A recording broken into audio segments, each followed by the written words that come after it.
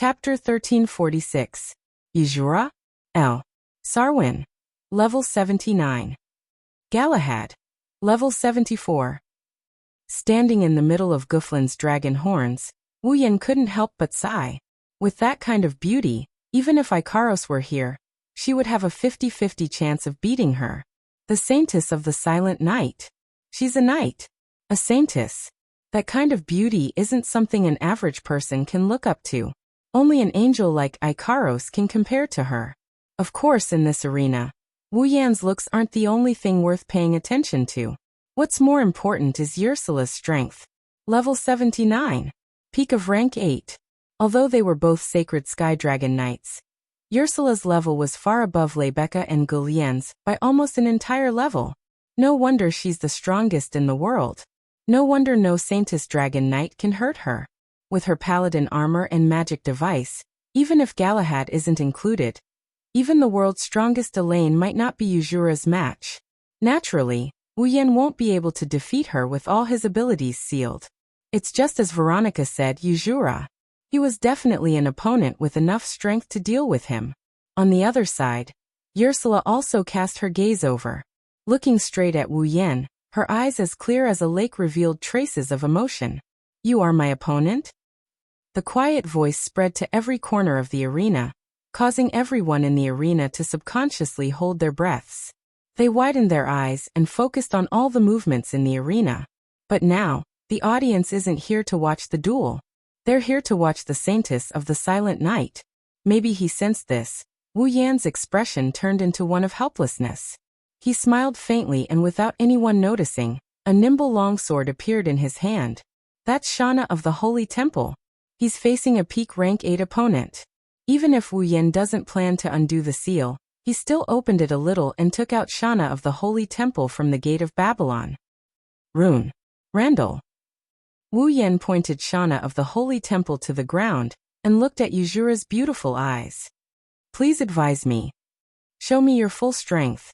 Ursula replied straightforwardly. I won't show any mercy. The audience cheered when they heard Ursula's declaration. Wu Yan didn't know whether to laugh or cry. This Yuzura. Although he wasn't really a man of few words, his words were very straightforward, without the slightest bit of nonsense. No wonder she's called the saintess of the silent night. Wu Yan could only give such an answer. Of course, I'll give it my all. In this state. The last sentence. Wu Yan didn't say it, but Yuzura seemed to be dissatisfied. She furrowed her brows. If I'm not mistaken, the dragon you're riding should be Lebecca's fall, right? Yuzura didn't sound dissatisfied at all, as if she was complaining about something. I don't know how you can ride someone else's fall, but if you're going to give it your all, you should at least summon your own, right? Riding other people's dragons is an amazing feat, but it's not to the point where the commander of Loriaman's Holy Dragon Knights has to pay attention to it. That's why Yuzura didn't know about Wu Yan's title as the Rider of the Gods. However, Ursula had recognized Lebecca's fall, which meant that Lebecca was the one that Ursula truly cared about. Perhaps Ursula didn't even know why Veronica had suddenly called her over to duel with a student of the academy. However, Yuzura still declared that she would give it her all. She didn't look down on Wu Yan just because he was a student, which made Wu Yan have a good impression of Yuzura. Don't worry, Captain Yuzura. Wu Yan grinned as he lifted the Nyaton Shana. I'll see how it goes. Hearing this, the surrounding audience burst into an uproar. See how it goes. In other words, he has to see if Yuzura has the right to summon fall? That's too arrogant. The audience was furious. Even Lebecca, Sylvia, and the others in the VIP seats couldn't help but frown. Only Ursula remained silent. Is that so? Ursula nodded in a monotonous tone. However, I'll still say the same thing. I won't show any mercy. After saying that, Ursula closed her eyes, and the holy knight armor on her body suddenly flashed with a dazzling brilliance. Show yourself. A two-dimensional divine sword. Buzz. The air suddenly trembled, and space rippled. Surging mana currents rose from Ursula's body like steam, condensing into a flashing magic array that illuminated the battlefield. Seeing this, everyone's expression froze. Even Wu Yan's expression turned serious. In the first clash, Ursula had actually used the intrinsic magic device. Just as she had said. She did not intend to be merciful at all. Ursula opened her beautiful eyes and stretched her hand forward. The glowing magic circle followed her palm and slowly slid down from top to bottom. In the next moment, a sword gradually appeared as the magic circle slid from top to bottom. It was an inconceivable sword. At first glance, only the hilt could be seen. The blade was nowhere to be seen. But upon closer inspection, one could see that there was a thin transparent wing-like object on the blade of the sword. It was flowing like a stream of water in an arc while emitting the radiance of magic. Yuzura grabbed the hilt and swung it. A bright flash of sword light flashed in front of her, proving the existence of the sword. Its name is Fergalaha. As Yuzura spoke, Wu Yan couldn't help but look at the divine sword called Fergalaha. He could clearly see that at the position where the Fergalaha was supposed to be, a magic power was flowing regularly at a very high frequency, causing the part of the sword body to flash with a faint brilliance. Fergalaha. Wu Yan tightened his grip on the Nyandan Shana. An invisible blade? My Fergalaha isn't just a sword that can't be seen. The leader of the Holy Dragon Knights, Lorea, who was known as the Silent Knight Saintess, explained indifferently. It's a 2D divine sword. The thickness of the blade is infinitely close to zero. The thickness of the blade is infinitely close to zero? Wu Yan looked at Yuzura in surprise. In other words, the blade of the Fergalaha is completely flat. Yuzura raised the 2D divine sword in her hand and pointed it at Wu Yan. No matter how hard the material is, the godly sword Fergalaha can cut it apart, even if it's holy knight armor. Wu Yan's face tensed up when he heard this. Wu Yan looked at Ursula and then at Fergalaha before he mumbled to himself. Looks like it's going to be a little tricky. Unfortunately, Yuzura didn't give Wu Yan time to sigh. Let's begin. Leaving these words behind, Ursula suddenly raised his free hand. Roar! The holy dragon Galahad raised its head and roared. Its body, which was one size bigger than Guthrum, exploded with a powerful magical heat. Galahad stepped on the cracked ground with a heavy stomp. Like a heavy mountain, Galahad charged forward in a blur against the dense air pressure and the heavy sound of the sonic boom. Guthrum. Galahad was 30 meters away a second ago, but now it's only 20 meters away. Wu Yan didn't dare to be careless. He stomped on Guthrum's head and through the will of the rider, he steered Guthrum forward. Roar! Gyuvlin immediately let out a roar, not to be outdone. He tilted his body, and the wings on his back flapped violently. Like a cannonball, he advanced instead of retreating, and met the oncoming Galahad head-on. In the next instant, the two holy dragons, whose sizes were definitely at the forefront of the dragon race, collided heavily with each other like a brawl. Boom! Instantly, a thunderous sound reverberated throughout the entire arena. The battle was about to start.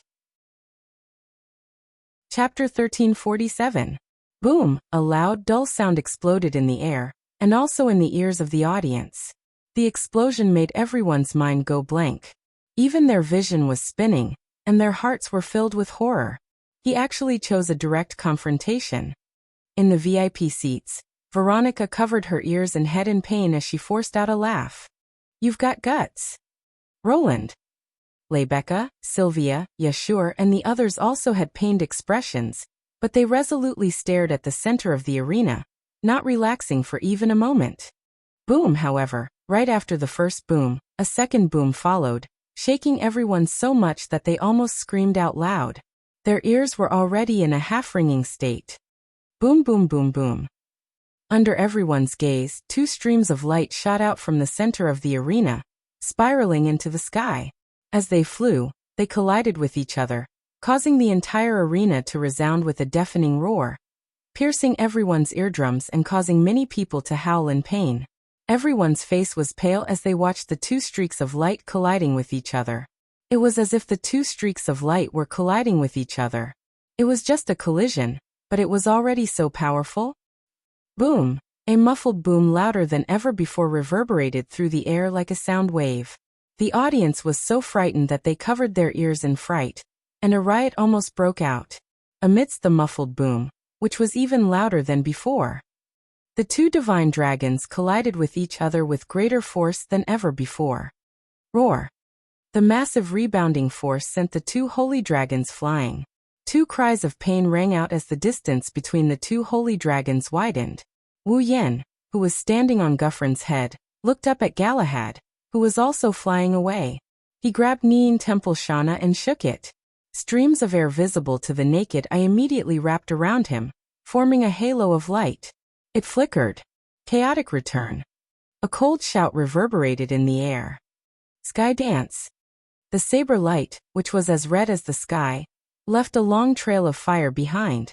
Like a surging wave, it broke through the space and the atmosphere and streaked forward. In the blink of an eye, it flashed in front of Galahad. Ursula didn't expect someone who wasn't wearing the paladin armor to be able to make such an attack. She looked a little surprised. But he quickly recovered. Staring at the ferocious blade light that was slashing at her, Ursula did not steer Galahad to dodge. Instead, she held the hilt of the divine sword in her hand, raised it above her head, and thrust it forward with all her might. Shortly after, the fiery red saber light collided with the transparent sword light. Thus, an inconceivable scene unfolded in midair. Poochie! The divine sword clashed with the saber light, and a tearing sound rang out. Under the stab of the divine sword for Galahad, the blade light that was as ferocious as magma spewing out came from the point of contact. It was cut into two halves, brushed past Ursula's shoulder, carried an astonishing impact, and shot into the distant sky without slowing down. Chaotic return to sky dance was directly cut into two halves. Wu Yan was shocked. The two-dimensional divine sword, for Galahad, can even cut off other people's attack? Good attack. Just when Wu Yan was surprised by the effect of Galahad, Ursula's calm and almost indifferent voice came into his ears. You don't even have the paladin armor, but you can make such an attack. I've only seen it from Her Highness Veronica. Ursula leisurely stood on Galahad's head, holding the divine sword in her hand. Her sharp eyes swept forward. Next, it's my turn. Whoosh. As soon as her words fell, a whistling sound like a gust of wind turned into ripples, scattering in the air. Ursula and Galahad's figures suddenly disappeared. At the same time, Wu Yan's eyes turned cold, and he turned around abruptly. The Nyadan Shana in his hand burst into a ball of flame, rolling up the violent atmosphere, turned into a saber light, and shot out violently. Bang! An explosion reverberated in the sky, stirring up a frenzied impact that swept out. Unfortunately, that explosion was not the sound of chaotic return to sky dance hitting the target, but the sound of Galahad being cut into two by a transparent sword light and directly exploding. Your reaction is quite good. Wu Yan had already turned around, and the divine sword for Galahad flashed a second ago. But Ursula's voice once again sounded behind Wu Yan. But it's still too slow. Along with this voice, a sharp sound of something breaking through the air assaulted Wu Yan. Clang!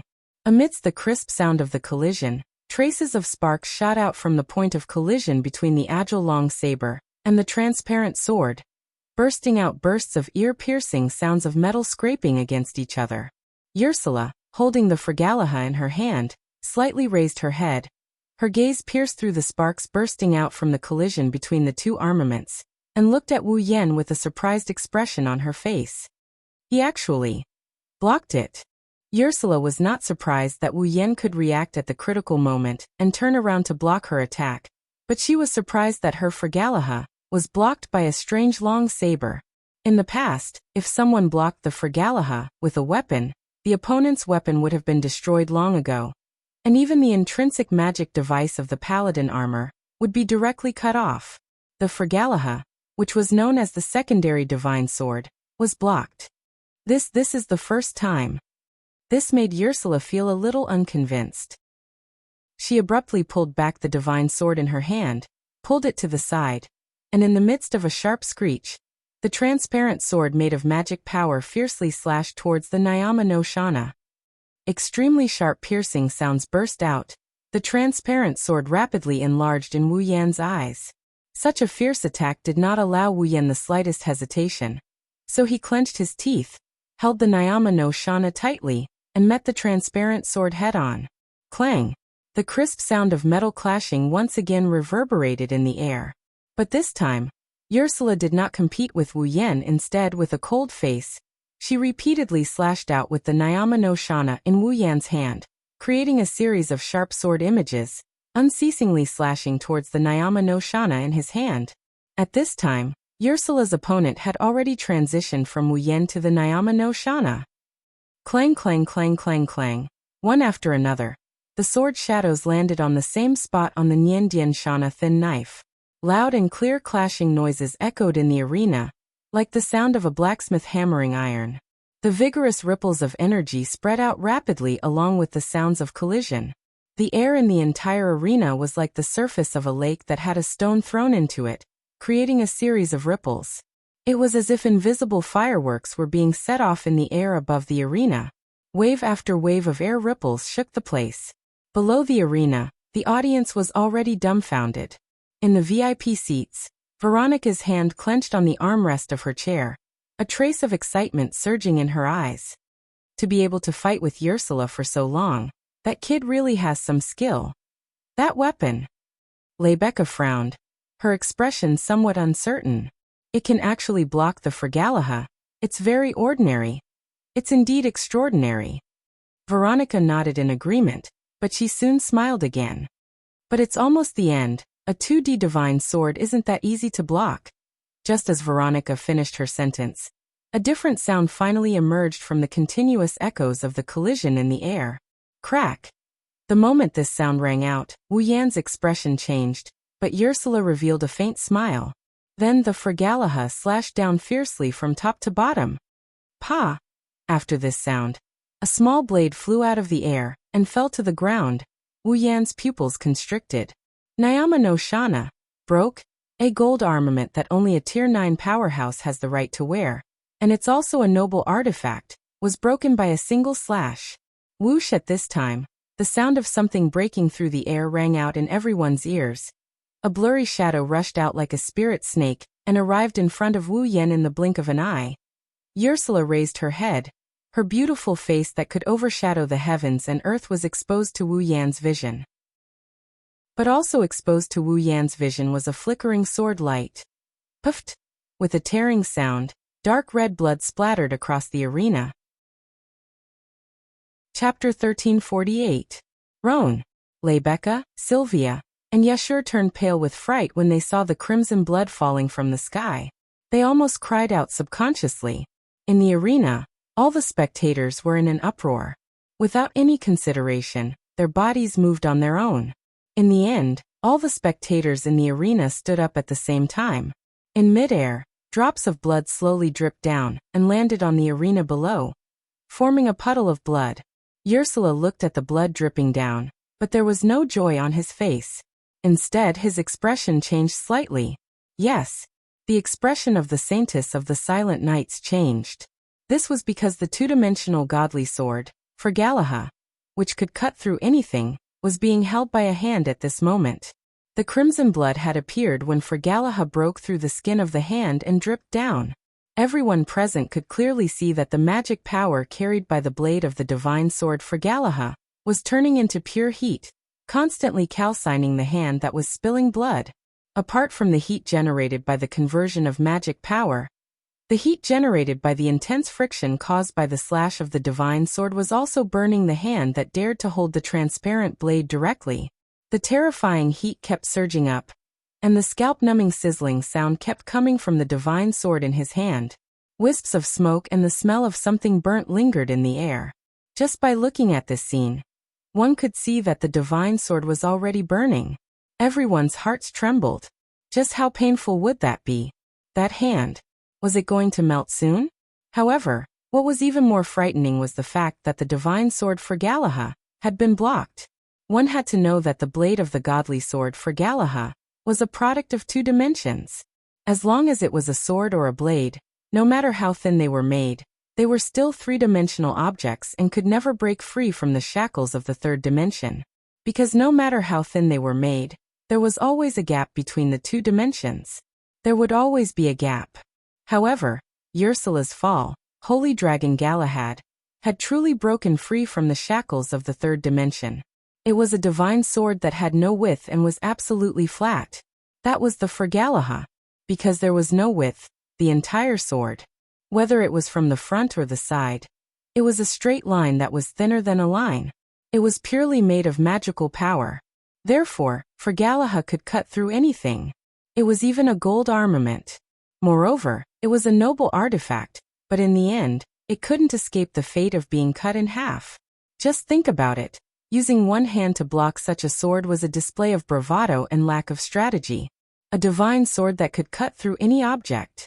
How could it not be able to cut through a hand? Therefore, they watched as Wu Yan directly blocked Fergalaha with his hand. Not to mention Lebecca, Sylvia, and the audience, even the commander of the Holy Dragon Knights, Loriaman, who was known as the Silent Saintess of the Knights, and Ursula, who was indifferent to people, changed their expressions. Ursula took a deep breath as she watched Wu Yan, who was holding Fergalaha so tightly that his hand was beginning to burn under the heat. Even his blood was no longer dripping. However, his head was lowered, and his expression couldn't be seen clearly. Using your hand to block my Fergalaha, this is the stupidest thing I've ever seen. As the sound of his voice faded, not long after, a soft laugh resounded clearly in the center of the entire arena, and was heard by everyone. Wu Yan slowly raised his head. His wine-red pupils met Ursula's clear eyes. The calmness in his eyes surprised Ursula. It was as if the hand that was gradually being burned wasn't his. Wu Yan glanced at it, and the corner of his mouth slowly rose. But didn't I block it? Ursula raised an eyebrow and she looked at Wu Yan with a deep gaze. Aren't you afraid that I'll cut off your hand? Afraid. Wu Yan chuckled as if he heard the funniest joke in the world. If I was afraid, I wouldn't have used this method. Ursula's beautiful eyes flashed with a strange light when she heard Wu Yan's words. Her expression became serious. But if this goes on, even if I don't chop it off, your hand will be charred, and you will be completely crippled. Blocking Fergalaha with his hand was already an extremely ridiculous thing. Now, Wu Yan's hand was still tightly gripping the sword, and it was already severely burned. If it was someone else, they would probably be in so much pain that their face would be distorted. As for their hand, they would probably lose all feeling, right? However, no matter how wise Ursula was, it was impossible for her to guess without knowing. Wu Yan wasn't a human. He was a true ancestor. A true ancestor who could be resurrected in an instant even if he died. Although his superpower was sealed, his physique as a true ancestor couldn't be sealed. Therefore, even if it was his head that was burned, it wouldn't matter, let alone his hand. Destroyed, huh? Wu Yan murmured and suddenly laughed. Wu Yan tightened his grip on the Vlakalaha sword. He ignored the smoke and blood that came out of the sword as he forcefully pressed the sword down on the ground. Although I don't really care, it will be troublesome. So let's get this over with. Roar! Guffrin roared and slammed into Galahad, who was right in front of him. Bang! Caught off guard, Galahad was sent flying by the impact. Ursula, who was standing on Galahad's head, was also forced to withdraw her Fergalaha. She grabbed Galahad's dragon horn and put some distance between herself and Wu Yan. Get this over with? Ursula didn't care at all. Instead, she fixed her eyes on Wu Yan. You mean, get rid of me earlier? Ursula's words echoed in the silent arena. Everyone looked at Wu Yan, waiting for Wu Yan's answer. Wu Yan didn't answer Ursula. Looking down at his hand, Wu Yan touched the star carving on the back of his hand, which was his seal. My fall is a little special. Special? Hearing such strange words, the audience was puzzled. Special? On the VIP seats, Lebecca, Sylvia, and the others pricked up their ears and listened carefully to Wu Yan's words. When every dragon breeder first obtains a newborn, the newborn will be attached to the body of its owner. It will only be independent when it is born. Through the star essence path, it will obtain the star essence from its owner and survive in the world. Wu Yan's voice reverberated throughout the arena. But my fall is different. Wu Yan shrugged and explained. It can retain the ability to be a baby and stay in my body. Attach itself to your body. Ursula was surprised. There's a fall like that? Lebecca, Sylvia, and the others were also surprised. Looking at the astonished expression on the beautiful girl's face, He clenched his fist and a bright light flashed in his eyes. This is the first and possibly the last time I'll let you see me summon fall. So don't blink. As soon as he said that, dong dong. Before anyone could react, a strange wave of energy rippled out from Wu Yan, and it started spreading throughout the entire space. Dong dong. At the scene, everyone heard a sound that sounded like a heartbeat ringing in their minds. It started to vibrate rhythmically. Bzzz. Wu Yan's mana isn't too scary, but it's extremely dense. Like a flame. It attracted the attention of everyone who can sense his mana. Then they all saw it. Wu Yan's hand started emitting a bloody mist that slowly turned into a ghostly black color. Red veins started crawling up his arm. It's a terrifying sight to behold. Closing his eyes, Wu Yan channeled a tiny bit of his sealed mana into his blood, and awakened a certain consciousness slumbering in his blood. Wu. A dragon's roar that seemed to come from the endless sky shook the entire arena. In an instant, Ursula felt an inexplicable sense of danger, and she couldn't help but be startled. Then a voice sounded. Descend. Chapter 1349. His voice was as delicate as flowing water.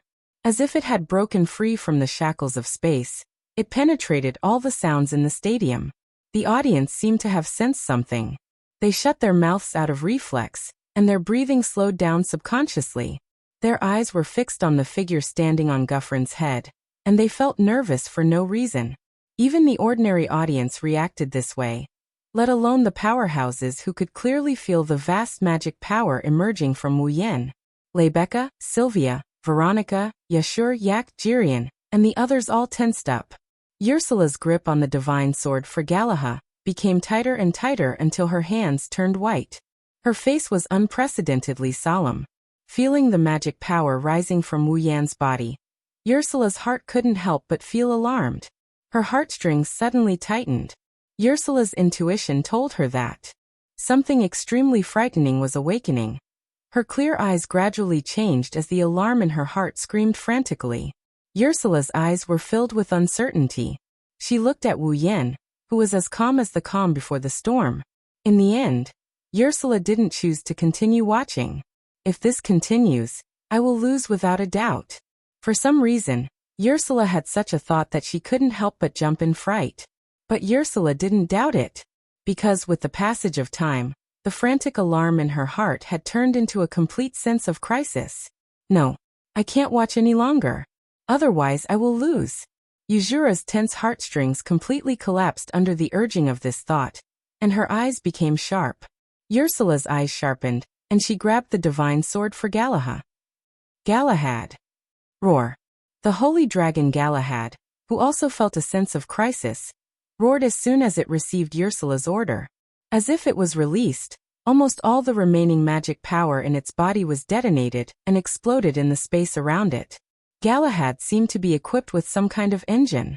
Under the impetus of the explosion of mana, it turned into a ferocious behemoth and flew out violently. In a flash, he appeared in front of Gu Fulin and pressed his forelimbs on Gu Fulin's shoulder. Roar. At the same time, a burst of mana burst out of Guffrin's body and landed on Galahad like a shockwave. Pung. A muffled sound exploded from Gahara's body, causing him to let out a low groan. At the same time, his dragon eyes flashed with a fierce light. Like an injured beast, not only did he not let go of Guffrin, but he also restrained him even more.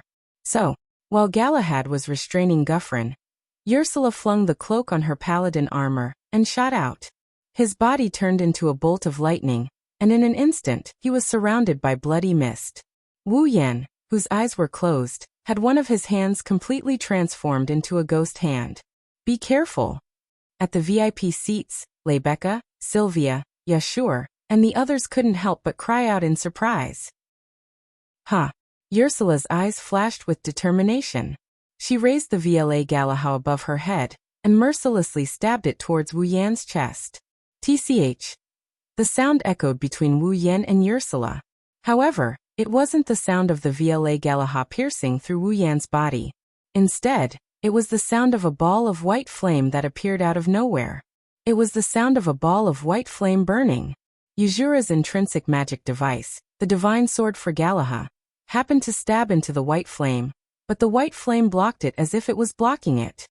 What? Ursula's pretty face changed drastically. What is that? Rebecca, Sylvia, and the others couldn't help but look up from the VIP seats. White flame. Veronica frowned. A touch of surprise appeared on her face.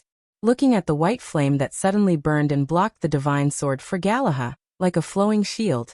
Ursula constantly mobilized the magic power in the paladin armor to replenish the divine sword in an attempt to directly cut the white flame blocking the way in half.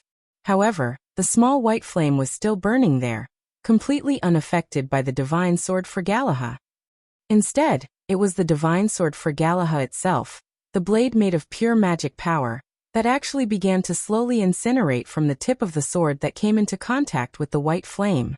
Ursula finally had a look of disbelief on her face. Don't worry. Ursula raised her head and looked in the direction of the voice. Ursula's face was filled with disbelief. In the next moment, Wu Yan's smiling face appeared in Ursula's vision. Because I didn't use my full strength, the power of my fall will decrease. However, the summoning time will also decrease a lot. You don't have to be in such a hurry. As he spoke, Wu Yan reached out and grabbed the white flame. The best part is yet to come. Wu Yan tightened his grip on the white flame, and the white flame exploded in an instant. Hum! The entire space in the arena trembled, and a blinding white light burst out. Boom! As if heaven and earth exploded. A violent roar turned into a shockwave that swept across the entire arena. Ah! Everyone's vision was taken away by the dazzling white light, and their hearing was robbed by the violent roar. Screams resounded throughout the entire arena. By the time the white light scattered, the rumbling noises had subsided, and the shockwaves had also gradually disappeared. Everyone's faces were filled with shock as they looked towards the arena. However, the scene that appeared in front of everyone's eyes caused everyone's expressions to change. In the end, they became dull flames. White flames. Monstrous white flames. The entire center of the arena was covered in white flames. It turned into a sea of white flames. In the center of the sea of white flames, a figure floated there. Fluffy hair made of white flames fluttered along with the rolling flames. Two flame-like objects that looked like long whiskers and ribbons adorned between his eyebrows. They fluttered behind him, making him look extremely elegant. White arm-like wings spread out on both sides of his body with a pair of sharp dragon claws at the front. A similar flame-like object, but a much larger tail, mixed with white flames, fluttered back and forth behind him. Looking at the figure floating in the middle of the white sea of fire, everyone in the surrounding area became absent-minded at this moment. Elegant, elegant, smooth. These three words shouldn't have appeared on a dragon's body, but at this moment, they really did appear in everyone's heart. Everyone in the arena couldn't help but be immersed in the elegance of the white dragon. It took a long time for them to regain their senses. All of a sudden, a pair of sky-blue eyes flickered like stars in the sea of flames around the body that was made up of pure white. They appeared from the eyes of the elegant giant dragon, becoming the only other color in the arena other than white, intoxicating the hearts of everyone. Whoa! Raising its head, the white dragon let out a long dragon roar. Compared to the roars of other dragons, this long flute-like roar instantly conquered everyone. However, after a long and drawn-out dragon roar, the huge white dragon disappeared. The white flames that covered the entire arena disappeared without any warning. It was as if an illusion had been broken. The situation inside the arena was exposed. At this moment, everyone in the arena finally reacted and saw the scene inside the arena. Holy Dragon Gufflin was obediently waiting at the side like an obedient child. Below it, the Holy Dragon Galahad had fallen to the ground as if it had fainted. On top of Gufflin's head, Wu Yan was holding the unconscious Ursula in his arms. He had a helpless smile on his face as he looked around the arena. His dragon robe had been taken off at some point, and was now draped over Ursula, who was unconscious in his arms. That's because the unconscious Ursula's holy knight armor was completely gone. She was completely naked. If it wasn't for Wu Yan's dragon riding robe covering Ursula's beautiful body that could captivate all the men in the world would be exposed. Everyone in the arena was silent as they watched the scene unfold.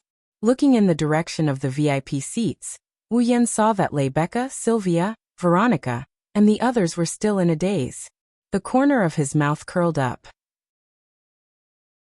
Chapter 1350. In just one day, everyone in the Knight's Kingdom of Lorimon was shocked. The leader of the Lorimon Holy Dragon Knights, the most powerful Silent Knight Saintess, Yuzura Sarver? Sarver was defeated. On top of that, he was defeated by someone who was still a student of the Ansari Dragon Riding Academy.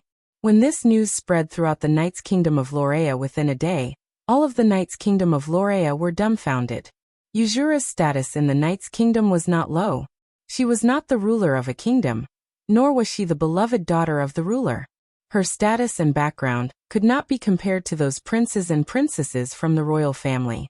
But in terms of popularity and status, Yuzura was definitely the highest in the entire Lorimon Knight Kingdom. The Lorimon Knight Empire was the dragon-breeding empire, a country that coexisted with the dragons and was closely related to them. Yuzura, on the other hand, was the person who had walked the furthest on the path of dragon breeding and had the most achievements. How could she not be famous? Moreover, not only did Yuzura have the beauty of a saintess, but she was also known as the strongest beauty in the world. Such an existence was very popular and had a high status. It was easy to imagine. Just think about it. Lebecca's popularity in the Ansari Academy was already earth-shattering. Her identity as a holy dragon knight made her status comparable to that of a noble. Even Veronica, the first princess who supported the entire kingdom, could not forget Lebecca and hoped to recruit her. Then, in the hearts of the knight's citizens, Yuzura, who enjoyed the most popularity, and was known as the strongest in the entire Lorimon Knight Kingdom. What was her status? To put it bluntly, she was like Rosa, who was worshipped by the entire Eluxtran continent. Like Maria, the people of Lorimon Knight Kingdom all viewed Yuzura as their idol from the bottom of their hearts. Her popularity was very high. At least, in the entire Lorimon Knight Kingdom, no one could compare to Yuzura. In fact, when people from other forces mentioned the knighthood of Lorea, the first thing they would think of would be dragons, and the second thing they would think of would not be anyone from the family of the knighthood. Instead, they would think of the leader of the Lorea Holy Dragon Knights, Ursula Sarvin. And now, this national idol was in a duel with a student from the Dragon Cultivation Academy. He was defeated. Let's not talk about how many people in Lorea knighthood would believe this. Just this news alone was enough to shock the entire knighthood of Lorea. However, the news had only spread for a day. Although everyone in the Knight's Kingdom of Lorea knew about it because of the content, the authenticity of the news was still in doubt. In fact, many of the knights didn't even know who had defeated Ursula. As such, in the Knight's Kingdom of Loriaman, many well-known media and related personnel rushed to Ansari in order to obtain the authenticity of this news and the details of the inside story. I believe that it won't be long before all the people in Knight's country know about this. Even those outside Knight's country. After all, on that day, in the arena of the Ansari Dragon Riding Academy, more than 1,000 citizens of Ansari had witnessed the entire duel with their own eyes. Even if he wanted to hide it, he couldn't. Ansari Dragon Riding Academy, reception room, sitting at the corner of a round table, Wu Yan's expression was slightly unnatural stare. Extremely strong gazes from all directions were like arrows piercing the heart, shooting straight at Wu Yan. Obviously, Wu Yan's seat was relatively difficult to notice, but everyone present didn't look at Veronica, who was sitting at the head of the table. Instead, they kept staring at him. Even Veronica narrowed her eyes and stared at him closely. The scene was bizarre to the extreme. What's even weirder is that this scene has remained the same ever since Wu Yan came in half an hour ago. It hasn't changed in the slightest. How could Wu Yan not feel unnatural? The fact that he didn't immediately run away from this strange scene was already praiseworthy. Under those intense gazes, Wu Yan felt a prickling sensation on his skin. Helplessly, he reached for the teacup on the table for the umpteenth time. He sipped on the tea as if he was trying to hide something. His heart was in a mess. Just like that, another 10 minutes passed, then 20 minutes passed, then 30 minutes quietly passed by. For an entire hour, he was stared at without blinking. No matter how patient Wu Yan was, he couldn't take it anymore. I say. Wu Yan closed his eyes as if he's trying to express his resentment. He raised his voice and broke the eerie silence of the scene. If you have any dissatisfaction with me, can you please say it directly? Rebecca, Sylvia, and Veronica, who were sitting at the same table as Wu Yan, smiled. Their expressions said, "I've been waiting for you to say this for a long time." Wu Yan's eyebrows twitched. Of course I'm not dissatisfied. Rather, I should say that your performance is way too satisfying. Veronica knocked on the table and said meaningfully. However, compared to satisfaction, there are many, many questions. Just because of this? Wu Yan felt a faint sense of melancholy. Just because of this, you stared at me for an hour without blinking? We were getting to know you all over again. Rebecca's expression was both teasing and serious as she spoke in an extremely contradictory manner. After all, you're the one who defeated Commander Wuxia and became the strongest person in the world. Don't put such a big hat on me. Wu Yan hurriedly shook his head and waved his hand, looking like he's afraid he can't avoid her. This made Sylvia feel very confused. What's with that expression? This was the glory that all the dragon cultivators, dragon knights, and even the Saint Heaven's dragon knights of the Leon knighthood wanted to achieve. Along with the glory, there's also the biggest problem. Wu Yan replied without hesitation. I still want to live a peaceful life, so please don't make things difficult for me. Become the strongest in the world. While it sounds like a good thing, Wu Yan already tried it out in the Swordblade God domain world. He knows that fame is just as troublesome as it is. He doesn't want to have to choose a place where he can avoid the crowds and live by himself again. Unless it's like the later stages of Saw where he has a beautiful wife and cute little daughter to accompany him. Otherwise, he'd rather die than go through that again. Sylvia frowned when Wu Yan failed to evade in time. Your attitude is the biggest blow to those who dream of defeating Commander Wuxia. You don't feel any glory for defeating Commander Wuxia? I really wonder if you're a citizen of Raymond. Wu Yan rolled his eyes and didn't want to bother with him anymore. Veronica and Rebecca looked at each other and shook their heads. Originally, I wanted to use Ursula's hand to see if this kid is a holy sky dragon knight or not. At the same time, I wanted to see his fall. Veronica let out a rare bitter smile. In the end, we didn't find out if he's a dragon knight or not. Fall did see it, but I'll never forget the scene of this kid summoning Fall. That dragon is too strong, too beautiful. Rebecca looked at Wu Yan. Her emerald eyes glowed with curiosity.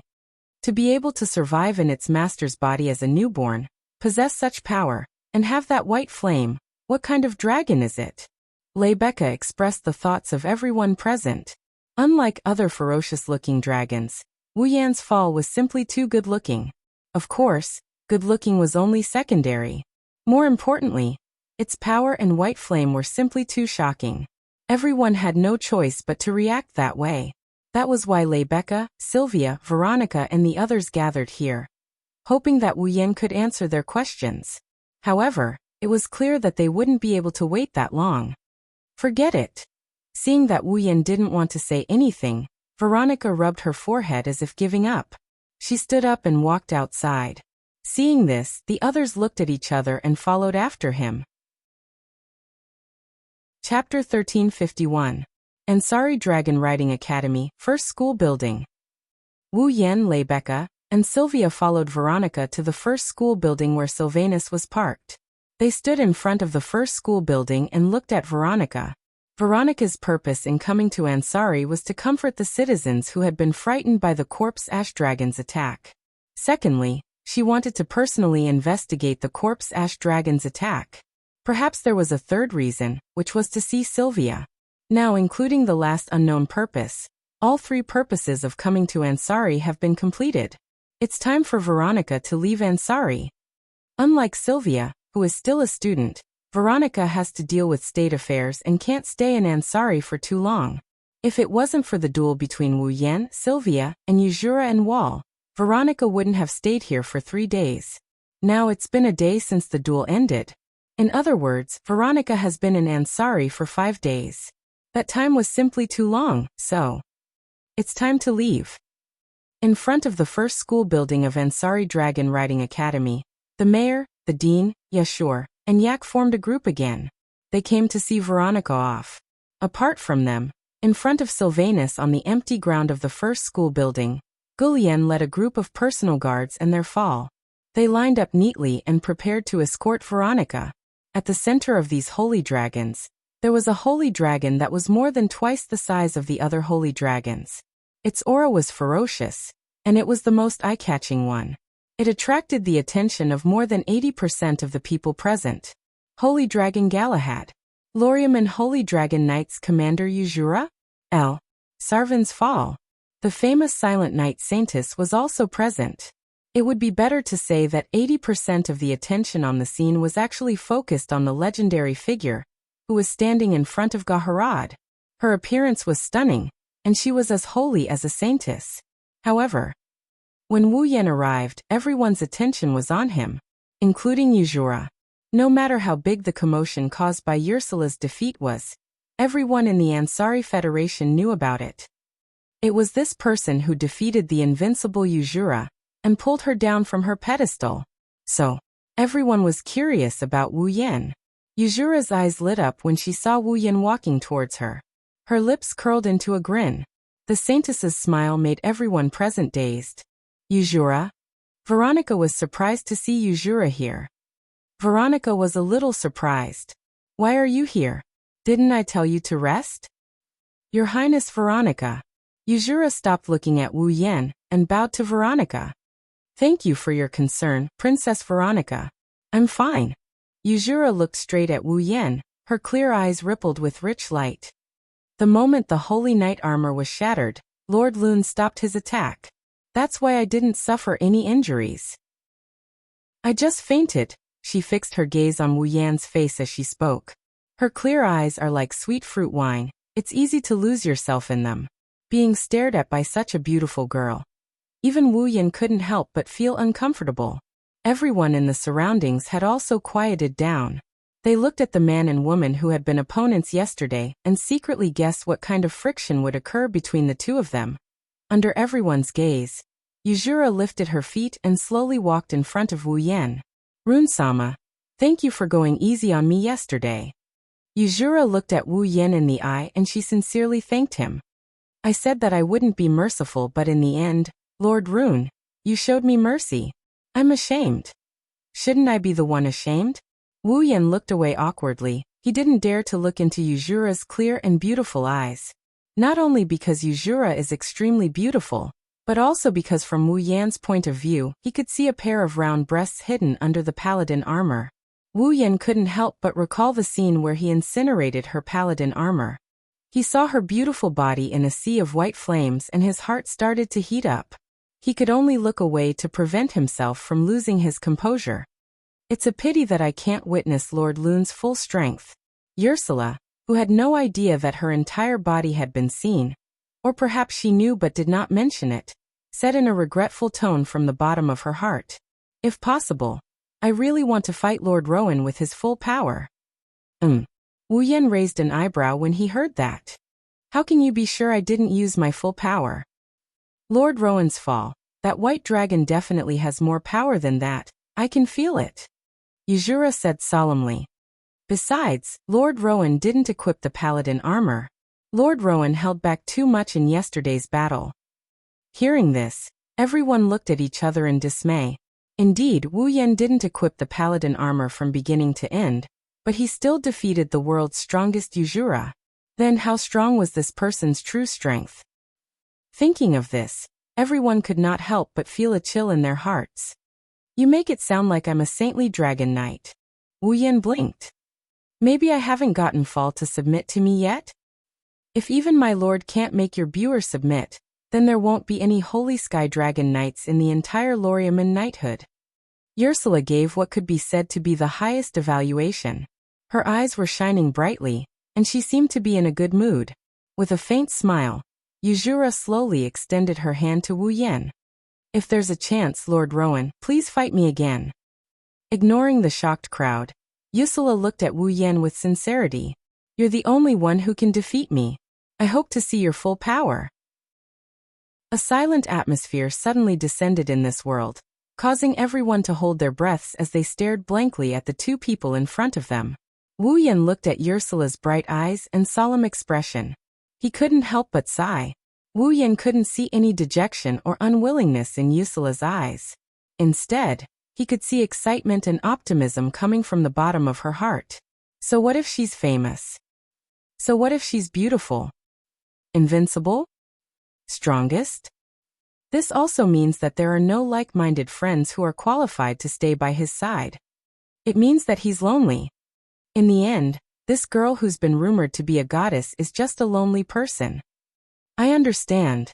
Wu Yan retracted his smile and reached out his hand to shake that soft and jade-like hand. Next time, I will defeat you in an instant. It's not a declaration of war, it's a declaration of victory. Wu Yan is telling Yuzura that she's not alone in this world. For a moment, Yuzura smiled. She smiled so beautifully that all the colors in the world were concentrated on her beautiful smile. Everyone around, regardless of whether they were men or women, was mesmerized by that unbelievably beautiful smile. Thank you. Yuzura bowed respectfully, flung her cloak, and walked back to Veronica's side with her head held high and her chest puffed out. Her steps were extremely light. The dream that she thought she had lost once again returned to her heart. This time Yuzura's dream, her goal, is to surpass this man who declared victory. Rebecca, Sylvia, Veronica, and the rest couldn't help but chuckle at the sight of Ursula glowing from head to toe. It's worth coming to Ansari this time. Veronica chuckled, then looked at Wu Yan. So Lormon, do you really not intend to join my Lormon Holy Dragon Knights? Chapter 1352. Join Loriamon's Holy Dragon Knights? Hearing Princess Veronica's invitation, everyone's eyes focused on Wu Yan. When she first came to the Ansari Academy, Veronica also invited Wu Yan once. But that time Wu Yan refused. Now Veronica sent out an invitation again. But this time, no one was surprised by Veronica's invitation. Although the Lormon Holy Dragon Knights were the most famous and glorious knights in Lormon, not just anyone could join them. At the very least, if one wasn't a dragon knight, then they definitely wouldn't be qualified to join. But would Wu Yan not be qualified to join? He was someone who could even defeat the commander of Loriamon's Holy Dragon Knights. If even someone like him wasn't qualified to join Loriamon's Holy Dragon Knights, then as Ursula said, no one in this world was qualified. I hope you can think about it. Veronica's face was unprecedentedly serious. It could even be said that she was sincere. You're really strong, not just in terms of strength. You're also outstanding in terms of logical thinking. It's a waste for someone as talented as you to stay in the academy. I think so too, Lord Lorimon. On the side, Ursula couldn't help but change her indifferent attitude and sincerely tried to persuade Lorimon. To be honest, I've always felt that it's not a good choice for me to be the commander of Loriamon's Holy Dragon Knights. Although I have the power to deter my subordinates, in terms of management, I'm really not good at it. After saying that, Ursula seemed to think that her words weren't shocking enough, so she didn't give up until she was shocked to death. If you're willing to join Loriamon's Holy Dragon Knights, Ursula is willing to step down and give you the position of commander. Lord Lorimon. When these words came out, everyone's expression changed. Veronica was also silent. Obviously, Veronica didn't have any objections to Ursula's words. Become the commander of Loriamon's Holy Dragon Knights? Yashur was shocked. Lorimon. Sylvia slightly shifted her gaze to Wu Yan. In her heart, she was happy for Wu Yan's honor, but there was also a trace of reluctance that even Sylvia didn't notice. Commander. Rebecca lowered her head and pondered for a moment before looking at Wu Yan. Lorimon, you should really consider Highness Veronica's words. This is a rare opportunity. When she said this, she felt a stab of pain in her heart. She didn't want to admit that she had such a stupid idea, but she wanted to keep Wu Yan by her side. She didn't want him to leave with Veronica. But Rebecca still decided it's Lord Lorimon Dragon Knights. After all, Lorimon was the commander of the Holy Dragon Knights. Whether it was status or reputation, he was second only to one and above all. At the very least, in the Kingdom of Knights, apart from the Night King and Veronica, no one could make Ursula kneel. Even the Night King and Veronica could only make Ursula kneel on one knee. If Wu Yan could become the commander, he would reach the heavens in a single bound. As if he saw through everyone's thoughts, Wu Yan glanced at the crowd and sighed. Veronica. Wu Yan didn't address Veronica as Her Highness anymore. He called her by her name. Veronica wasn't displeased at all. Instead, she looked straight at Wu Yan. Veronica knew that Wu Yan didn't have any respect for her. Their usual honorifics were nothing more than a casual way of addressing each other. This also meant that once Wu Yan called her by her name, it was time for Wu Yan to get serious. Thank you for your invitation. Wu Yan glanced at the impatient yak. However, I have my own reasons for staying in the academy. Hearing Wu Yan's rejection, the people around him sucked in a deep breath. They didn't think that there would be someone in Lorimon who would refuse to become the commander of the Holy Dragon Knights. Wasn't this a little too foolish? Even Ursula felt pity for Wu Yan. Only Rebecca and Sylvia heaved a sigh of relief, and their expressions eased considerably. Veronica's expression didn't change. She probably expected Wu Yan's answer. It seems that subduing you is much harder than I thought. Veronica shook her head and stared at Wu Yan. Since you won't accept my invitation, then you'll have to accept the other thing. Wu Yan and Co flinched when they heard this. Sylvia's eyes, which were the same color as Sylvia's, gradually focused. Sylvia suddenly reached out her hand to Gu Lian. A sword. Yes. Gu Lian respectfully bowed and handed a luxurious golden knight's sword to Veronica. Veronica grabbed the sword and pulled it out of its scabbard. She slowly walked towards Wu Yan. Your Highness Veronica? Royal sister? Rebecca and Sylvia were rather shocked at this sight. The people in the surroundings began to clamor as well.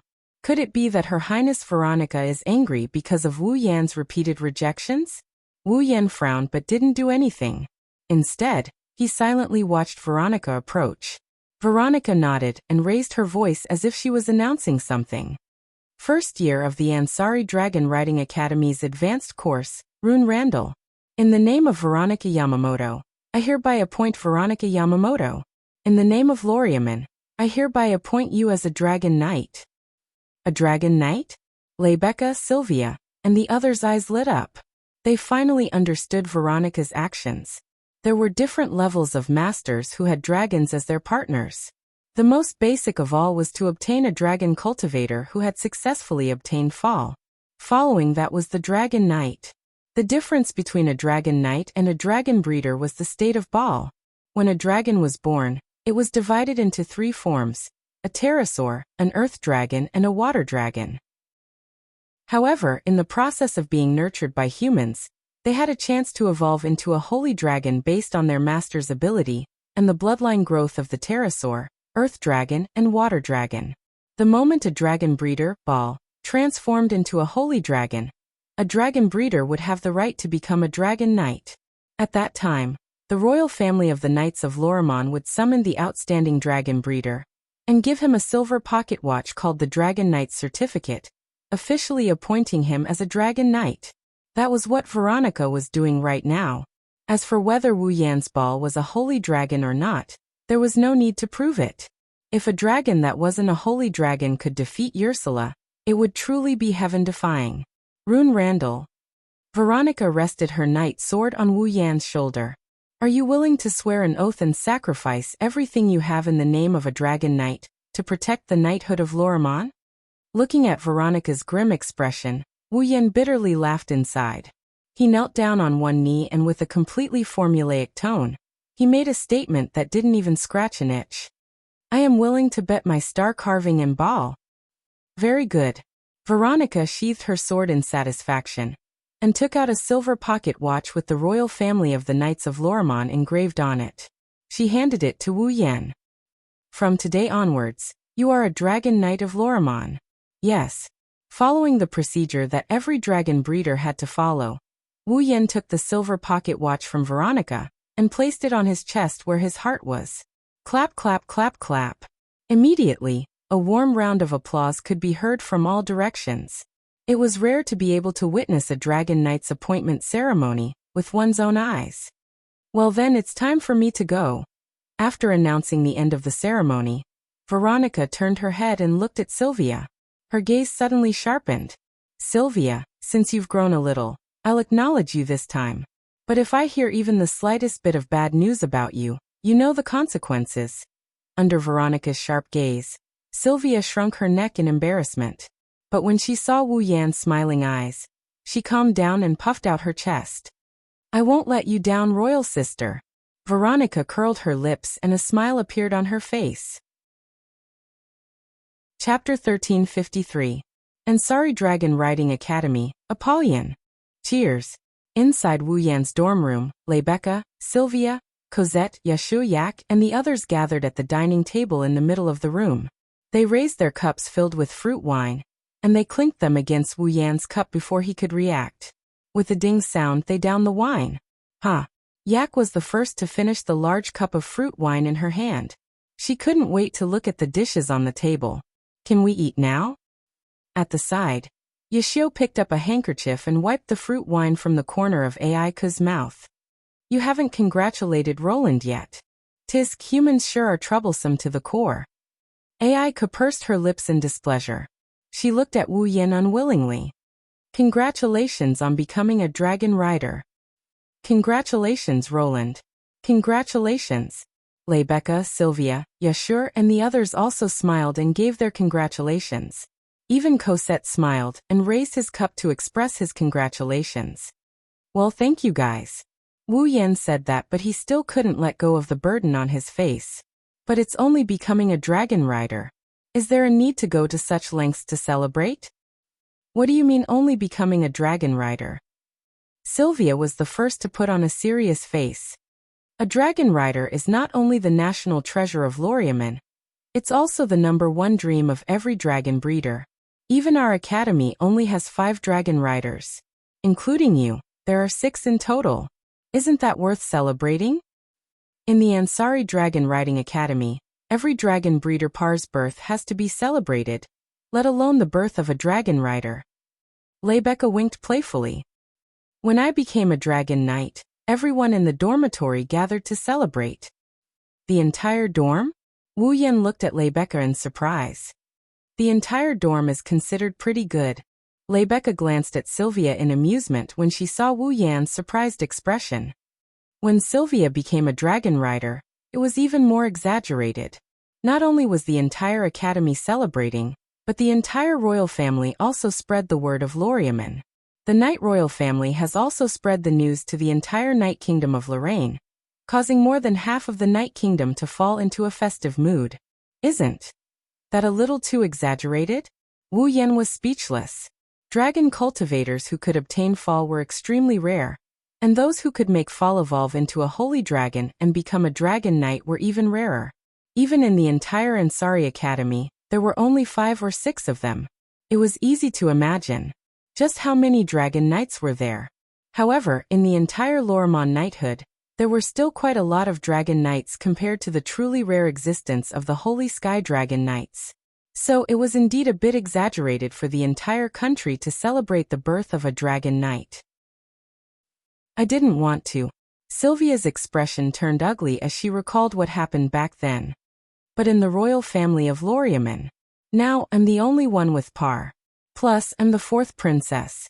Father, sister, and the others all said they should celebrate and report the good news to the entire kingdom. In the end, it became like that. Now, the royal family of Loriaman had 5 members. They were the royal family of Loriaman, the 1st Princess Veronica, the 2nd Princess, the 3rd Princess, and the 4th Princess Sylvia. Originally, there were 7 members of the royal house of Loriaman, but the Queen Sylvia's birth mother had passed away. Prince Julius had also been executed for the crime of slaying a dragon. Without those 2, the royal house of Loriaman was left with only 5 members. Among the 5, Sylvia was the only one who was reborn at the age of 7 and became a dragon breeder. In the end, she became a dragon rider. It was understandable that the royal family of Loriaman would want to celebrate.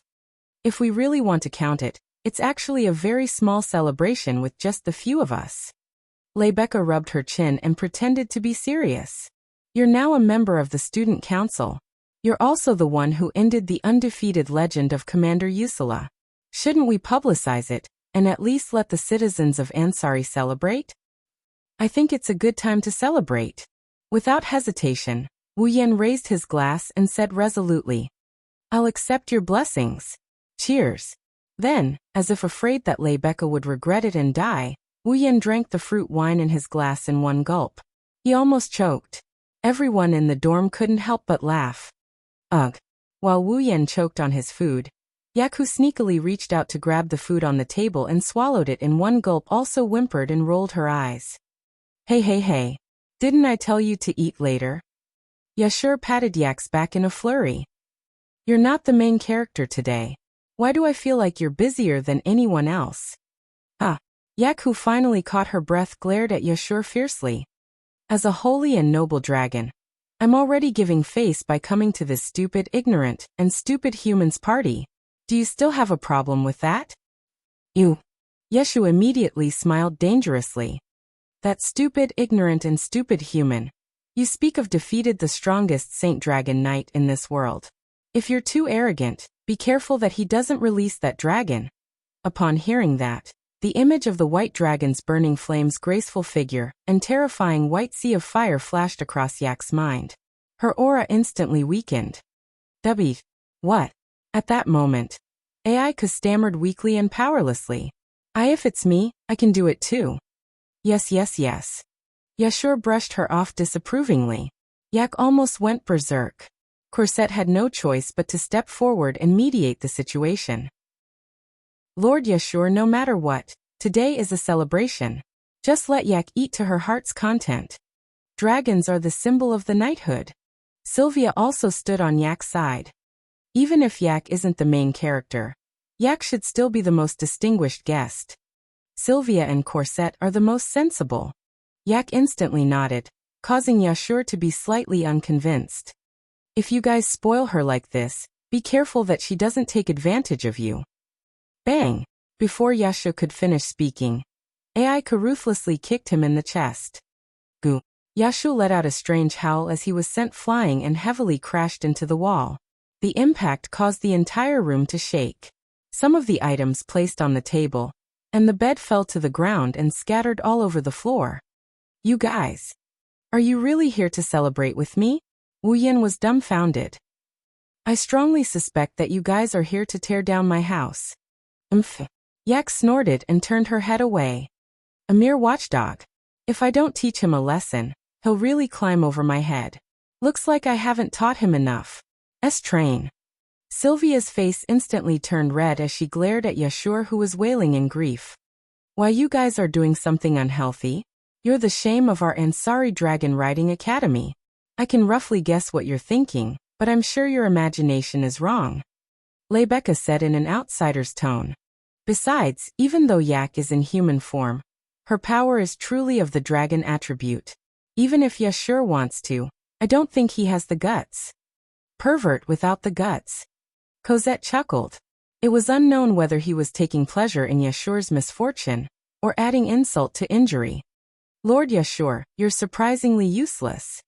Being attacked both physically and mentally by everyone at the scene, Yashur was so angry that he fell unconscious on the ground. Serves you right. Aika mercilessly added another stab. At this moment, an item that fell to the ground due to the tremors entered Yak's sight. Her eyes lit up and she cried out in surprise. What?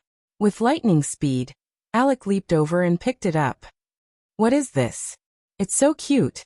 Hearing this, everyone turned to look at the object in Aika's hand, and saw the full appearance of the object. It was an extremely cartoonish dragon-shaped plushie. Sylvia trembled as she looked at the dragon-shaped doll. It was as if she was struck by lightning. Her eyes were filled with disbelief. Chapter 1354. Rebecca looked at the dragon-shaped plushie in Yak's hands with curiosity in her emerald eyes. It's quite cute. But why is there a plushie here? Isn't this the plushie Sir Roland always hung by his bed? Corset, who had become Wu Yan's personal maid in the morning, immediately recognized the plushie and tilted her head. I've always thought this plushie looked familiar. I think I've seen it somewhere before. Rebecca and Yak nodded nonchalantly at Cosette's words and didn't take it to heart. Only Sylvia's eyes flickered violently as she stared at the dragon-shaped doll. You two. Wu Yan snatched the dragon-shaped plushie from Yak's hands and curled his lips in annoyance. Not only are you planning to tear down my house, but you're also interested in my stuff? You're a man. What are you doing with a plushie? Rebecca's expression turned strange. Roland, don't tell me you actually like dolls and stuff like that? I feel like there's more to your words. Wu Yan rubbed his temples and raised the dragon-shaped plushie. Someone gave me this plushie. Gave. Rebecca and Corset looked at each other with interest on their faces. Gave. Sylvia abruptly took a step forward and asked with an agitated expression. Who gave it to you? When did you give it to me? Where did you give it to me? Sylvia, Her Highness? Sylvia's agitated expression made her even more agitated. Rebecca, Cosette, Yak, and the others were surprised. What's wrong? Wu Yan looked at the doll in his hand with a doubtful look. He asked in a doubtful tone, Is there something wrong? Don't worry about it. Tell me. Sylvia became more and more agitated and her eyes reddened. She grabbed Wu Yan's hand with all her might. This is very important to me. Please tell me. This. Rebecca, Corset, and Yak looked at each other when they saw that Sylvia seemed to be on the verge of hysteria. After this period of time, everyone present knew that although this princess was a little immature, she was still very much in line with her identity in other aspects. But now Sylvia's behavior. Wasn't this already related to making trouble out of nothing? Why were they so excited? Wu Yan frowned. Staring into Sylvia's eyes, looking at the uncontrollable excitement on her face and the wavering in her eyes, he was extremely puzzled, but he did not choose to hide it. This was about 9 years ago. At the larval ritual in the Abian forest, Zhang Lixing, a little girl I met, gave it to me. 9 years ago. Abian forest? Youngling ritual? Sylvia's expression changed drastically. She grabbed Wu Yan's hand tighter and tighter. A trace of hope appeared in her icy blue eyes. She was a little nervous. With a hint of nervousness, Sylvia's gaze seemed to want to burn a hole in Wu Yan's face. It became extremely intense. Then do you remember when it was 9 years ago? Yes. Wu Yan felt Sylvia's strange and passionate gaze and nodded with difficulty. He scratched his face. It was at the juvenile ritual in the moon of Aries. Before he finished, Wu Yan's eyes widened and he panicked. What? What's wrong? Did I say something wrong? After hearing what Wu Yan said, Sylvia actually shed tears. Your Highness? What? What's wrong? Don't cry. Rebecca was so shocked that she even used honorifics. Yak was also nervous and clumsy as she stuttered. Corset, on the other hand, was stunned. 9 years ago on the moon of Aries? With a face full of astonishment, Corset opened her mouth in astonishment. Your Highness's birthday was on the moon of Aries. She was 7 years old 9 years ago. Wah! Rebecca was shocked. Sylvia's birthday was on the moon of Aries. She was 7 years old 9 years ago. Wu Yan's dragon-shaped plushie was given to him by a little girl at the youngling ritual in the Abian forest on the moon of Aries, coupled with Sylvia's abnormal behavior. Could it be? Yak seemed to have come to the same conclusion. She looked at Wu Yan. Sylvia didn't give you this cute plushie, did she? Ha! Wu Yan slowly opened his mouth. His mind was in a mess when he saw Sylvia crying uncontrollably. It can't be that coincidental, right? Sylvia was the little girl he met 9 years ago. The one who failed to be selected in the youngling ceremony, and was given a youngling by him? Wu Yan didn't know what to do. Looking at the man in front of her who was at a loss of what to do, Sylvia's memories, which had become blurry after nearly 10 years, regained their clarity once again. Sylvia could still remember that 9 years ago, she had failed to be chosen by the Mother of Dragons during the youngling ritual. Just as Sylvia wept helplessly, a big brother who should not have appeared in the youngling ritual and should be in his teens or 20s appeared before her, granting her youngling and miraculously making her a dragon breeder. Due to the passing of nearly a decade and the fact that she was still a child at the time, Sylvia didn't remember the big brother's appearance very clearly. The only thing she remembered was the name that big brother left behind before he left. Wu Yan. Sylvia looked up and stared into Wu Yan's eyes. You're Wu Yan." When he said that, everyone quieted down, and Wu Yan confirmed his suspicions. Sylvia was the little girl from back then. "You really are that little girl from back then?" Wu Yan laughed bitterly. "How could there be such a coincidence?" "Wu Yan." Rebecca looked at Wu Yan meaningfully. "Is that your real name?" Rebecca, Sylvia, Cosette, Yak and Yashua, who was still clutching his chest, looked at Wu Yan. No one here knew about Wu Yan's background. However, they already knew that Rebecca was the one who gave Wu Yan his name. It wasn't his real name.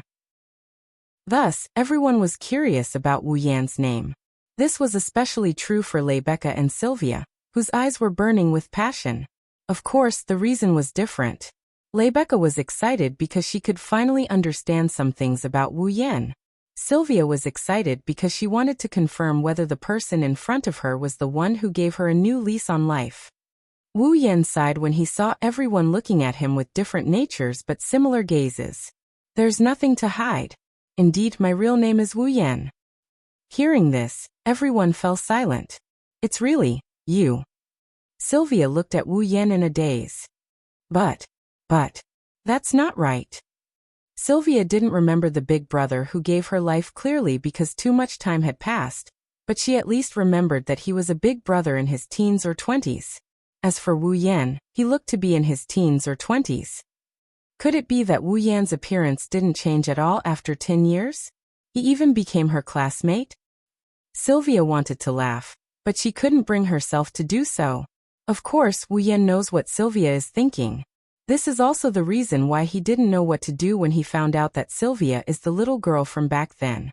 He quickly pulled Sylvia over and turned around with his back facing everyone. "Sylvia, I was already like this when you saw me as a child. Please, don't tell anyone about this." Sylvia wanted to ask why, but when she saw Wu Yan's pleading expression, her heart softened. I understand." Sylvia clenched her teeth and agreed. She didn't know what kind of emotion she was feeling. "I'll say that you're from the same batch of children as me to participate in the youngsters' ceremony." "That's good." Wu Yan nodded gratefully at Sylvia and explained to Rebecca and the others in distress. Sylvia looked at Wu Yan the entire time. She didn't shift her gaze for a single moment. Chapter 1355. Ansari State Dragon Riding Academy, Epona. Sylvia was lying on the bed in her revealing white pajamas, unable to fall asleep for a long time. Raising her head and looking at the bright moon and stars hanging high in the night sky outside the window, such a peaceful scene was unable to calm the restless heart in Sylvia's heart, causing her to sigh repeatedly. Sitting up from the bed, Sylvia lowered her head and looked at the star carving that was slightly above the center of her chest. She could not help but reach out and stroke it. This star carving shouldn't have appeared on Sylvia's body. After all, Sylvia didn't make it to the youngling ritual. However, that man had given Sylvia hope, a miracle that she had thought was impossible to obtain. Even now, Sylvia was still puzzled. Why is it that after almost 10 years, Wu Yan still looks so young? With that appearance, even if she didn't know his exact age, she could still pass as a student. Also, wasn't the mother of dragons the only one who could give a human youngling life? Why was Wu Yan able to give her a youngling? Thinking about it, Sylvia realized that her understanding of Wu Yan was close to nothing, be it in the past or the present. However, it was the same. Be it in the past or the present, Wu Yan helped Sylvia regain her new life. During the youngling ritual, he gave her a youngling and made her a dragon cultivator. When the youngling went berserk, not only did he save her, he even gave her a slap and helped her walk out of her misconceptions. During the Corpse Ash Dragon's attack, Lancelot had personally taught him a lesson, telling him what courage was, what strength was. When Veronica arrived, she gave her a chance to prove herself, helped her become stronger, and helped her obtain unimaginable achievements. Even now, Sylvia still couldn't believe that she relied on her own strength. She defeated one of the top 20 dragon knights in the world. However, the method of using the dance of the penetrating dragon's breath that entered her mind told her that it was all true. The past returned to Sylvia's mind one by one. She realized that without Wu Yan's help, she was nothing. He had already sworn an oath during the ceremony of youth. She swore to become an outstanding knight and not let down Wu Yan's kindness. But in the end, without Wu Yan's help, she wouldn't be where she is now. If Wu Yan didn't come to the Ansari Dragon Academy, then she would still be like before and close herself off to the path of becoming an outstanding knight. She was still that aggressive and unreasonable Princess Blue Ice, wasn't she? Of course, if that was the case, she wouldn't have friends like Lebeka, Yak and Yashur. Furthermore, when the corpse ash dragon attacked Ansari, she could only hide in the academy and tremble in fear.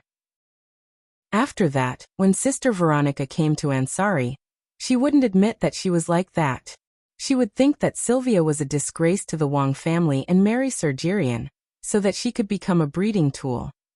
So, it was because of him that I could walk the path of becoming an outstanding knight.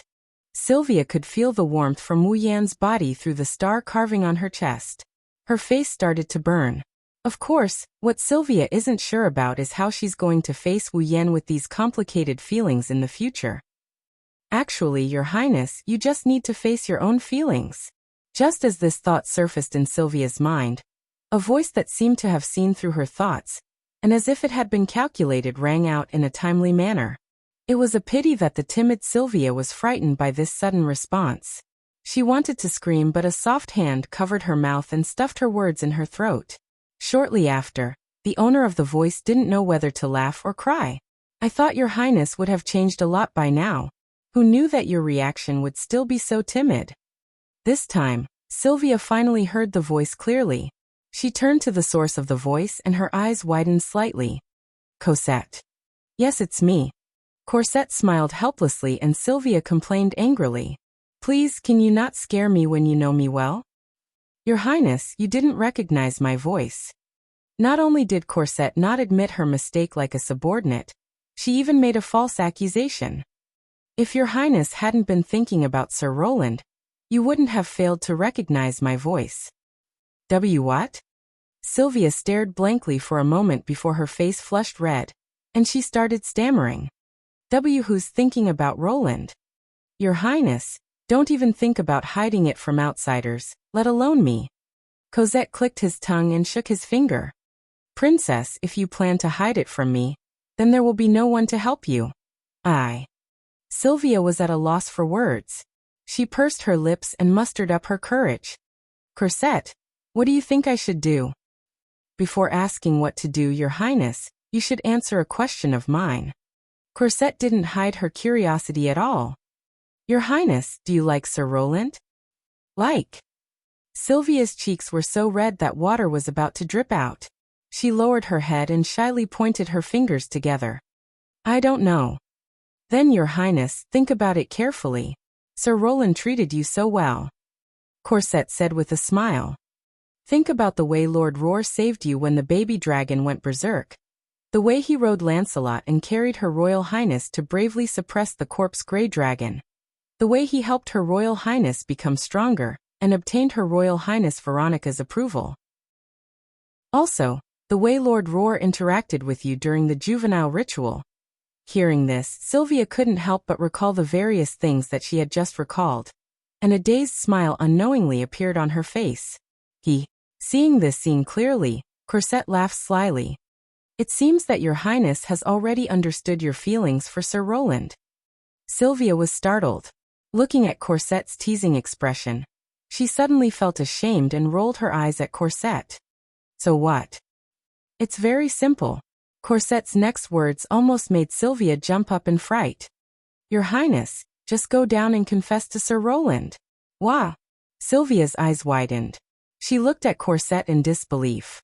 Why you want me to? Confess? That's right, Cosette said in a seemingly kind manner. Since Your Highness understands your feelings, you should confess as soon as possible.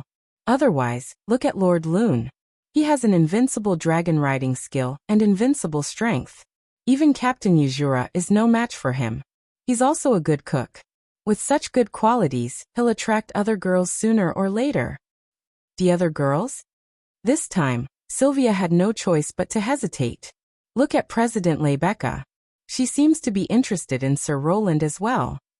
Corset struck while the iron was hot when she saw Sylvia wavering. Although I don't want to deal a blow to your highness, are you confident that your highness can win against that President Leibecca? Sylvia was speechless. Although Leibecca was only a noble and couldn't compare to the fourth princess, Sylvia had been born as a princess, while Leibecca had relied on her own talent and hard work to become a one-in-a-million Saint Sky Dragon Knight, an achievement she had achieved on her own. Coupled with her outstanding looks, hot body, transcendent temperament and perfect upbringing. Compete with Leibecca? Sylvia had no confidence at all. Fortunately, President Leibecca doesn't seem to have completely fallen. She only has a good impression of Lord Lune. Cosette analyzed. This is a good opportunity for your highness to seize. But Sylvia wavered. Your highness, you don't even dare to confess? Corset gave her a final dose of ruthless medicine. If Her Highness Veronica finds out, she'll think you're useless again. Sylvia's expression changed, and her eyes instantly turned vicious. Chapter 1356. Ansari Dragon Academy. Apollo Lodge. Apollo Lodge was very quiet at night. It was so quiet that even the chirping of cicadas could be heard as a lullaby, lulling everyone in Apollo Lodge into a deep sleep. Or rather, it was already so late at night. As long as they had a normal routine, they would be asleep at this time. However, at this time when everyone was supposed to be sleeping, two girls were quietly walking along the corridor of Apollo's abode, heading straight in a certain direction. These two girls were none other than Sylvia and Corset, who had just been exchanging thoughts in the Epinache royal family's private room. If others knew that the dignified fourth princess of Laurea knighthood actually brought her personal maid to sneak into the boys' dormitory at night, it would probably cause a huge uproar in the knighthood of Laurea knighthood. Then Veronica would fly over and punish this princess who ruined the reputation of the Wang family. There was only one reason why Sylvia and Corset snuck into the male dormitory at night when others were sleeping. Corset watched as Sylvia sneaked into Wu Yan's room. Corset walked briskly without making any sound. He let out a soft sigh. Although I did say that we should seize the opportunity and confess as soon as possible. Your Highness, you don't have to be so quick, right? Can't you wait until tomorrow? Shut up. Sylvia turned around and glared at Corset. Her ears were flushed red. Who do you think did this to? I only said to confess as soon as possible. I didn't say to confess immediately. Corset said impudently. Your Highness, you rushed over after hearing my words. I couldn't stop you even if I wanted to. As if you wanted to stop me, why couldn't you stop me? Sylvia exposed Corset. You just wanted to watch a good show, so you chose to watch from the sidelines. But Your Highness, you were the one who rushed over. What can I do? Who would have thought that after hearing what you said, I would feel anxious and unknowingly run over here? I regret it now. That's right. Your Highness, it's not too late for you to retreat, right? Sylvia stopped in her tracks when she heard that, and a conflicted expression appeared on her face. Why didn't I think of that? In front of love, women are blind. Corset shrugged his shoulders. I didn't believe that before. Now I do. Sylvia glared angrily at Corset. She turned around. All right, let's hurry up and leave this place before anyone notices us, she finished. Sylvia lifted her feet and walked towards the entrance, but she had only taken 2 or 3 steps when a strong hand grabbed the back of her collar. Since you're already here, how can you just run away? Corset had a frightening smile on her face. Corset used a gentle yet unquestionable strength. She dragged Sylvia towards Wu Yan's room. Wait. Poor Sylvia, without Lancelot, her combat power is only at 5 points. Compared to Corset, who is extremely proficient in espionage and combat techniques, even if she struggled with all her might it would be useless. She couldn't even scream, so she could only be dragged to the door of Wu Yan's room with grief and indignation. We're here, Your Highness. Corset stood in place and looked at Sylvia with a kind expression. Please come in. Corset opened the door to Wu Yan's room. Sylvia was stunned. Or doesn't he lock the door when he sleeps at night? Your Highness, have you forgotten that I come here every morning to bring breakfast to Lord Lune? Corset opened her palm. There was a key lying in her palm. So I already have the key to Lord Loon's room. Is that so? Although I didn't get Lord Loon's permission. Isn't that trespassing? Don't mind these trivial matters. Cosette took a step back and opened the door before speaking to Sylvia with a grin. Your Highness, please come in. Me? Sylvia had a bad feeling about this. What about you? Although I like to play, I don't want to be a light bulb. Cosette smiled meaningfully. If I'm here, I might disturb the two of you. It's better if I stay here and wait for your Highness. How? How can that be? Sylvia was in a sorry state. Without you, I have to be alone with Loon, right? Era. Cosette looked at Sylvia in surprise. Her eyes were full of smiles. Isn't it better for the two of you to be alone? Maybe after the confession, Her Royal Highness and Lord Roland will do something that I can't watch. If I'm there, won't it ruin things? Zhang Tai thought to himself. You. Steam rose from Sylvia's head. She wanted to shout at Cosette, but she was afraid of being discovered. She could only hold back her tears and turn her head to look at the dorm room whose door was wide open. Thump, thump, thump. Sylvia could only see the scene in the room and a figure lying on the bed. Her heart started beating violently. Perhaps if the confession is successful, it will be like what Cosette said. They will do something shameful. Who knows? Besides, even if Sylvia didn't have such thoughts, if Wu Yan wanted it, with Sylvia's current feelings for Wu Yan, she wouldn't be able to refuse, right? In other words, the distance between the two of them will be infinitely close tonight. At the thought of this, Sylvia's heart started beating at an unprecedented speed. The frequency of her heartbeat made Sylvia afraid that her heart would jump out of her chest. Your Highness. Cosette giggled. Even I can hear your heartbeat. Sylvia gave Cosette a hateful look. Throwing caution to the wind, she rushed into the room and came to Wu Yan's bedside. At night, Wu Yan's window was closed. But he didn't close the curtains. The weak moonlight shone in from the window. It was projected onto the bed, exposing the scene on the bed to Sylvia's eyes. He didn't put on his pajamas.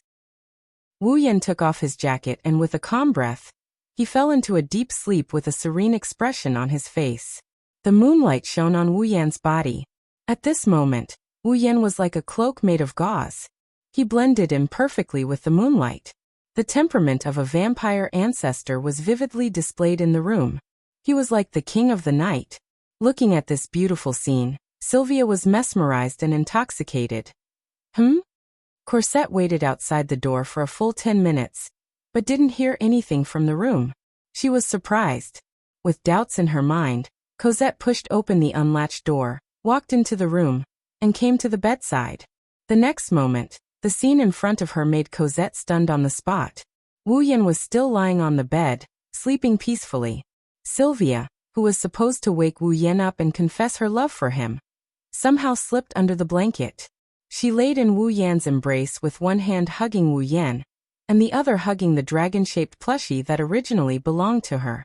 With a smile on her face, she fell asleep peacefully. Cosette didn't know whether to laugh or cry. In the end, she snuck into the male dormitory just to sleep with her sweetheart. Your Highness, really? Cosette gently sat on the edge of the bed and helped Sylvia pull up the blanket. She looked at Wu Yan and hesitated for a moment before reaching out to touch his cheek. In fact, Cosette didn't know why she encouraged Sylvia to confess to Wu Yan. She only knew that if Wu Yan was really with Sylvia, it would be the best outcome for her. In that case, Cosette would be able to serve Wu Yan legitimately and no longer be his personal maid in the morning. Cosette was very loyal to Sylvia. She was so loyal that even when Veronica wanted to put her in an important position and other nobles wanted to poach her, they were all mercilessly rejected by her. That's why Veronica was so surprised when she heard that Cosette was serving Wu Yan. Originally, Cosette thought that she only needed to serve Sylvia for the rest of her life.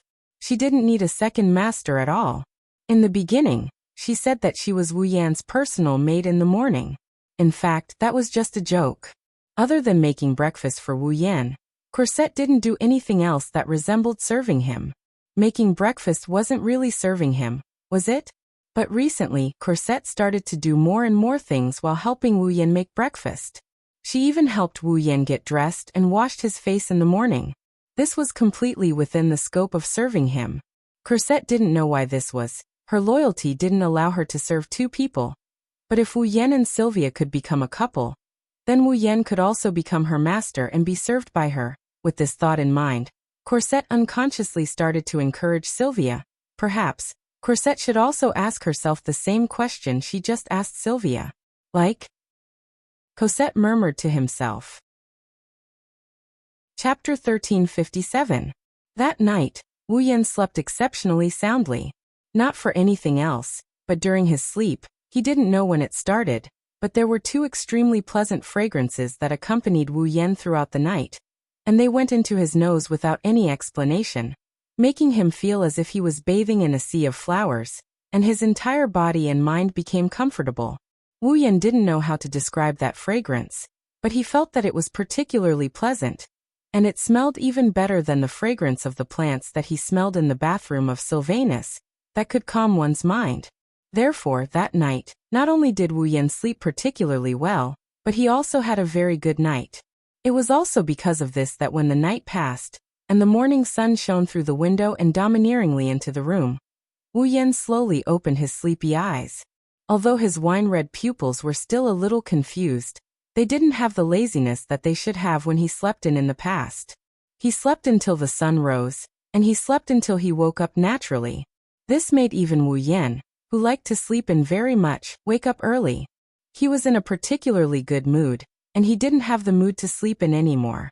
He directly woke up, and he couldn't help but smile. Unfortunately, this smile quickly froze on Wu Yan's face. The fragrance that accompanied Wu Yan all night, even the cold air brought by the appearance of the morning, couldn't be removed. It still lingered around Wu Yan, and with Wu Yan's breathing, it entered his body, making Wu Yan's body relax. But now, Wu Yan no longer had the time to pay attention to it, and it made him have a good dream. The fragrance of a good night. He could clearly feel that the bed, which should have been able to easily fit his body, had become a lot more cramped today. Of course, the crowding wasn't the main point. The main point was that Wu Yan could feel that his spread-out hands. It seemed that he was holding two extremely soft things, one big and one small, on the left and the other on the right. Realizing this, Wu Yan fell silent.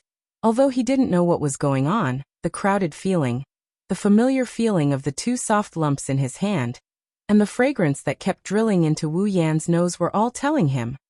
It seems like I've entered some kind of interesting plot again, after all. That soft touch, it's not the first time he's felt it from the girls who shared their lives with him. That pleasant fragrance, it's something that the girls have on them as well. Wu Yan, who used to experience this feeling almost every day in the past, can't help but feel a little relieved. How could he not be familiar with it? In addition to his past experience and the faint intuition in his heart, coupled with little guesses and analysis, Wu Yan had a pretty good idea of what happened here. Maintaining his silence, Wu Yan slowly lowered his head and looked into the blanket. Then, Wu Yan's vision was completely occupied by two familiar and beautiful faces. Phew. With gentle and sweet breathing, the two beautiful young girls leaned their heads against Wu Yan's chest. The distance between their faces was extremely close, almost touching each other, and their lips were connected. The first rays of the morning sun shone through the window onto the two girls' hair of different colors. One of them shone with a dazzling golden light, while the other emitted a gentle purple light. There was a smile on their faces, and their fair faces seemed to add an unexpected charm, making people's hearts beat faster. At the same time, these two uninvited girls who came at an unknown time, and even snuggled into Wu Yan's blankets, snuggled into his embrace and entered dreamland. Their voluptuous bosoms, separated by the academy uniform and the maid uniform respectively, fell into Wu Yan's grasp. In other words, Wu Yan was holding the two girls' soft breasts in each hand while lying on the bed, and these two girls were lying in his arms, sleeping soundly. If it wasn't for the fact that the three of them were well dressed except for being a little messy, even Wu Yan himself would have suspected that he had unknowingly done something outrageous last night. Looking at the two extremely unexpected faces that shouldn't have appeared, not only leaning against his chest, but also imprinted into his eyes, Wu Yan's eyebrows twitched slightly. He exhaled a complicated breath and looked at the ceiling. Can someone tell me what's going on?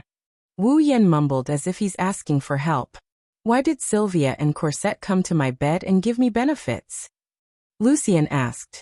This question didn't elicit an answer from the heavens, but a murmur that sounded like someone talking in a dream. Roland. Sylvia rubbed against Wu Yan's chest and murmured Wu Yan's name with a blissful expression, causing Wu Yan to be filled with shock. This Sylvia murmured my name even in her dreams and looked so happy. Could it be that she has taken a liking to me? While Wu Yan was having such thoughts, another similar murmur caused him to lose his composure. Lord Roland. Corset frowned and her cheeks began to blush. No, not like this. At least, not there. Listening to Corset's murmur that could definitely cause normal men and normal women, and even abnormal men and abnormal women to have unhealthy fantasies, Wu Yan was embarrassed. Corset, what kind of happy? No infuriating dream are you having? No, now is not the time to think about this. With his mind in a mess, Wu Yan began to unconsciously knead the two plump mounds in his hands, causing Sylvia's pretty face to blush like Corset's. Corset began to breathe delicately, filling the warm space with a pink atmosphere.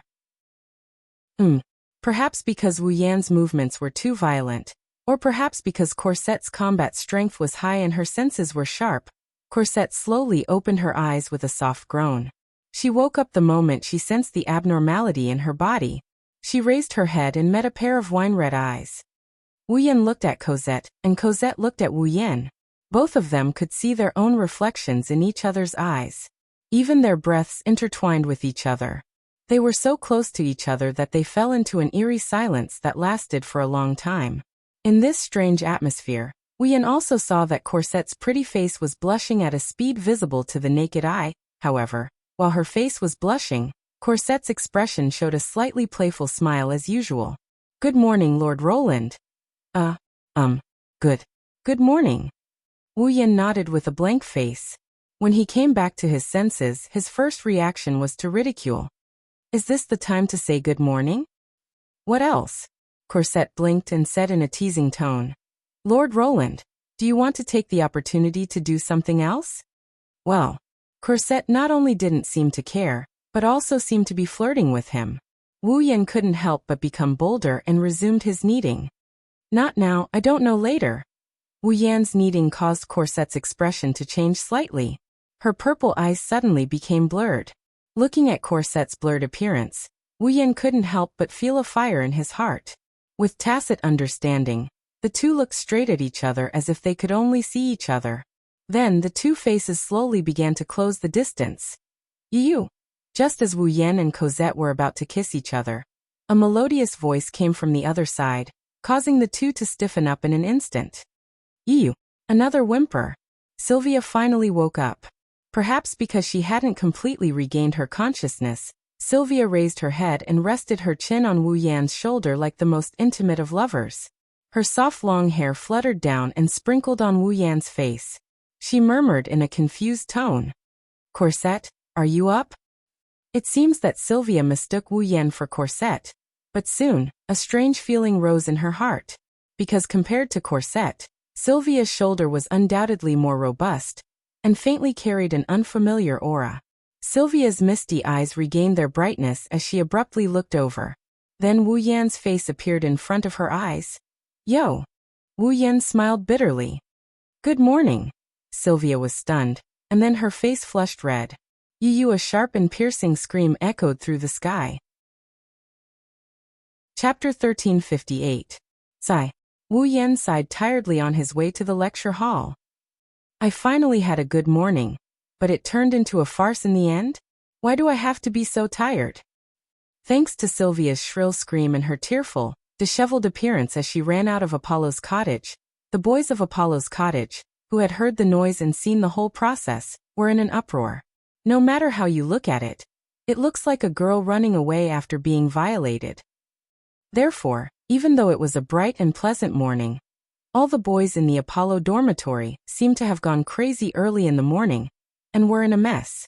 Then, all kinds of rumors started to spread. For example, after defeating Captain Yujura, the Protoss horsemen got too complacent, and decided to rape the fourth princess of the Night Kingdom of Lorimon. Well, another example was, Her Highness Princess Sylvia fell in love with Roland, the man who defeated Captain Yuzura, and became the strongest in the world. She tried to confess her love to him, but was rejected. She suffered a severe blow, and was too ashamed to stay on the scene. Another example would be, during the banquet to celebrate Roland becoming a dragon knight, Roland and Her Highness Sylvia both violated the school's rules and secretly drank. In the end, after getting drunk, they had a wonderful night. After waking up, Her Highness Sylvia could not accept reality and escaped from Roland's room. Good bad guest made up. In just one morning, all sorts of rumors entered Wu Yan's ears. Yashu even ran over to Wu Yan and asked him about what happened with a hesitant look on his face. Yak also came to ask if he did something worse than a beast. Even Raymond and the others came over. Just dealing with these people is enough to squander away his good mood from this morning. At the same time, he also squandered away his stamina and energy. Sigh. When he thought about how this matter might spread to the entire Ansari Academy, he knew he would have to deal with more trouble. Wu Yan sighed again with a sad face. Mama, Lord Roland, cheer up. It's worth mentioning that after Sylvia ran away in tears, Corset didn't chase after her. Instead, she stayed by Wu Yan's side. Just like usual. As if nothing had happened, she helped Wu Yan dress, wash his face and make breakfast. She didn't seem to be affected at all. Another thing worth mentioning was when Wu Yan was being questioned by Yashur, Yak and the others. The cute maid also stayed by his side. She's not trying to help Wu Yan explain himself, she's gloating over his misfortune. Thus, when he saw Corset's beaming face, he felt the energy in his body flowing faster. Who do you think is to blame for this? Cosette tilted his head, pretending to be confused, and asked in disbelief. Is it my fault? Shouldn't it be your fault? Wu Yan didn't even have the strength to complain. This was originally caused by you guys invading my room. Aren't you guys afraid of being caught and treated as female perverts? Ma, it doesn't matter. Corset smiled perfunctorily. As long as you don't get caught, even the laws of the Night Kingdom of Lorea can't find a reason to punish you. And Cosette raised her index finger and blinked her eyes. Lord Roland, don't you like it? Wu Yan couldn't help but take a few more glances at Cosette's cute and playful actions. He rolled his eyes at the same time. Do you think you can get away with it by acting cute in front of me? Can't I? Cosette was surprised from the bottom of her heart. Then her expression changed. A faint blush appeared on her face. Her moist lips slightly exhaled a sweet breath. Her little tongue licked the corner of her mouth. It was as if she had changed into a different person. In other words, compared to this cute action, President Lebecca's provocative action is more to Lord Roland's taste, right? Wu Yan was a bit flabbergasted by Cosette's astonishing transformation. It's a pity you didn't go into acting. Even if I go into acting, Corset will still act as a maid. Corset chuckled and changed the topic. By the way, Lord Roland, what do you think about Her Highness sleeping next to you? Wu Yan stopped in his tracks when he heard that. He quickly regained his composure and shifted his gaze to the other side. What do you mean, what do I think? Isn't that an accident? Rune-sama, you are surprisingly mean. Even Cosette couldn't help but feel helpless after hearing Wu Yan's response. I don't believe Lord Roland can't see the change in Her Highness, especially in her attitude towards you. And Wu Yan glanced at Corset with a faint smile.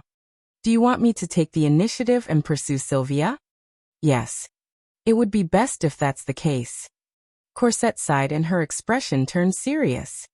But no matter what, I only hope Lord Roland can be as natural as before when facing Her Highness. As natural as before? Wu Yan was stunned. You should be able to see that Her Highness looks strong, but she's actually very delicate, right? Corset stared into Wu Yan's eyes. As long as Lord Long's behavior is a little strange, Her Royal Highness will definitely realize what happened in the morning. She will start to worry that Lord Long will hate her. In the end, she will either not dare to face Lord Long anymore or be lost and run away in shame. So instead of that, why don't you face Sylvia with a normal attitude like before, right? Wu Yan looked at Corset with an amused expression.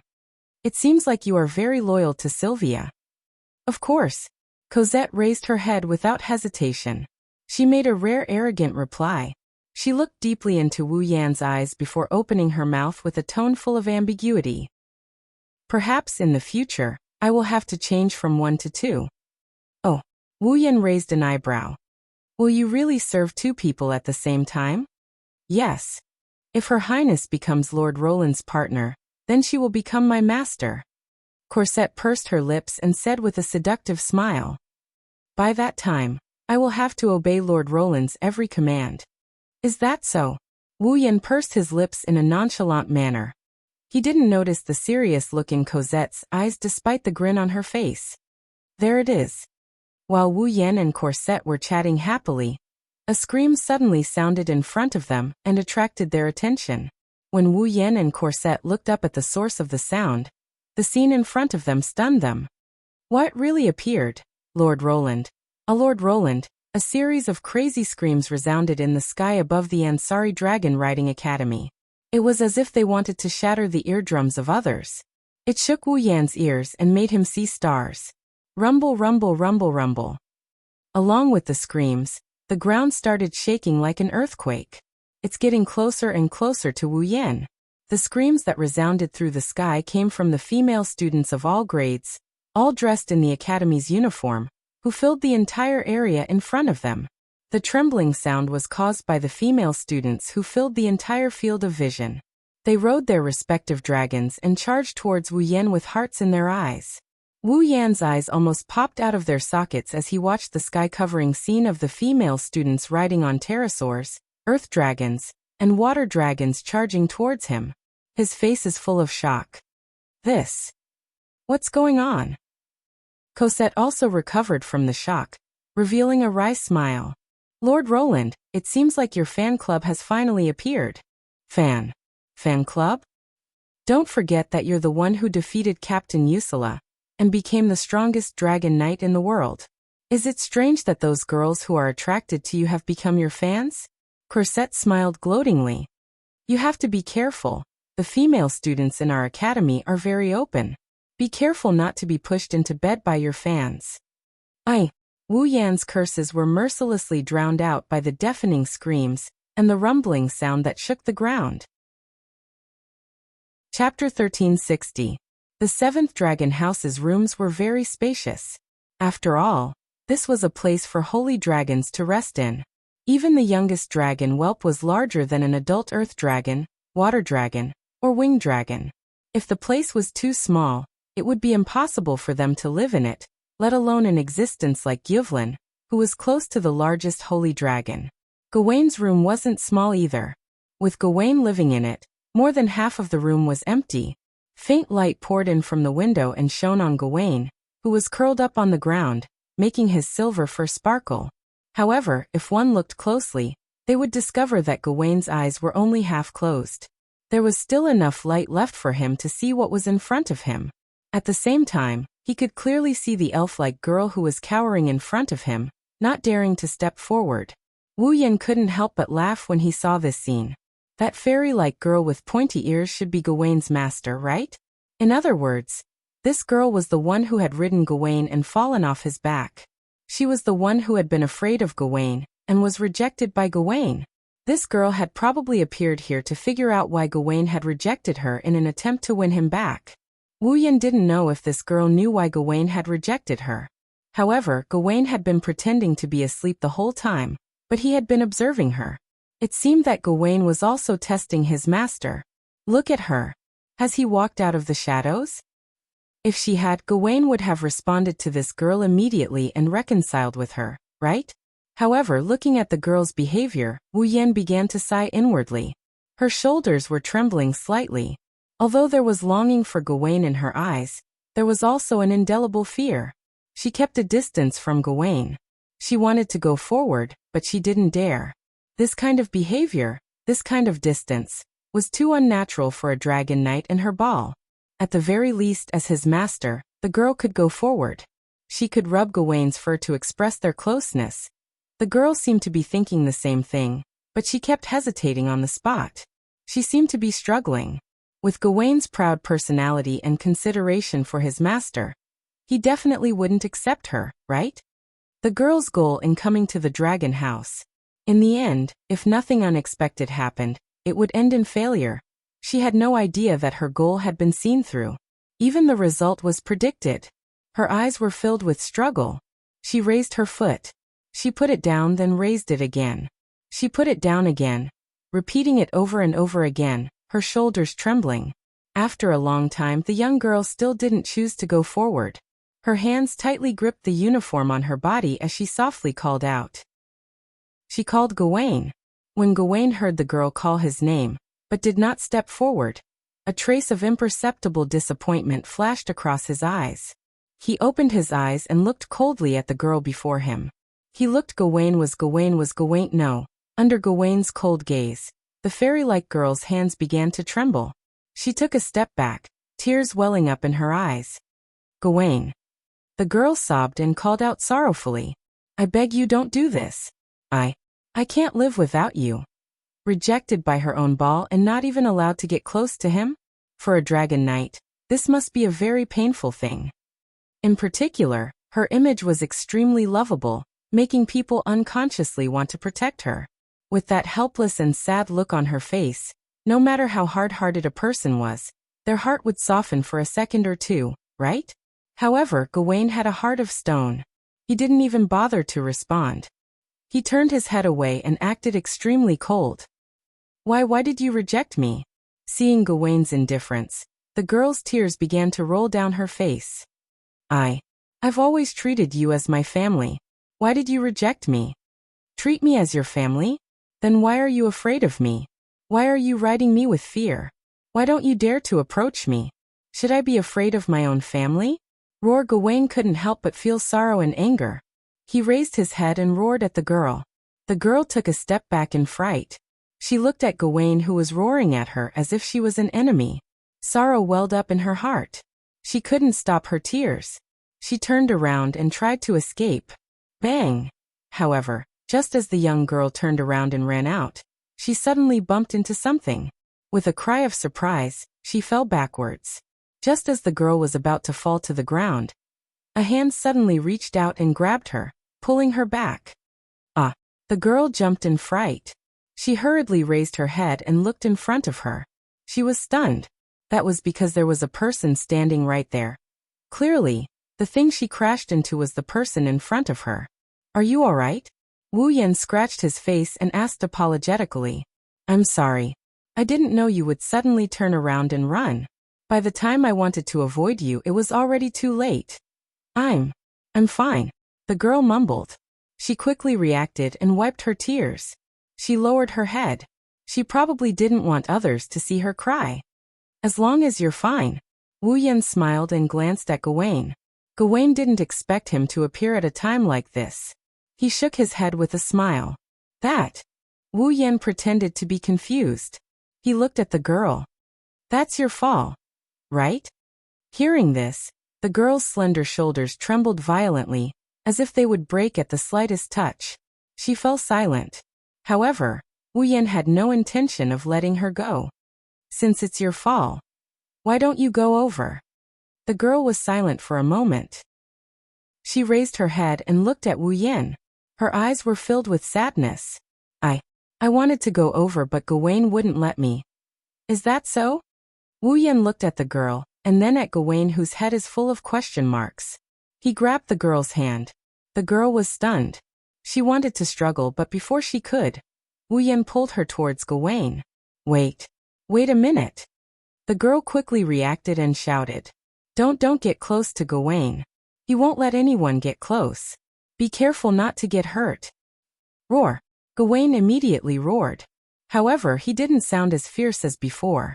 Instead of calling it a threat, it sounded more like confusion.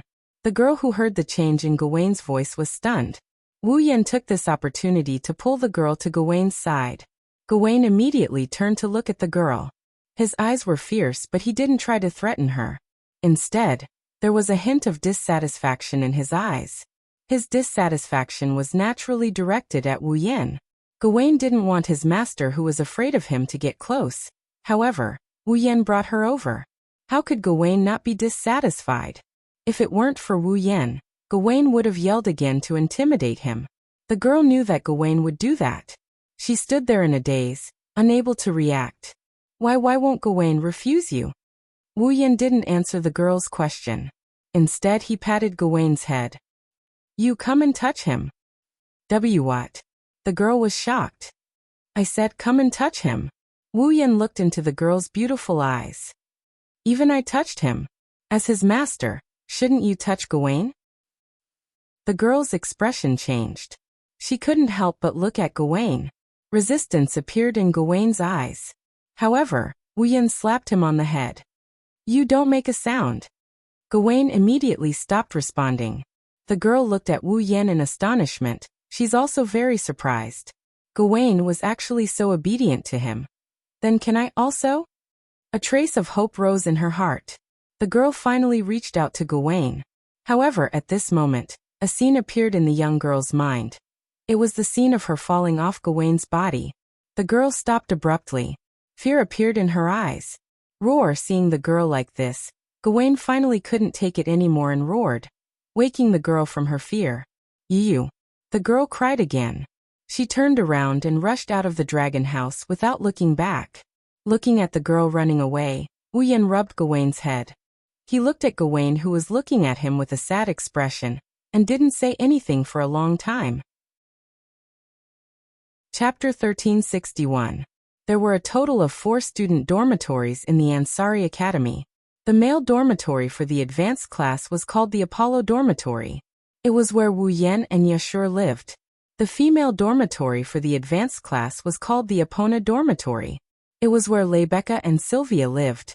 Of the 2 dormitories for the basic class, the female dormitory for the basic class was called the Maeve Dormitory.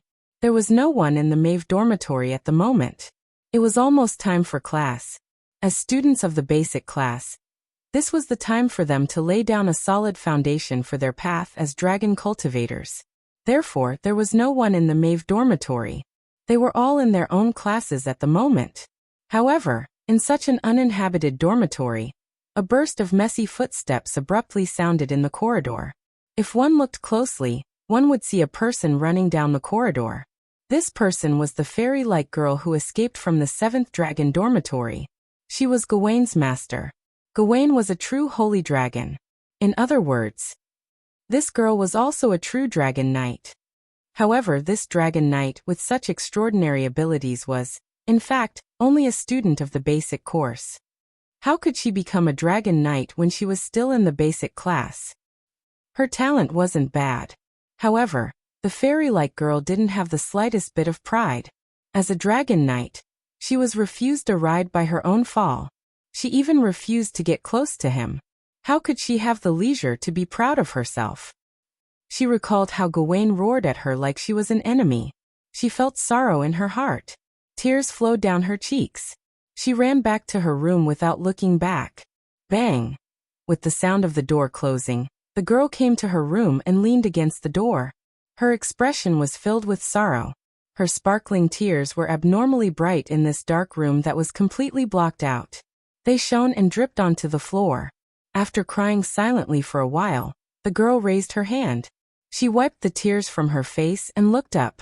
Her delicate face was filled with sadness as she faced her own dormitory.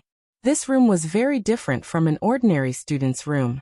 All sorts of potted plants were placed around the room. It was unknown whether they were placed randomly or according to their habits, but they were placed in a very orderly manner in this space that was neither too big nor too small. It didn't look like a normal girl's room at all. The room was filled with the fragrance of various plants.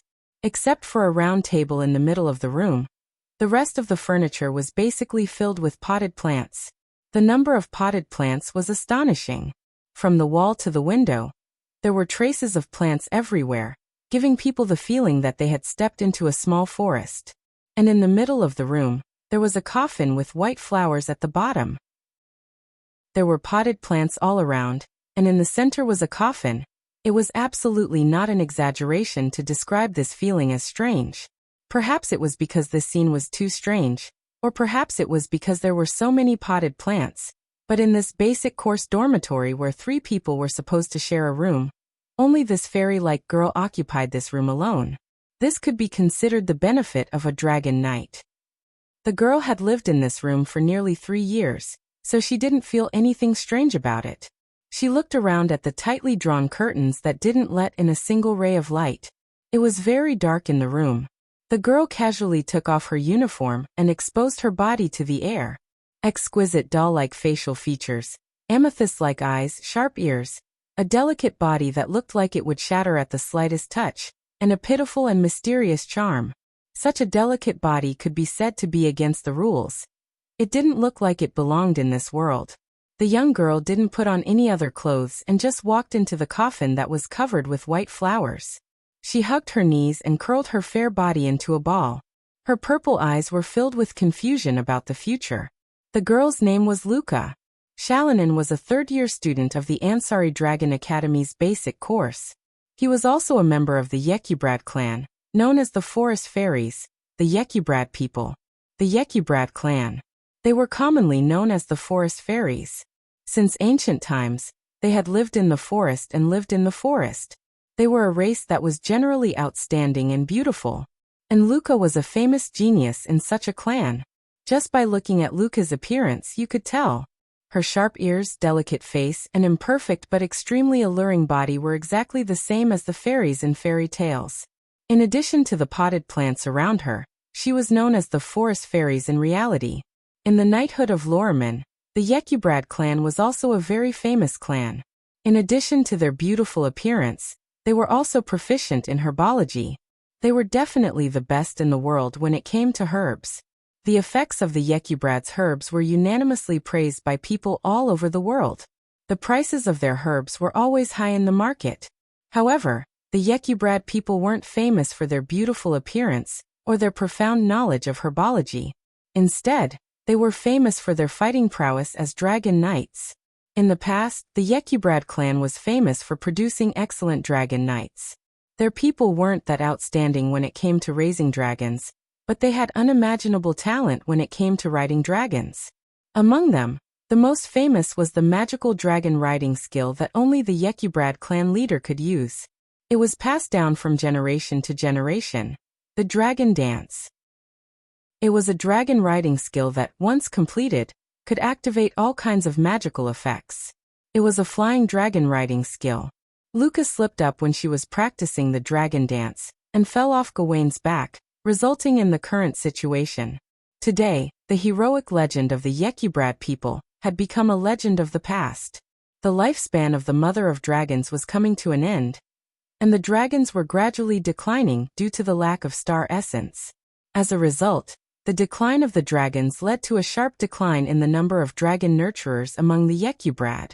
Without the dragon breeders, there would be no more dragon knights. Naturally, the Yekiblade race, which was famous for producing many dragon knights, would decline. Luca was the only Yekiblade student in the Ansari Dragon Riding Academy. Therefore, Luca, who had become a dragon knight in the basic course, was not only directly appointed as the next patriarch, but also received the qualifications to learn how to ride a dragon and perform a dance. She was also placed high hopes on by the Yekiblades.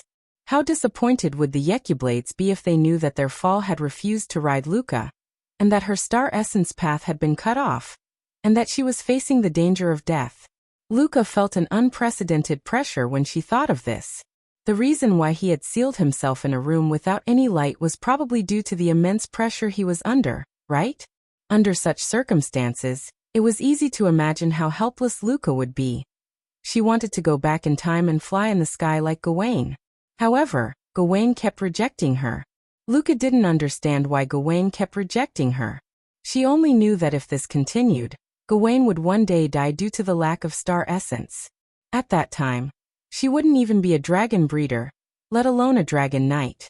How cruel would that be to Luca, who had high hopes placed on her?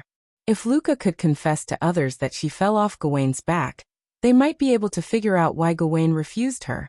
The problem was that the Yekibrad people were a superior race when it came to riding dragons. Falling off a dragon's back was a great humiliation to them. There was no way Luca could tell others about this. She walked into a dead end. Luca didn't know how many times the helplessness and bewilderment in her heart had visited her heart. making her almost shed tears again. Gawain, she softly muttered Fall's name. Gawain's face appeared in her mind. Suddenly, the image of the figure who pulled Luca close to Gawain and made Gawain obey flashed across Luca's mind, startling her. How could he make Gawain obey him? Chapter 1362. Ansari Dragon Riding Academy, Student Council Office. The Student Council President, Lebeka, the Disciplinary Committee member, Sylvia, Yashu Mascot Yak, and Wu Yan sat around the table in silence. Corset was standing behind Sylvia, pouring tea into a cup of water. At this time, Lebeka was dealing with some written documents. Yashur was helping her organize and arrange them. Ak was sitting there with a bored expression. Compared to Lebeka and Yashur, she was simply bored to death. Aside from Yak, there were two other people in the student council office who were also bored to death. Wu Yan. Sylvia. One of them was clearly an assistant who was supposed to help Rebecca, the president, but instead, he threw the job to Yaksu while he sat in his seat with a face full of fatigue. The other was a member of the Conduct and Discipline Committee. She had no fate with this kind of written work, so she also sat in her seat with an unnatural expression. Because of this, the entire student council office was filled with an awkward atmosphere. In the past few days, this awkward atmosphere had been playing out in the student union office for a while almost every day. It was extremely annoying. The main reason was because of Sylvia. Maybe Sylvia is still holding a grudge over the fact that she snuck into Wu Yan's room and slept in his bed for a night. That's why she's still holding a grudge. In the past few days, other than the student council office or the classroom, Sylvia would never appear in front of Wu Yan. Even in the student council office or the classroom, Sylvia would choose to sit in the seat furthest away from Wu Yan. Sometimes when they accidentally bumped into each other, they would rarely talk, making the atmosphere very awkward. Unlike Sylvia, Corset was the exact opposite. She always appeared around Wu Yan, and was no longer limited to the morning. Sometimes, she would even stay in Wu Yan's room at night. It was very suggestive. However, only Wu Yan knew that the reason Corset appeared in his room at night was because she wanted Wu Yan to find a way. She wanted him to return to the state where he could talk to Sylvia naturally. As for other times, why would Corset appear beside Wu Yan from time to time? Even Wu Yan and Sylvia didn't know the reason, let alone outsiders. Of course, the main reason for this situation was Sylvia. She couldn't converse normally with Wu Yan, and every time they met, she would run away with a red face, causing the atmosphere to become awkward. As for Wu Yan himself, he had his own troubles. Sigh. Sitting in his seat, Wu Yan propped up his chin with one hand and looked out of the window. He let out an extremely sad sigh, like an old man with one foot in the grave. Here, Sir Loon. Corset, who had come to Wu Yan's side, put a cup of black tea on the table in front of Wu Yan with a funny expression. Have a cup of black tea to refresh yourself. Thank you. Wu Yan replied in a weak tone. He picked up his cup of tea and sipped it in a bored manner. Corset laughed even harder, and Lebeka looked up at him. She first looked at Wu Yan, and then at Corset. She spoke to Corset meaningfully. Corset, I feel like you're becoming Wu Yan's personal maid. Are you planning to abandon Sylvia? How could that be? Corset paused for a moment before answering with a smile. I'm just doing my duty. Duty? Lebeka asked curiously. Even if you're doing your duty, shouldn't you be doing your duty to Sylvia? Why is it Loon? What's the difference? Corset said with a smile on his face. Sir Loon will become my master sooner or later anyway. Lebeka didn't know what was going on, and was surprised. Become your master? Yes, after all, Her Royal Highness and Sir Loon. PFFF, Sylvia, who was drinking black tea, spat it out and sprayed it all over Yashur, who was still sorting out the information. Yashur was stunned on the spot. However, Sylvia didn't even pay attention to Ashur. Her face flushed red as she frantically yelled at Corset. What are you trying to say, you talkative maid? Mama. Corset covered her mouth and giggled. Her Royal Highness is shy. Sylvia was immediately flustered. Her suspicious reaction caused Rebecca's beautiful eyes to narrow slightly as she put on a fake smile. Looks like I've missed out on something interesting during this period of time. Then, She looked at Wu Yan. Wu Yan is still as listless as ever, as if his soul has left his body. It's not that I'm scolding you. Rebecca rolled her eyes. You've been like this for the past few days. You're making people sleepy. Sleepy? Wu Yan leaned on the table in distress. I even feel like fainting right now. What's wrong with you? Rebecca couldn't bear to see Wu Yan like this. Is it because of those crazy fans? What? That shouldn't be the case. Yashur took out a handkerchief and wiped the tea that Sylvia sprayed all over his face as he explained in a muffled voice. The Student Council and the Board of Governors have already issued a ban. If those fans are too extreme, they'll be expelled. That shouldn't be the case, right? That's true. That's true. The fans are no longer as crazy as they used to be. Wu Yan's face turned green at the mention of this. But what about moderate? Moderate. A place that is not too extreme? Rebecca, Sylvia, and Yashur exchanged glances. They were all confused. That so-called don't go overboard. Corset, on the other hand, had an obviously knowing expression as he squatted down. By the time he stood up again, a large box that was half the height of a person had already appeared in his hand, and he slammed it on the table. That's it. Rebecca, Sylvia, Yashur, and even Yak, who was bored out of her wits, turned their gazes to the wooden chest. The wooden box, which was half the height of a person, was filled with letters of different colors. This is. Rebecca picked up one of the letters in the box and looked at the red hearts on the cover. There were even some lip prints. She immediately understood. This is a love letter, right? Love letter. Yashu and Yak widened their eyes. Love letter. Sylvia, on the other hand, was like a cat whose tail had been stepped on. She abruptly jumped up from her seat and ferociously pulled out a letter from the wooden box. When she saw the red hearts and lipstick marks on the letter, her pretty face flushed hot. Ow, ow, how shameless. Resisting the urge to tear the love letter in her hand into shreds, Sylvia's eyes burned with raging flames. The beautiful blonde hair on her back seemed to be fluttering, making one think of an enraged male lion. As a student of the Ansari State's Dragon Riding Academy, how could you? How could you?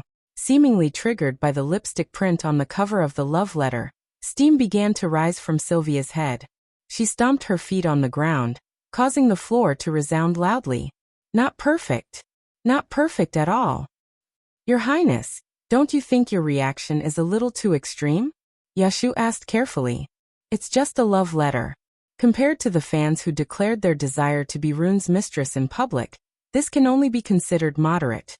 Right? I. Sylvia lowered her head in embarrassment. She couldn't explain herself. She glanced at Wu Yan, who was sprawled on the table, and vented her anger on him. Did you hear that? It's just a love letter. Why do you act like you've gone 300 rounds with Commander Yuzura? 300 rounds with Yuzura? Wu Yan snickered as if he's broken. I'd rather fight Ursula for 3,000 or even 30,000 rounds than see these love letters again. Your Highness. Cosette spoke up helplessly. Actually, these days, Lord Lune has to deal with 10 love letters almost every day, just like the ones in this big box. 10 a day. Sylvia froze. That's a ridiculous amount. Rebecca flipped through the love letters in the wooden chest with interest. Even I haven't received this much before. Halfway through her sentence, Rebecca suddenly froze in place, a look of astonishment appearing on her face. Taking out a letter from the wooden box, Rebecca actually cried out in surprise. It's her. Chapter 1363. WH. What's wrong? Rebecca's sudden exclamation startled everyone in the student union office. What's wrong? Wu Yan, who was lying on the table like a corpse, straightened up and looked at Rebecca with a frown. Is there something wrong? Rebecca didn't answer the question immediately. Instead, she frowned and flipped through the love letter in her hand. Her eyes and face were filled with doubt and disbelief. No. Impossible. With that child's personality, why would she write a love letter to someone of the opposite sex? And in that state, Wu Yan, Sylvia, Cosette, Yashu Yak, and the others looked at each other in confusion. They looked at the love letter in Rebecca's hand that she's flipping through. Compared to the other love letters in the wooden box, the one in Rebecca's hand didn't seem like a love letter at all. There was no fancy cover, no heart or lip prints. The surface was white and flawless. It was very clean. It looked like an ordinary letter. It didn't look like a love letter to the opposite sex at all. Even the ink pad was just ordinary ink pad. There was nothing special about it. Could this be a letter to the wrong place? Sylvia tilted her head and said, affected by the first impression she had of the love letters. It doesn't look like a love letter. It's not just that it doesn't look like a love letter. The person who wrote this letter is the one who wrote it. The person who wrote it isn't someone who would be bold enough to write a love letter to someone of the opposite sex. Rebecca shook her head with a frown on her face. She handed the letter to Wu Yan. Maybe it's just an ordinary letter and not a love letter. Look at it yourself. Looking at the letter in Rebecca's hand, Wu Yan thought about the love letters he had dealt with in the past few days. He couldn't help but resist. He took the letter from Rebecca. He looked at the signature. Luca. Shalanin. Wu Yan grabbed his hair as he read the name. Who is it? Luca? Shalanin? Yashur grabbed his hair as well. What a strange name. It doesn't seem like a name that someone from the Knight's Kingdom of Lorimon would come up with. Luca? Shalanin. Unlike Wu Yan and Yashu, Sylvia and Cosette were rather surprised. Obviously, they should know this person called Luca. Sharanin is a girl's. Why are you all so surprised? At the side, Aika grumbled unhappily. Since you know her, then tell us who she is. Why are you so surprised? Rebecca. Wu Yan raised the letter in his hand. She looked at Rebecca suspiciously. This person, you all know him? I should say, it's strange that you two don't know her, right? Rebecca smiled helplessly. Luca is a celebrity in our academy. She's the youngest dragon knight in history, and she's also the secretary of our student council.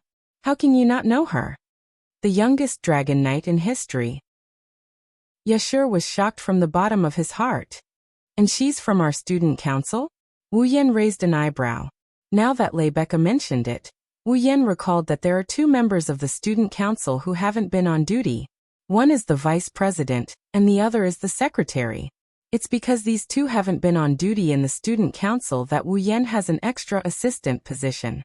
He's responsible for helping the vice president and secretary with their work. In other words, this person was called Luca before? Shalanin's job as secretary fell on Wu Yan's shoulders because of her absence. Also, Rebecca had just said Luca? Shalanin was the youngest dragon knight in history. In the entire Ansari Academy, including Wu Yan, there were only 6 people who were qualified to be called dragon knights. Rebecca was a dragon knight. Calling her a dragon knight would be belittling her. Wu Yan and Sylvia were real dragon knights with the title. Of the remaining 3, one of them should be Luca? Shalanin? Although there were 3 dragon knights left, Wu Yan couldn't help but think of one possibility. Luca? Shalanin's person. A few days ago, in front of Gawain's dragon room, the fairy-like girl who tried to win Gawain's heart but failed. Wu Yan flipped the letter back and forth between his fingers. He pondered for a moment before speaking. Rebecca, has this girl called Luca lost her ability to control fall recently? She asked with a frown. Lost her ability to control fall. Yashu and Sylvia held their breaths. Rebecca turned around and looked at Wu Yan with narrowed eyes. Looks like you already have a clue as to why Luca wrote to you. If I'm not mistaken. Wu Yan pursed his lips when he heard Rebecca's tacit agreement. He opened the letter and took out a small piece of paper. Rebecca, Sylvia, Corset, Yashu and Yak immediately gathered behind Wu Yan. They didn't try to avoid arousing suspicion, and openly read Luca's letter to Wu Yan. The content of the letter was like this. Lord Loon, I have a favor to ask of you. Please come to my humble abode when you see this letter. Thank you very much, Luca Shalanin. Greetings, Luca Shalanin. So that's how it is. Wu Yan rubbed his forehead and he had a funny smile on his face. Just like that troublesome dragon, it's causing trouble for others. Should I say as expected of its owner? Troublesome dragon. Sylvia looked at Wu Yan curiously. Are you talking about this child called Luca's Fall? Luoang. Rebecca hesitated for a moment and asked with uncertainty. Do you know Gawain? Know him? Wu Yan scratched his face. I do know him. After all, ever since Luca and Gawain's astral essence path was cut off, I've been taking care of Gawain. I've been feeding him things that contain a lot of astral essence to keep him alive. The astral essence path was cut off. Sylvia's expression changed slightly. Could it be that Luca lost her ability to control fall because her fall refused to let her ride it? How could that be? Yashu muttered in disbelief. Once a dragon refused its owner, it would be impossible for it to obtain astral essence from its owner. Although this was unpopular knowledge, there were actually quite a few people who knew about it. People like Rebecca and Sylvia, who had outstanding academic results, naturally knew about it. Only problematic students like Yashur were still in the dark. Even Yak knew what was going on, and her little face tensed up. There must be a reason why a holy and noble dragon would be the first to break the contract. His words sounded like he was trying to protect her, but he was accidentally poked by Ai Ku. A sinister look appeared on his face, but in the eyes of outsiders, he looked cute. Did Luca do something that humiliated the dragon race? Is that why it would rather die than let her ride it? Don't jump to conclusions, Yak. Rebecca said calmly. While I can't say for sure that it's not Luca's fault, the real reason is still a mystery. We can't just blame Luca. President Rebecca is right. Sylvia stood up solemnly. A dragon wouldn't refuse its owner for no reason.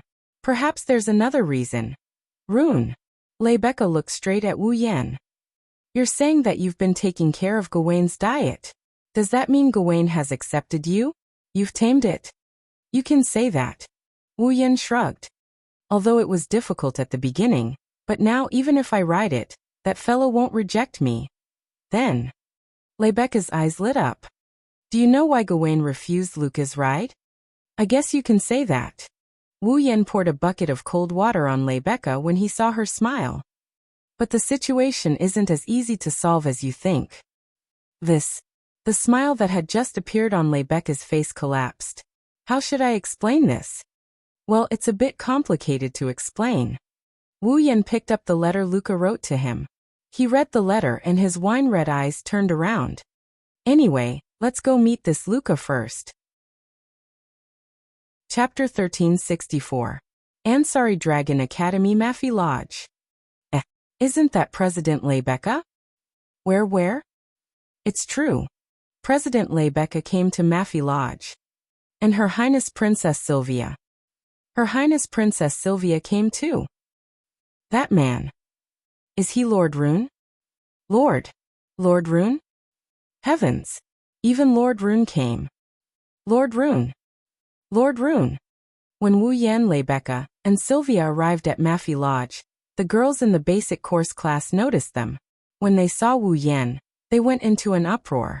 Since Mafi Lodge was a female dormitory, it wasn't convenient for boys to enter. Thus, apart from Wu Yan, who was invited by Luca, only Rebecca and Sylvia accompanied her. Yaksu was very concerned about Luca losing her ability to control fall. But since the famous horsemen of the divine race, Empress True Red, and Princess Blue Ice, were all here at the same time, a half-baked problem student like him wouldn't be of much use. So he reluctantly left with Yak. Cosette didn't follow them either. She went back to prepare lunch. Thus only Wu Yan, Rebecca, and Sylvia came to Mafi Lodge. Originally, the boys wanted to enter the female dormitory. They had to get the approval of the student council president first. Then, the president had to inform the warden before they could enter. But since Rebecca came personally, why would she need approval? At the entrance of Mafi Lodge, Rebecca communicated with the warden. Then, the three of them went to Luca's room. As a result, a girl from the basic course class appeared in the hallway and saw Wu Yan, Rebecca, and Sylvia. She exclaimed, causing all the girls in Mafi Lodge to come out of their rooms. They lined up on both sides of the hallway and looked at the three of them with love in their eyes. Immediately, the entire Mafi Lodge fell into a wave of cheers and support for these girls who were still in the basic course class. Whether it was the perfect student council president of the academy or the fourth princess of the Knight royal family, both of them were the targets of their dreams. As for Wu Yan, he even defeated the commander of Loriamin's Holy Dragon Knights, Ursula. Sarvin was a legend.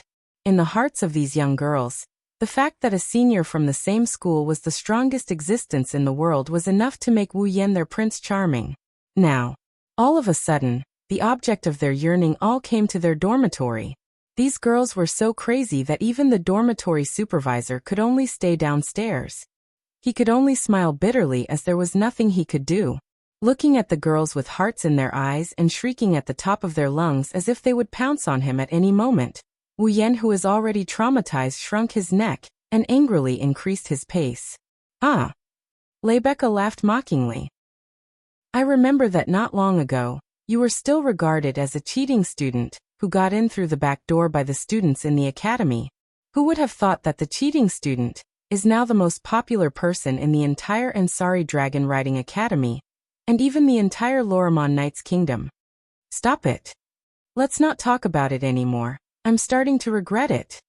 Enduring the screams and heated gazes, Wu Yan lowered his voice. His voice was full of frustration. In the knighthood, the most popular people are the powerful Dragon Knights and Saint Sky Dragon Knights. Although Captain Yuzura is very beautiful, the reason why everyone in the knighthood of Lorimon is because she is the most powerful Saint Sky Dragon Knight. Sylvia exclaimed with pride.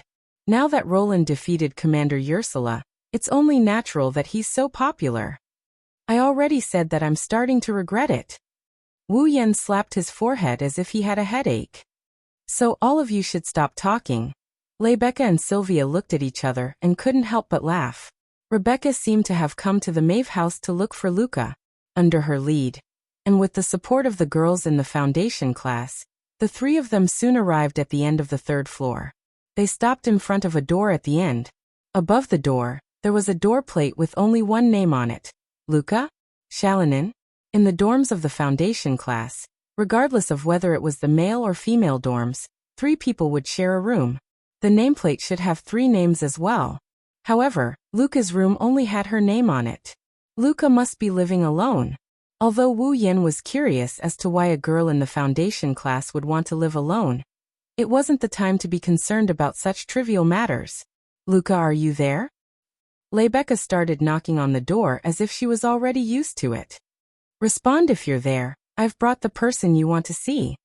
However, there was no response from the other side of the door. What's wrong? Sylvia poked her head out from behind Rebecca's back. You're not here? No, Luca is a true homebody. She doesn't like to go out, and after what happened, she's become even more reclusive. She hasn't even gone to class in a long time. There's no way she's not in her room. Rebecca shook her head. I think she's probably asleep. Asleep? Luca has a bad habit of being hard to wake once she falls asleep. Rebecca revealed a doting smile, as if she was talking about her mischievous younger siblings. She took out a key. Looks like I made the right decision to take the key from the dorm warden just in case. She inserted the key in her hand into the keyhole of the door in front of her, and turned it gently. With a click, the door was unlocked and Rebecca pushed open the door. In the next instant, a different smell assaulted Wu Yan and Sylvia's nostrils. This is... Wu Yan sniffed at the odor coming from the room in surprise. Is this the smell of herbs? That's not right. Sylvia gave a different answer. It should be the smell of herbs. Sylvia's words were suddenly stuck in her throat as she looked at the scene in the room. Her eyes widened, and her expression became one of terror. Wu Yan flinched when he saw this. He looked inside the room in confusion, and his jaw dropped in the next moment. In the dimly lit room, a coffin placed in the center of the room entered everyone's sight. It was a long, luxurious 6-diamond coffin that only vampires would lie in. The surface of the coffin flickered with a bright luster. It should be made of iron. The lid was nowhere to be seen, and the insides were filled with white flowers. Inside the white flower bed, there was a beautiful, elf-like girl with sharp ears. She was wearing a revealing nightgown. Her hands were clasped together on her chest as she lay inside the bed. No matter how one looked at it, there was only one word to describe the girl in such an environment. A corpse. Luca dead? Are you kidding me? Sylvia's body stiffened and her face paled. She couldn't help but take a step back. No. That's not right. For a moment, Wu Yan was shaken, but he soon realized something was wrong. Her chest is still rising and falling and her face is very red. Rather than saying she's dead, it's better to say she's sleeping. Rebecca giggled as if she was watching a good show. Don't worry, Luca isn't dead yet. She's just sleeping. Rebecca walked to the edge of the coffin and crouched down to shake Luca's body. Luca, get up. We're here to see you. You. Luca's sharp ears trembled. She looked like a rabbit and was very cute. She slowly opened her eyes and looked at Rebecca in confusion. Rebecca. Luca. Rebecca smiled warmly. Good morning. Luca nodded in a daze. She slowly straightened her back and stretched. Huh. An extremely cute yawn was let out by Luca. As she yawned, she rubbed her eyes. She had a sleepy appearance. The straps of her nightgown slid down from her shoulders. It was extremely alluring. Even Wu Yan couldn't help but be captivated by her beauty. Chapter 1365. Bang. Just as Wu Yan was staring at Luca's body that was faintly visible below her collarbone due to her shoulder strap slipping off, a muffled sound and a sharp pain came from his abdomen at the same time, causing his face to almost distort. Umph. On the side, Sylvia expressionlessly withdrew her elbow strike and coldly snorted, causing Wu Yan to be a little angry. Your Highness, when did I offend you? To the person who kept looking at his junior sister's body with a perverted gaze. Sylvia cast a cold gaze at Wu Yan. I don't think there's a need to explain. Who's looking at his junior sister with a perverted gaze? Wu Yan immediately retorted, causing Sylvia to glare angrily at him. If you do something wrong, you have to be brave enough to admit it. This is the family rule of Knight Loriaman's Wang family. I didn't do anything wrong. In that kind of situation, those who don't look are abnormal men, right? How dare you say something like that? Can you still be considered a student of the Ansari Dragon Academy?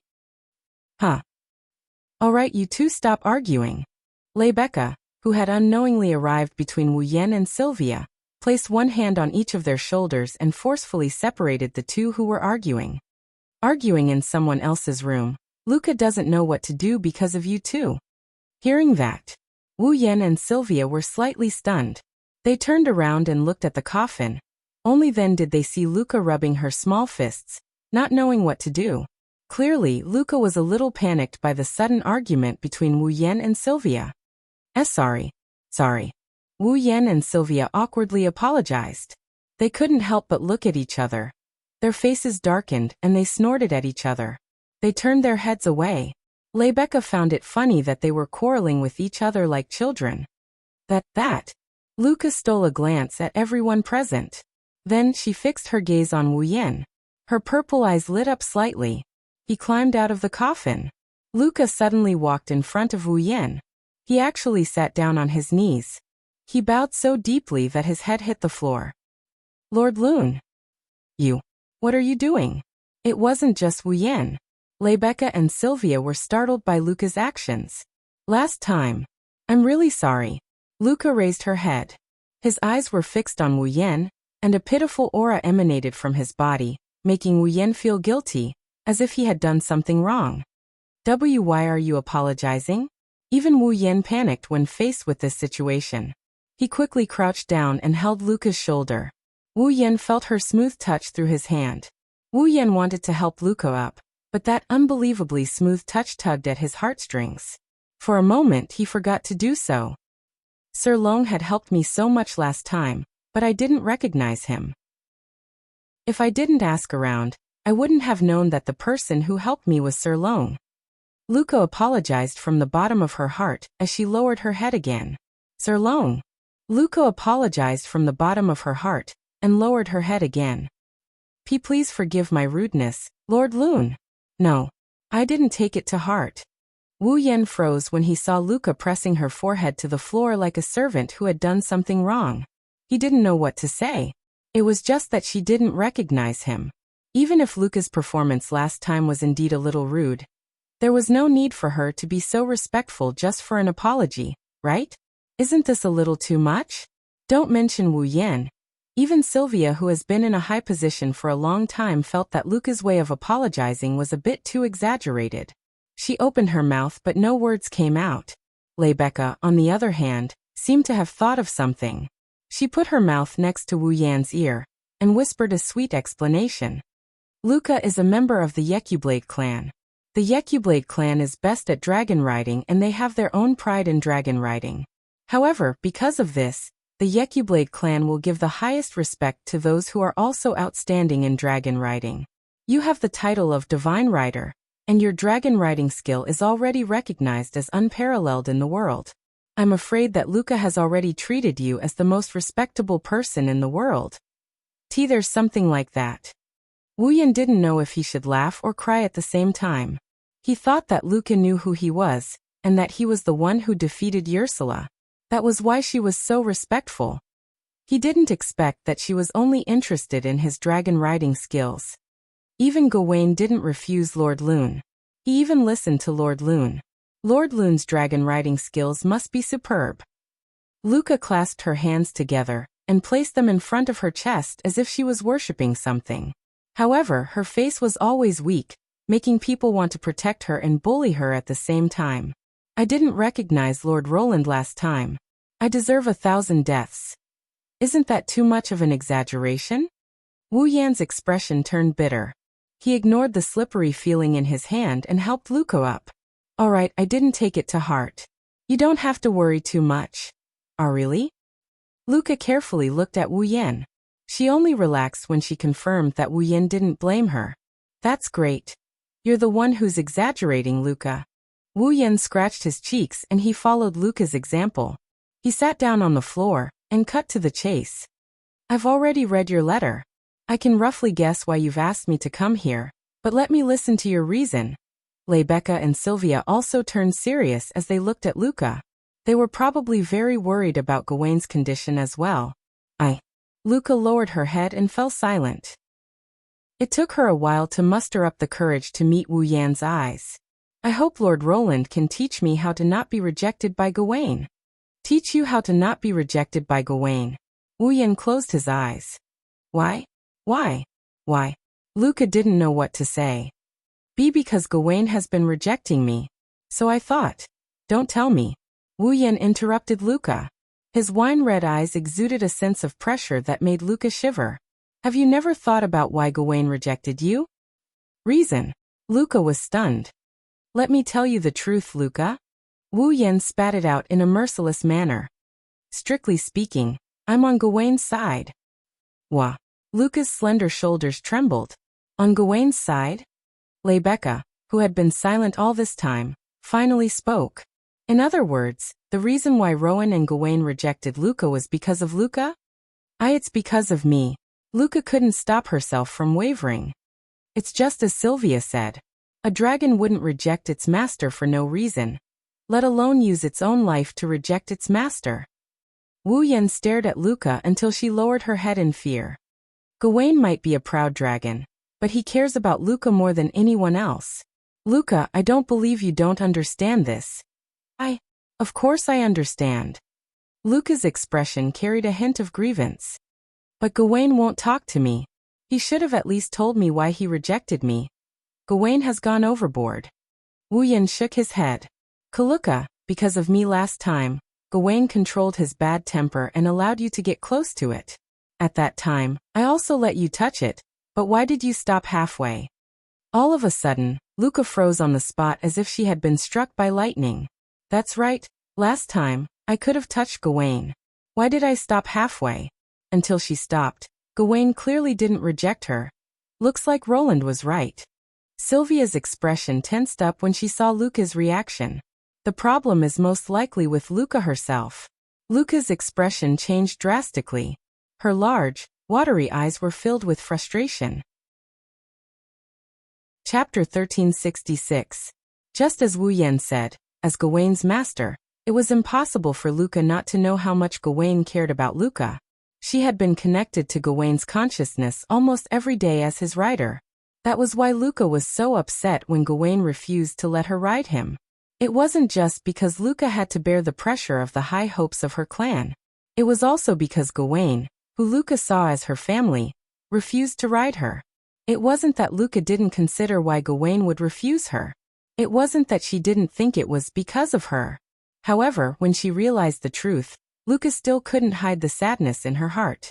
Not only did Gawain refuse her because of her, he even cut off his celestial essence path and put his life in danger.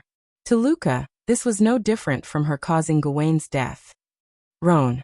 Rebecca couldn't help but speak to Wu Yan when she saw the sadness in Luca's amethyst-like eyes. It's not a good idea to continue like this. Why don't you help Luca again? Hearing Rebecca's words, Luca realized that now isn't the time to be sad. She lifted her head, and she looked at Wu Yan with a hopeful expression. As Gawain's owner, Luca was well aware of how difficult it was to deal with Gawain during this period of time. He never took a step out of the 7th dragon house. He didn't even leave his room. His body was getting weaker and weaker, but he refused to be examined by any experts. If anyone approached him, Gawain would threaten them. In the past, Gawain had reluctantly accepted Long Ding's care for a limited period of time because of food and shelter. But recently, Gawain would not even allow other dragons to get close to him, let alone Long Ding. He was like a severely injured beast or an animal that had just given birth to its offspring, extremely aggressive. At first, Luca was worried. If this continued, Gawain might even starve to death, let alone wait for his celestial essence to run out. That was until she heard from Long Ding that someone else was taking care of Gawain. Luca was relieved. A while ago, Luca met Wu Yan. Because Wu Yan seemed to be able to handle Gawain. That was why Luca wanted to get help from Wu Yan and have Gawain acknowledge her again. After asking around a little, it was only then that Luca realized that the person who had been taking care of her fall and the person who had helped her that day was the horseman of the Protoss. Rune. Randall. Like Rebecca said, as a Yakublidian, she was influenced by the culture of the Yakublidians. Rebecca, the president of the student council, praised Luca's dragon riding skills as unparalleled. Wu Yan, the rider of the gods, couldn't help but respect her. Therefore, after learning that the person who helped her approach Gawain that day was the Protoss rider, Luca hurriedly wrote a letter out of respect. However, Corset, who was helping Wu Yan deal with love letters, mistook it for a love letter and threw it together with the big box of love letters, ready to get rid of it. Fortunately, Rebecca accidentally discovered Luca's letter. Otherwise, Luca's letter would have been thrown away by Corset as trash. Now, to exaggerate, Gawain only acknowledged Wu Yan in the entire world. He allowed Wu Yan to approach him, and even seemed to listen to Wu Yan's every word.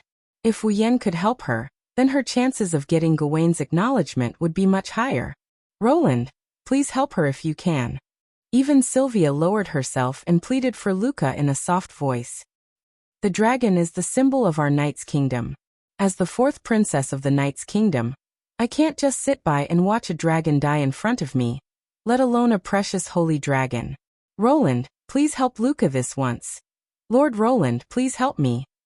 Luca placed her hands on the floor in front of her and bowed respectfully. She pressed her forehead against her hands and bowed deeply. I don't want to lose Gawain, and I can't live without him. I want to return to the past with Gawain. So Lord Roland, please. Why do I feel like I'm playing the bad guy? Rebecca, Sylvia, and Luca are all begging him for help. Wu Yan rolled his eyes when he saw the 3 beauties begging him for help. I didn't say I wouldn't help, did I? I wouldn't be here if I didn't want to help, would I? Yes. Luca abruptly lifted her head and looked at Wu Yan with a joyful expression. In other words, Gawain has a bad temper, but he and I get along quite well. Otherwise, I wouldn't have taken care of him. Wu Yan shrugged. If you want me to watch it die, of course I can't do it. If you want me to help you, I will definitely help. But don't celebrate too early. Wu Yan added coldly when he saw Rebecca, Sylvia, and Luca smiling. You know that Gawain rejected you mainly because of your own problems. I can be your middleman, but whether or not Gawain will acknowledge you again depends on you. Luca hesitated. Why are you hesitating? Sylvia frowned. Your fall is facing the threat of death because of you. Now that you have a solution, shouldn't you go forward bravely to overcome all difficulties and save Fall's life? Luca shrieked when Sylvia reprimanded her. She shrunk her neck in fear. Sylvia, don't get too worked up. Luca has a very delicate personality. If you scare her like this, it will have the opposite effect. Rebecca pressed on Sylvia's shoulder and walked up to Luca. She held her hand and spoke softly. But Sylvia is right.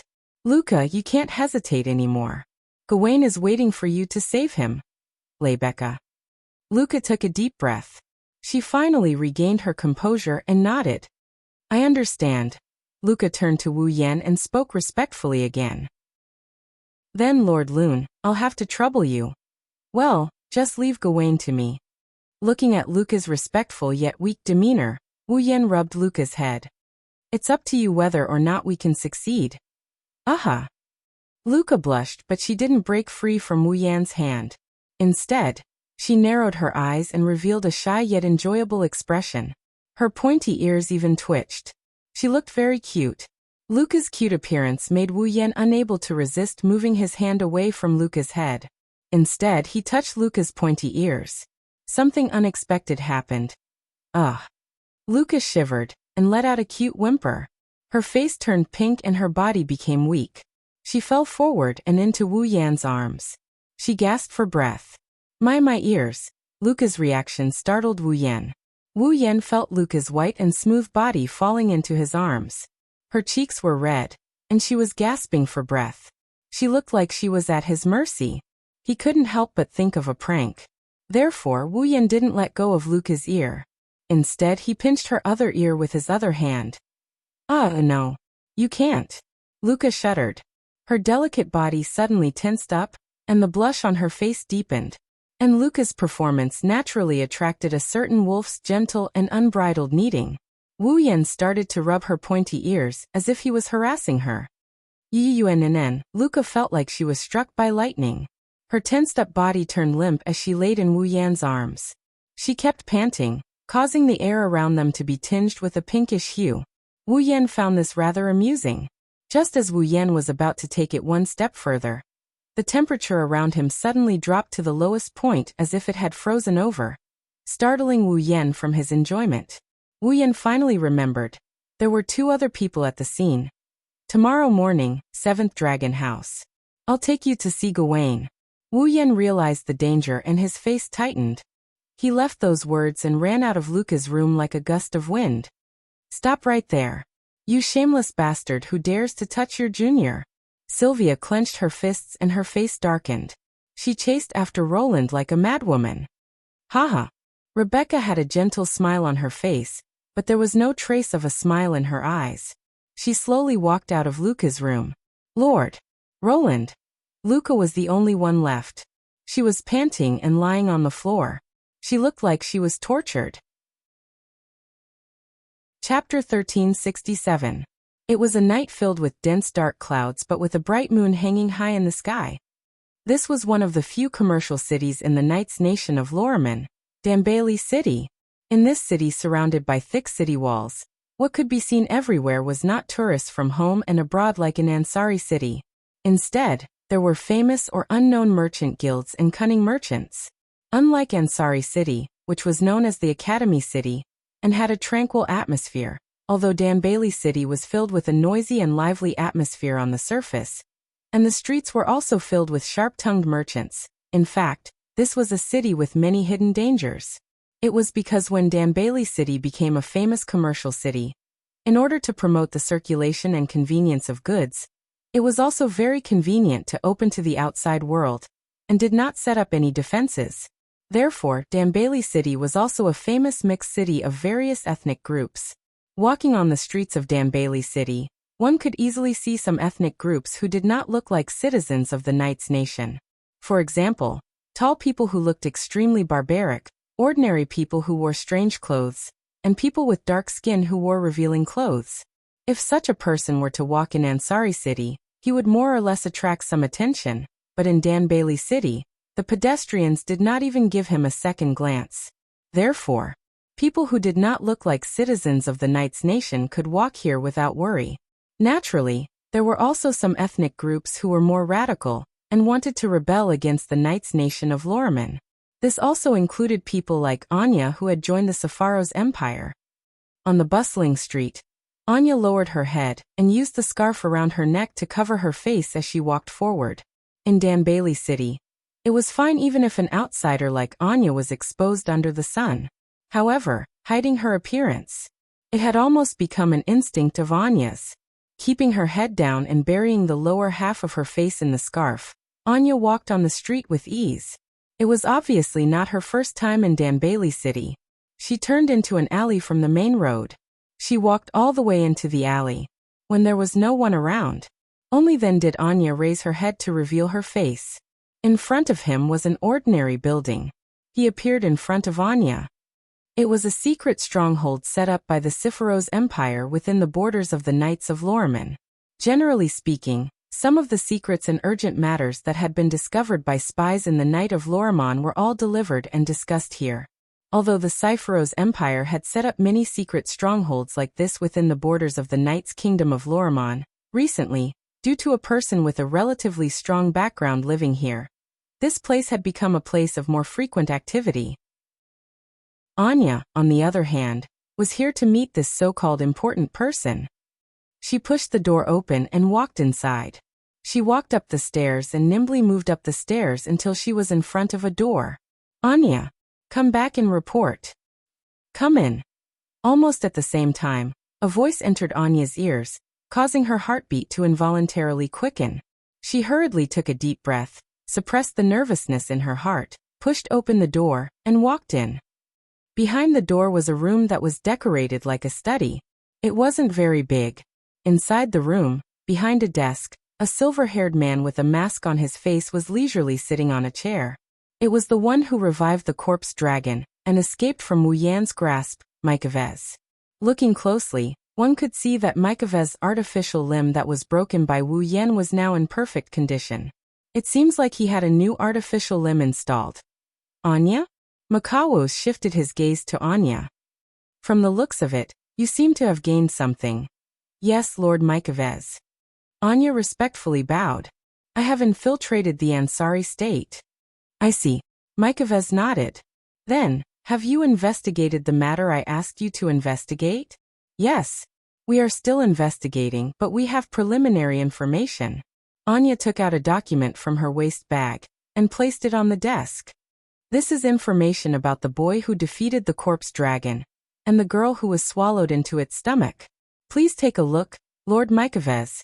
Mikawo nodded casually. He picked up the document on the table and began to read it. Anya hesitated, as if she had something to ask, but in the end, she didn't ask. Actually, Anya was very confused. She wondered why Mikavez was investigating Yak. Investigating Yashur was excusable since he defeated the corpse dragon Mikavez awakened. But why would he investigate Yak who was swallowed by the corpse dragon? Was it because she was a dragon in human form? Anya didn't quite understand, but since Mikavez asked her to investigate, she could only do her best.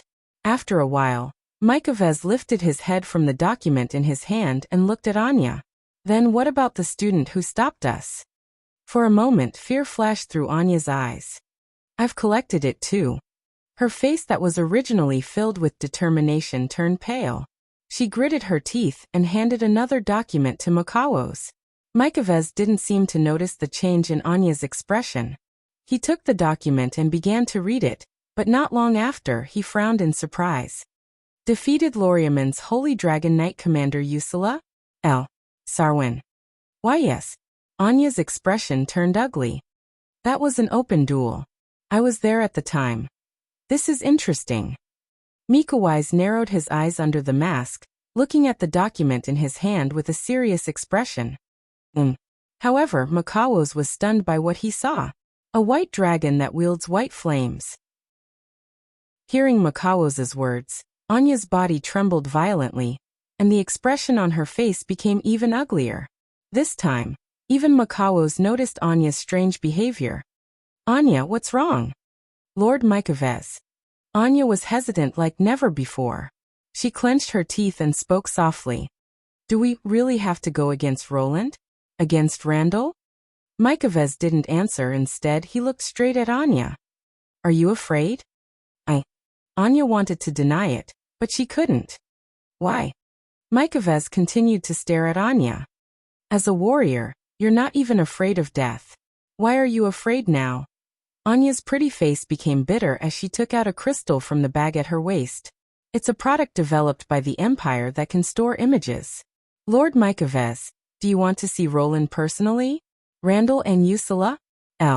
Sarwin's duel will make it clear. With that, Anya placed the crystal on the table. An arc of light flashed across the surface of the crystal, and an image appeared. It's an image of an elegant white dragon bathed in a sea of white flames. In the image, the white dragon was extremely elegant and graceful. Under the rendering of the white flames, it looked like a sage walking in the world, giving people a good impression of it.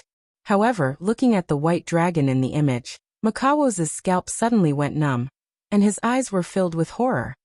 That dragon. Makawos couldn't help but take a step back. His face was filled with disbelief. How is this possible? Just now, when he saw the white dragon's burning flame in the image, Makawos was actually scared. That's right. He was scared. He was scared for no reason at all. That's impossible. Anya didn't know, but Mikovez knew he wasn't an ordinary person. In this world, there wasn't a single dragon that could instill fear in him. Not even the last descendant of Avalon's holy dragon royal family, Yak. But it's undeniable that Mikovez was scared when he saw the white dragon. No, it's impossible. Makawos held his head in pain, causing Anya to become somewhat anxious. Lord Mikovez, are you all right? I'm fine. Mikovez stopped Anya, who was about to approach him. He turned around and his breathing calmed down. After a while, Mikovez spoke. Let's go. To Ansari. Chapter 1368. Does Luca really want to reconcile with Gawain? Wu Yan quietly climbed up the stairs of Maffei House. He grumbled to himself as he made sure not to be discovered by the girls in the basic class. It couldn't be helped. They had made an appointment to meet Gawain today, but even a lazy sleeper like him was dragged out of bed by corset, while Luca still hadn't arrived at the 7th Dragon House. What was going on? There were still classes to attend today, so Luca and Gawain had to meet earlier to avoid clashing with the class schedule. Everyone woke up early with the same thought in mind. Even Yasho and Yak were there, but Luca was still nowhere to be seen. Although Luca was very cute, everyone had woken up early because of her. However, she hadn't shown up all this time. Wasn't that a bit too much? Of course, Rebecca still gave an explanation. Luca has always been a homebody. In the past, other than when she was with Gawain, Luca always stayed in her room.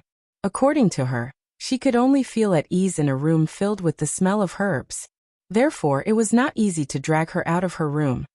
Due to this reason, Wu Yan was assigned the task of calling Luca over. It was because Luca respected Wu Yan the most. Rebecca, Sylvia, and the others had to inform the academy first. When dealing with an uncontrollable dragon, the slightest mistake could lead to danger.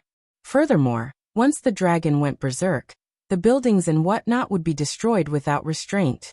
Without the consent of the academy, the student council would not be able to escape the blame if such a thing were to happen. So Rebecca brought Sylvia to greet the academy first. Yashur and Yak, on the other hand, remained on standby since they had never seen Luca before. Wu Yan was the only one who could come to Luca. Thank goodness it's still early. Those girls should still be sleeping. Otherwise, I would definitely be surrounded. Wu Yan had only been here once yesterday, so he didn't forget the way. It took him some time. He arrived at Luca's room. Luca. He extended his hand. Wu Yan knocked on the door and raised his voice. Are you up? He waited for a while, but there was no response. Wu Yan's lips twitched. Is she really sleeping? Rebecca said that Luca wasn't easy to wake up from her sleep. Moreover, there was a special sleeping incense in her room. With that, Luca wouldn't be easily woken up. At the very least, it would be impossible to wake her up through a door. Looks like I was right to borrow this from the dormitory supervisor just in case. Taking out a key from his pocket, Wu Yan couldn't help but recall the time when he used the student council's name to request to enter the female dormitory. Just in case, he also asked for a spare key. The dormitory supervisor seemed to be on high alert about something, Shaking his head, he cleared his mind of distracting thoughts. He inserted the key into the keyhole and turned it as he spoke. "Luca, I'm coming in." Wu Yan pushed open the door to Luca's room. A room filled with unknown plants entered Wu Yan's sight. Along with it, there was a fragrant smell of vanilla. It floated out of Luca's room. This light smoke should be the incense that Rebecca had lit, right? Indeed, smelling this fragrance was like smelling the fragrance of the plants in the bathroom of Veronica's Sylvanus. It made one's mood tend to calm down involuntarily. At first, Wu Yan felt calm when he smelled the incense. When Wu Yan saw the scene next to the coffin that acted as Luca's bed, his calm demeanor was tossed out of the window. Lord Loam? In the center of the room, on the edge of the coffin, Luca wasn't sleeping like Wu Yan expected. She's already awake. However, the timing of Wu Yan's arrival. How should I put it? Very good. The room was filled with light smoke from the burning incense. Coupled with the surrounding forest-like scene, it was like a fog pervading the forest. The entire room was shrouded in a hazy environment, just like a fairyland. Luca stood in the middle of the drifting white fog. When she saw Wu Yan barge in, she was stunned. Her porcelain-like delicate body was faintly discernible in the light smoke of the incense, flashing with an inconceivable arc of light. It was like a pure pearl, extremely easy to attract people's attention, and also extremely easy to make people feel a burst of blood vessels. Her slender waist was drawn in a beautiful arc, leaving behind a flawless curve. Her delicate collarbone was as thin as a wing, and her shoulders were as fragile as porcelain. Although her delicate figure was definitely not outstanding, it was definitely full of charm. A set of nightgowns slid down her body, forming a circle around her body. It was obvious that it had just been taken off by its owner. To put it simply, Luca was now completely naked. Wu Yan froze. Lord Loam? Luca, on the other hand, walked over to Wu Yan after a brief moment of surprise. Unfortunately, Luca had forgotten one thing. That was at her feet, the clothes that had just been taken off, with her body as the center, slid to the floor. In the next moment, one of Luca's feet was hooked by the clothes on the ground. With a cry of surprise, Luca's body suddenly tilted and fell down diagonally. Watch out! Wu Yan reacted in time. He didn't care about Luca's naked body. He rushed forward and hurriedly caught her petite body. The fragrance of herbs wafted into his nostrils. Then, because of the impact, both of them lost their balance. With a scream, Wu Yan and Luca fell into a ball. They rolled like gourds and hit the wall not far away. Of course, Wu Yan was at the bottom of the pile. However, Wu Yan found that things were not good. Whoa! Something soft pressed on Wu Yan's mouth and nose. Even if he wanted to speak, he couldn't. He could only whimper. Luca, in her naked state, rode on top of Wu Yan's head. The thing that blocked Wu Yan's mouth was Luca's lower body. No. I can't breathe. I've been blown away. Luca raised her head and let out a delicate moan. Impossible. How could such a melodramatic thing happen to me? With this thought in mind, Wu Yan widened his eyes and unconsciously moved his mouth. Luca's body started to tremble violently. Her two smooth thighs suddenly clamped Wu Yan's head with great force. Her unique body temperature and body fragrance were transmitted to Wu Yan's senses. Wu Yan felt that he had no more regrets in this life. No. Don't. Can't. Luca suddenly tensed up her body. Her whole body trembled violently as if she had exhausted all her energy. Her slender and delicate body fell limply onto Wu Yan's body. She started gasping for breath. Her cheeks were flushed red and her elf-like ears were dyed pink. Her amethyst-like eyes were filled with a misty color. It wasn't until Luca collapsed that Wu Yan's mouth and nose finally got some relief from their stuffy state. However, he looked like his soul has left his body. His face is blank and lifeless. In the past, Wu Yan didn't imagine that he would be like the male lead in anime. With a welfare halo, he could even get benefits from opening a door. But he didn't expect that this day would actually come. Moreover, it was a great benefit. Until now, Luca's smell was still rushing back and forth in his mouth and nose. Wu Yan couldn't help but laugh foolishly. Soon after, a strong murderous aura rushed towards him from the direction of the door. Wu Yan shivered violently. He didn't know what to think, but his forehead was covered in sweat. Hee. At the door of Luca's room, Rebecca sneered. Veins popped up on Sylvia's forehead. Billowing black smoke rose from their backs as they walked towards Wu Yan. Chapter 1369. Ansari University Dragon Riding Academy, 7th Dragon House. In the empty space in front of the 7th Dragon House, Yak had her hands on her waist. She narrowed her eyes and stared at the strange scene in front of her. Sylvia's delicate body was trembling and her face was ashen. She looked like she was about to explode in anger. Rebecca maintained her elegant posture. Her every move was filled with a natural and noble aura. She had a smile on her face, but there was no smile in her eyes. Luca was bashful. Her entire face was bright red. Her amethyst-like eyes were filled with tears. She was acting very weak and her eyes kept sneaking glances to the side. And in front of Luca's eyes, there was an expressionless Wu Yan. His background was dark and he looked like he had just escaped from hell. You. Yak's narrowed eyes were filled with annoyance. She didn't hold back as she cursed at them. You just came back from the hospital, right? Don't say any more, Yak. Yashu pulled Yak away in fear. It feels very dangerous. You must not provoke them again. Yi Zichen said. Look at how useless you are. They are just a few female human creatures. Why are you so scared? Yak curled her lips in disdain. Do you think you have the right to call yourself my slave? I hate that right. I really don't want it. What did you say? All right, calm down. Yak seemed to want to send Yashu to the hospital as well. Rebecca let out a sigh of relief. She recovered her perfect image as the student council president and spoke calmly. Don't forget that we have more important things to do. We can't be like a certain someone and take advantage of a junior at a time like this, and forget about the important things. I already said that it was a misunderstanding. Wu Yan subconsciously refuted, but in the end he sighed bitterly. Forget it. No matter how I explain, you won't listen. On the side, Sylvia suppressed her anger and snorted. Taking action against a junior? What a shame. You are the public enemy of all females. As for the public enemy of all females, the iron fist of justice must be punished. This is the family rule of the royal family of Lorimon. Before Sylvia could finish, she was interrupted by Wu Yan's imitating tone, and he added in a weird tone. I've heard this sentence countless times just now. Unfortunately, you're no match for me.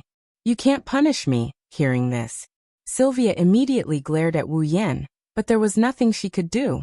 Her face was red with anger. This is outrageous. Be like a real dragon knight, and be brave enough to take responsibility. Your so-called responsibility is to let you punch me a few times, right? Wu Yan grinned and said, I'm sorry. This responsibility is too heavy. I can't bear it. That. Seeing that Wu Yan and Sylvia were about to quarrel, Sylvia hesitated. Luca was about to cry. It's all my fault. Please don't quarrel. That's enough. Let's stop fooling around here. Rebecca stopped them. No matter what, let's deal with Luca and Gawain first. That's right. Yashu also stopped them with a resentful expression. If we leave Gawain alone, Luca will be too pitiful. Lord Loon. Luca looked at Wu Yan anxiously, a trace of pleading in her eyes. Sigh. Seeing how easily Luca was aroused, Wu Yan rubbed his forehead. You're right. Let's not waste time. Let's go in. Rebecca, Luca, Yashu and the others immediately responded. Sylvia nodded solemnly as well. Then the 6 of them entered the dragon house. We're here. Under Wu Yan's lead, the group arrived at the innermost dragon room of the 7th dragon house. Inside the room, Gawain was lying on the floor weakly. His silver fur looked dull due to his weakened state. He didn't look like a holy dragon at all. Just by looking at Gawain, the group could tell that he wasn't in good shape. Hey Loon. Seeing how weak her kin was, Yak couldn't bear to see him like this. Are you able to cure it? Gawain's current condition isn't caused by his illness. In fact, if he was sick it would be much easier. Wu Yan shook his head. The main reason why Gawain is so weak is that the star essence road between him and Luca has been cut off. He has lost a lot of star essence, and the energy needed for his life activities. Therefore, as long as he can replenish a lot of star essence, Gawain will recover immediately. However, that level of astral essence replenishment isn't something that can be obtained by eating food with a high amount of astral essence. Wu Yan glanced at Yak. Unless Gawain swallows a human, that way he'll be able to replenish his astral essence. Don't say such a terrifying thing. A chill rose in Yak's heart, and her expression became ferocious. The holy and noble dragons would never do such a thing. Then let's quickly connect Luca and Gawain's astral essence path again. Wu Yan turned his head and looked at Luca from the corner of his eyes.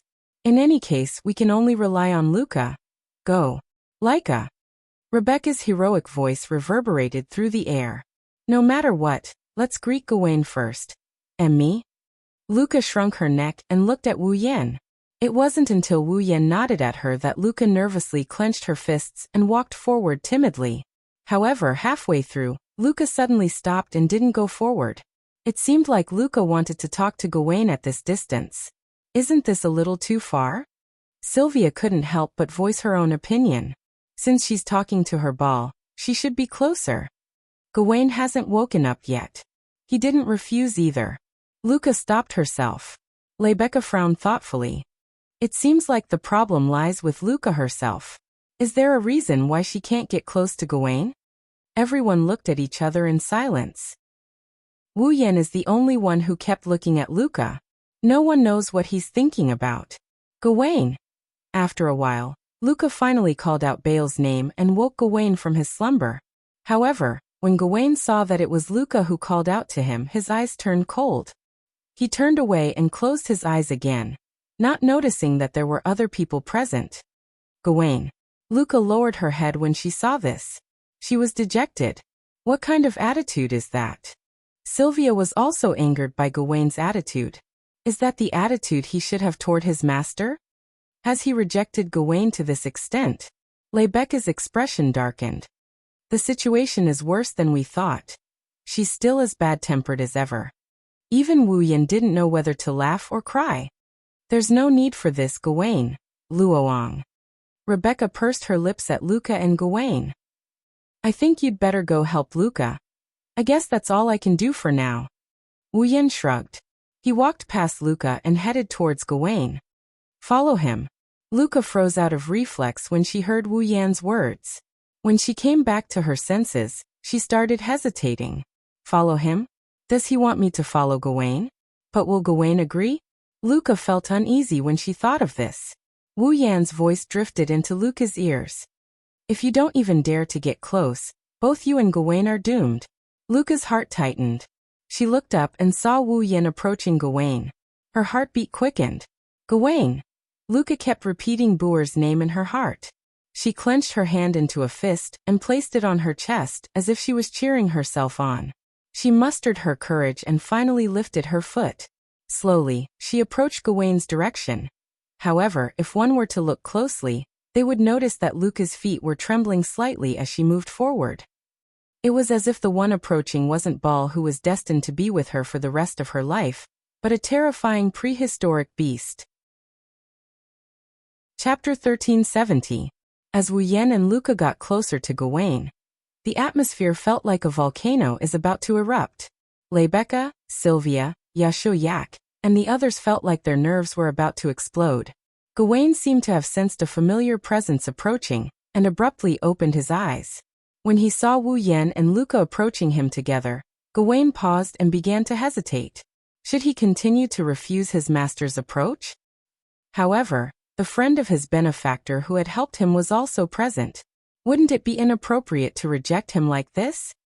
After hesitating for a while, Gawain still couldn't come to a decision. His dragon eyes were filled with displeasure, and he shifted his gaze to Wu Yan, silently complaining about Wu Yan's actions. He clearly knew his situation and promised not to interfere, but he still interfered.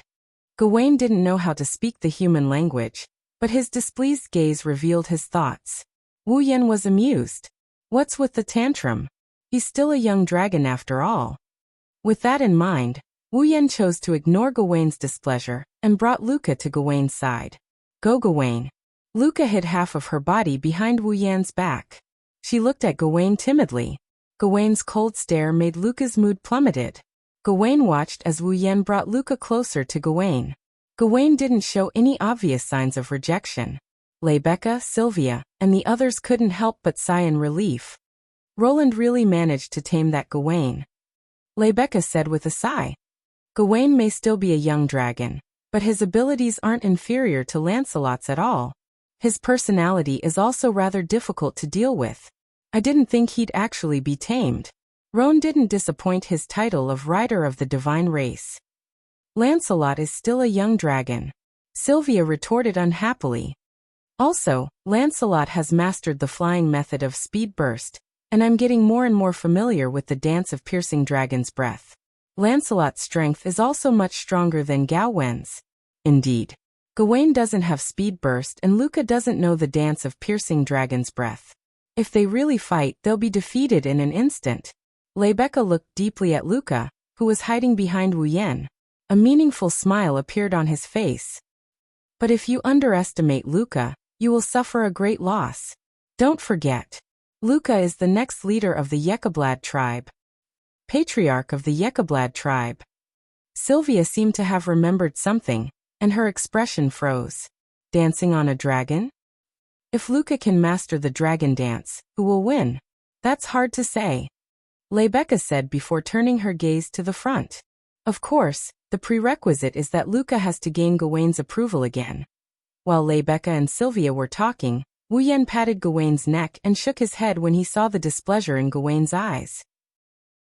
I know that you don't want me to interfere in your affairs, but it's definitely not a solution for you to continue like this. I also know that you don't care whether you can keep your life or not, but think about it yourself. Once Luca loses you and fall, how desperate would she be? Don't forget, Luca's an existence that her own race has high hopes for. Wu Yan stared at Gawain's pupilless purple dragon eyes. Once she loses the qualification to become a dragon knight, or even a dragon breeder, Luca's position in her tribe will undergo drastic changes. In that case, she might as well be dead. Do you want that to happen? Gawain's gaze immediately changed. If Luca can overcome her weakness and return to her previous state, wouldn't it be the best of both worlds? Wu Yan patted Gawain's neck. At least give Luca a chance. This time, the displeasure in Gawain's eyes disappeared, only hesitation remained. Of course, Gawain, who was willing to risk his life for Luca's safety, didn't want to see Luca face the situation that Wu Yan mentioned. But overcome. Can she overcome it? Gawain. Luca mustered up her courage and looked at Gawain with a pleading gaze. I don't know what I did wrong, but at least give me a chance. Give me a chance to talk to you. You. Gawain lowered his head. His dragon eyes were filled with uncertainty. It's too hard for you to make such a choice at your age. Wu Yan stroked Gawain's dragon horn. Just do as I say, Gawain. You don't have to do anything. Just sit here. Gawain shifted his dragon head and looked at Wu Yan. He then glanced at Luca, who had a hopeful look on her face. He turned his head away as if he couldn't care less, but he obediently laid back down on the ground. What a prideful dragon. Wu Yan rubbed Gawain's head as if he's trying to soothe him. He bent down and his expression turned serious. Luca touched Gawain. Lord Loon.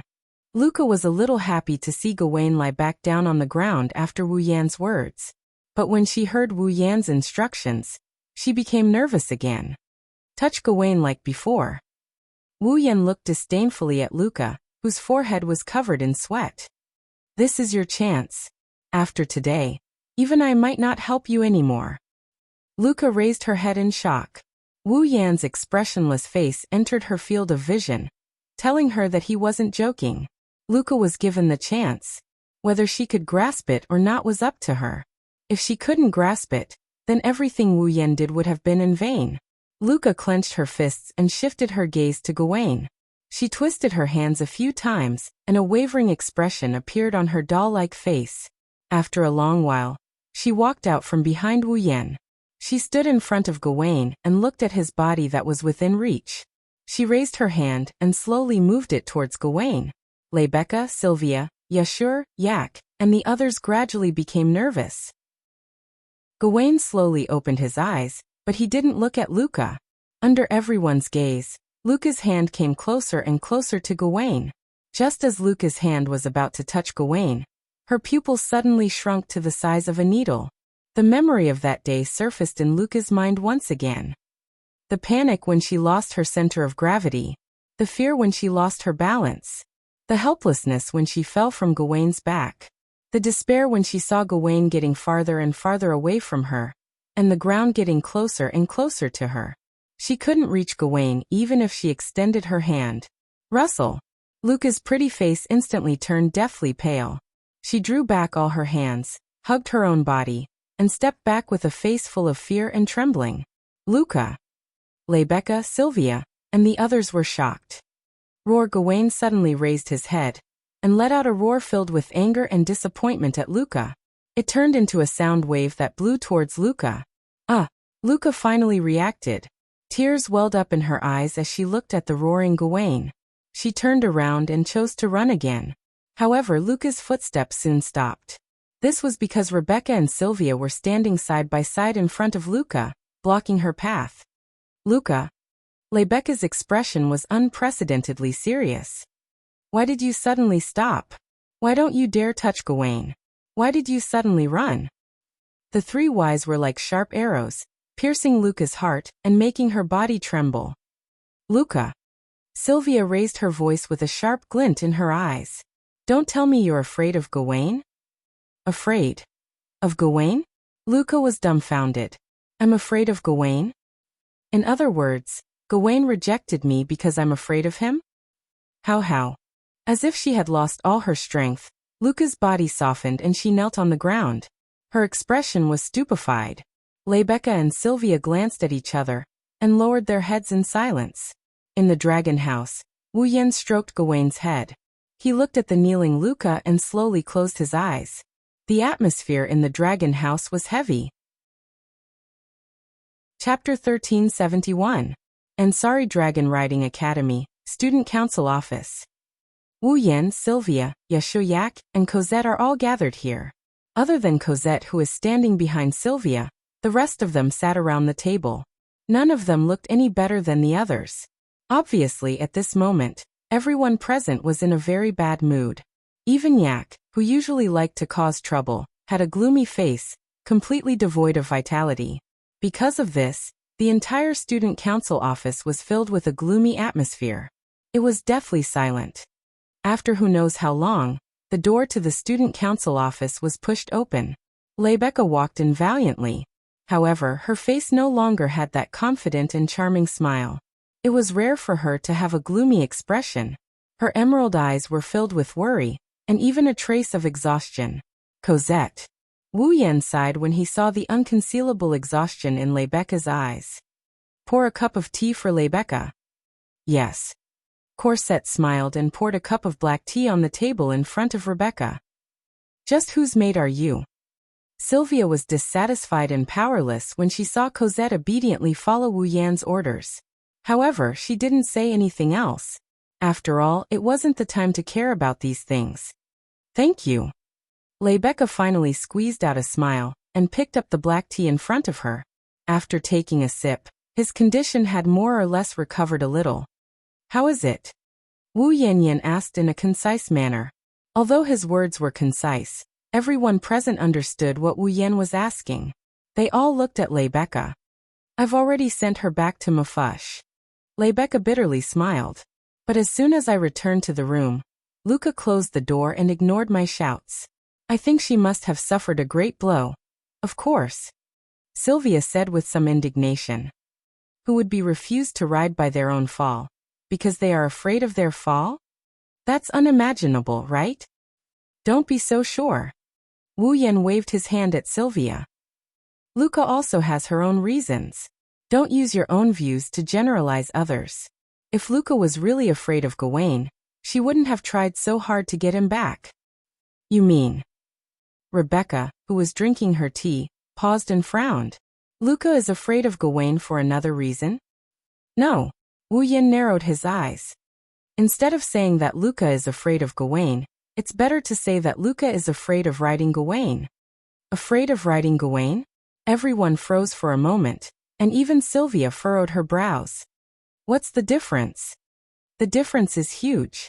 Wu Yan shook his head. He hesitated for a moment.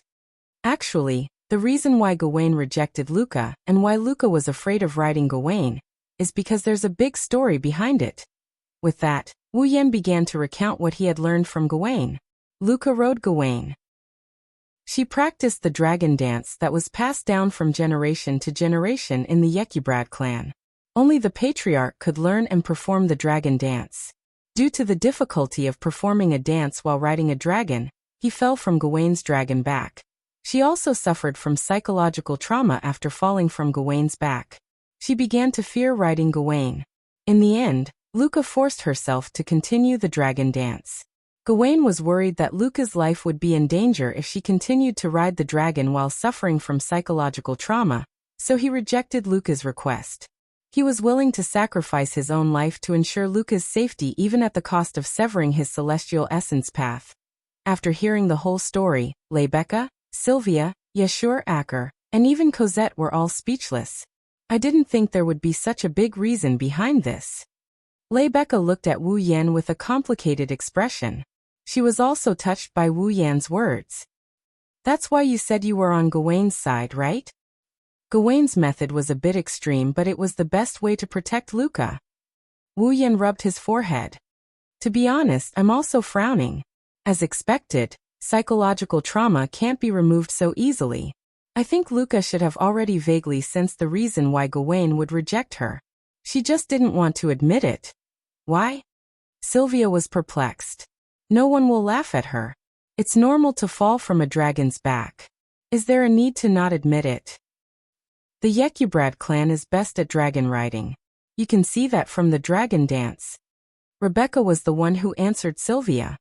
For the Yekibrad clan, falling from a dragon's back is the most humiliating thing. So that's why Luca hid the fact that she fell from Gawain's back.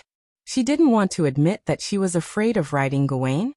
Sylvia finally showed an expression of relief, but soon, a troubled expression appeared on her face. This is going to be troublesome.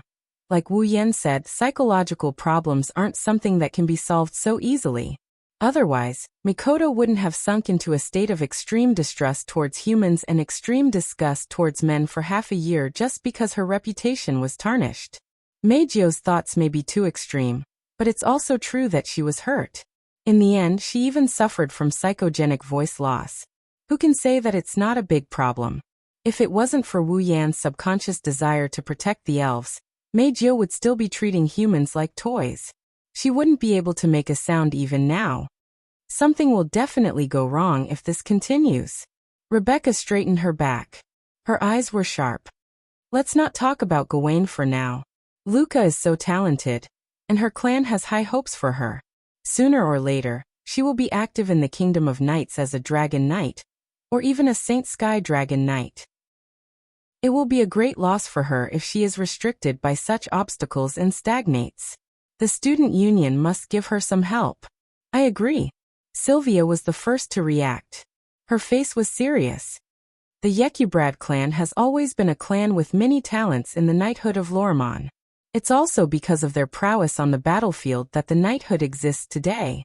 Since Luca is the next leader of the Yekibrad clan, she will definitely be one of the strongest fighters in the knighthood in the future.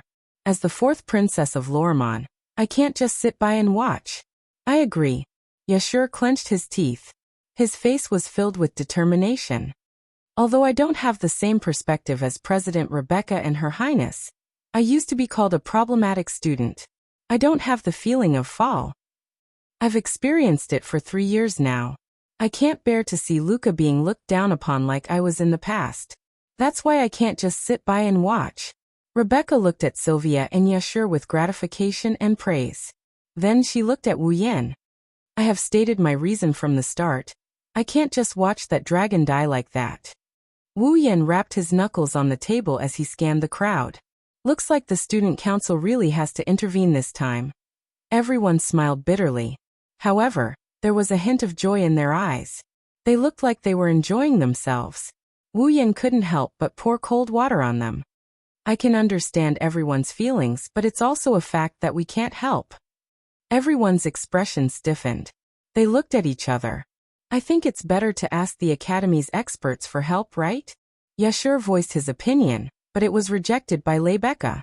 Someone already thought of this from the beginning. The Academy's experts wanted to examine Gawain from the very beginning.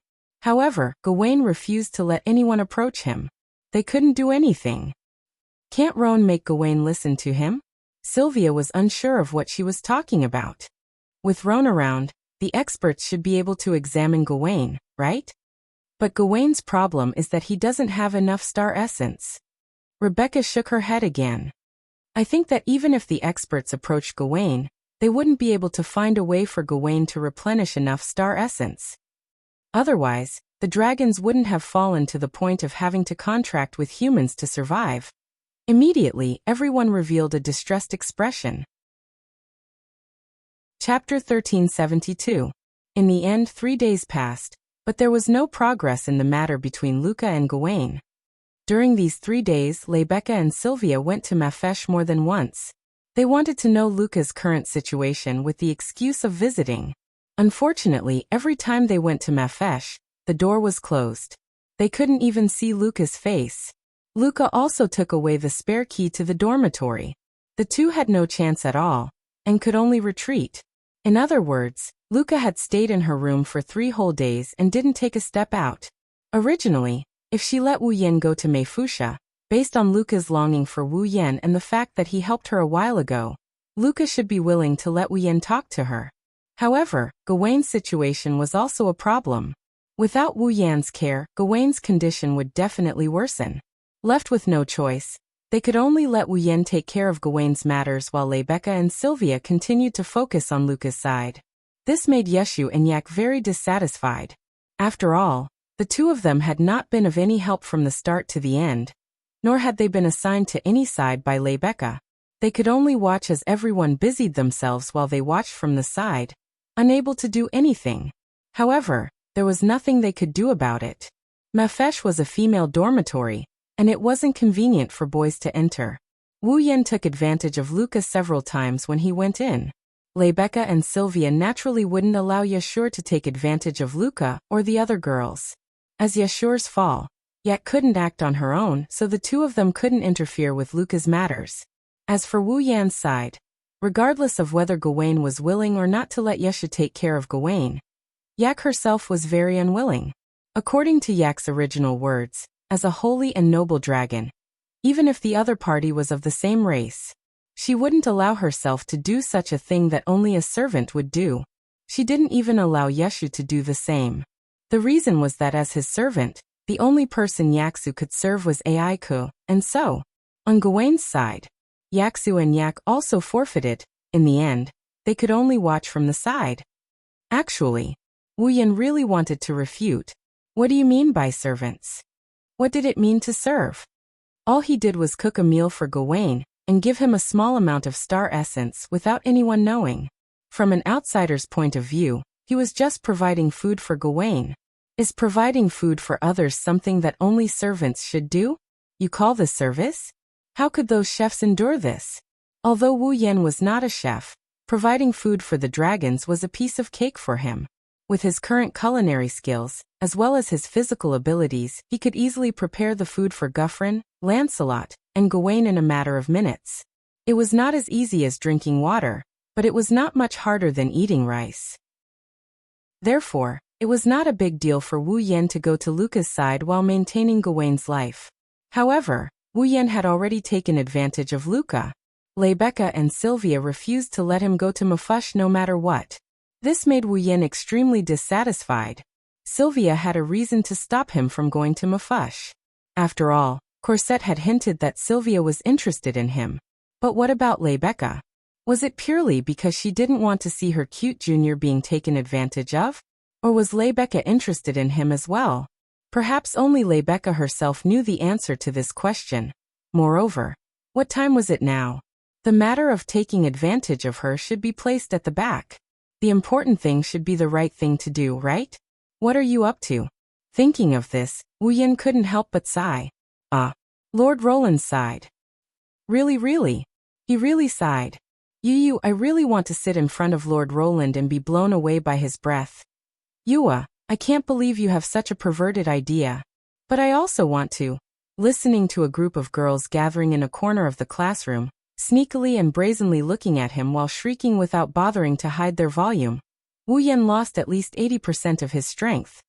Even the classroom can't be peaceful? At this moment, a loud voice echoed from the entrance of the classroom. Lord Roland, someone is looking for you. Someone. In an instant, the classroom fell silent. Someone is looking for Roland? In a corner of the classroom, Sylvia lifted her head from her book and looked towards the door. In the next moment, Sylvia held her breath, and everyone in the classroom fell silent. At the door of the classroom, a petite figure seemed to be hiding behind the door. She was looking into the classroom uneasily. It was a young girl with slightly curly platinum hair that reached her shoulders. The young girl was wearing a female uniform unique to the academy. Her appearance was like a sculpture, extremely exquisite. Her pair of amethyst-like pupils were very conspicuous. Her entire body exuded a delicate and fragile temperament like porcelain that made people want to protect her. Her pair of sharp ears were much longer than the average person's. She was like a fairy that had walked out of a fairy tale, beautiful and fresh. It was Luca who had been hiding in her room for the past 3 days. Luca! Sylvia exclaimed. It's you. Wu Yan was also surprised. Not only Wu Yan and Sylvia, the entire classroom seemed to be in an uproar as they started discussing the matter. Isn't that the third-year Luca from the foundation class? Shalanin? Luca? Shalanin? Are you talking about the Yekoblad? The youngest dragon knight in history? It's her. I recognize her. She's Luca? Shalanin. That Yekoblad genius actually came to the classroom to look for Lord Loon. Luca might not be as popular as Lebeka in the Ansari Dragon Riding Academy, but she was definitely not at a disadvantage compared to Sylvia. She was a member of the Yekoblade clan, the youngest dragon knight in history. Coupled with her delicate appearance and gentle temperament, many male students in the basic and advanced classes were her fans. Naturally, there were fans of Luca here as well. Luca's visit to Wu Yan would cause a stir no smaller than Lebeka's visit to Wu Yan last time. Luca, on the other hand, didn't realize why she's being stared at by so many people. She had a timid look on her face as she scanned the classroom. When she saw a surprised Wu Yan, Luca's eyes brightened up. Lord Loon. Luca. Wu Yan reacted and he quickly stood up. He came in front of Luca, and he frowned when he saw how skinny Luca looked. I have a lot to say to you, but let me hear the reason why you came to see me first. Why yes. Luca shrunk her head when she saw Wu Yan's angry expression, but she knew what was going on. Wu Yan was angry because he was worried about her and her fall. She, on the other hand, acted so shamefully when this lord was helping her. How embarrassing. With such thoughts in mind, Luca lowered her head like a child who did something wrong. She tried her best to explain the reason why she came looking for Wu Yan. That. Although I know it's unreasonable, I have one more thing that I want to ask Lord Long for. Is that so? Wu Yan didn't ask and continued to look at Luca. That? Luca's cheeks suddenly blushed, and she shyly lowered her gaze. Seeing that Luca seemed to have something difficult to say, the students immediately held their breaths and quieted down the classroom. Even Sylvia, who had wanted to come over, stopped in her tracks and stared at Luca closely. That. After a long time, Luca carefully raised her head. With a nervous expression, she said something that made the entire place freeze. Can you let me spend the night in Lord Loon's room tonight? Ha. Wu Yan was stunned. What? The whole class froze on the spot. Spend the night. Sylvia, on the other hand, widened her eyes as if time had slowed down. It was only when she finally reacted that she cried out in shock. Spend the night. In an instant, the temperature of the classroom dropped to the lowest point, as if it had been frozen, and an icy silence descended upon the entire classroom. Chapter 1373. Ansari Dragon Riding Academy. In the night, the stars dotted the sky and the moon shone brightly. The cold air mixed with the moonlight spread across the entire world. It was like a mist dotted with starlight, permeating the silent Ansari University's Dragon Rider Academy. At this time, there were only a few lights in the Ansari Dragon Riding Academy.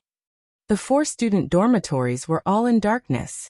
One could faintly hear a lot of gentle breathing coming from inside the windows, proving that the students of the Ansari Dragon Riding Academy had fallen into a dream.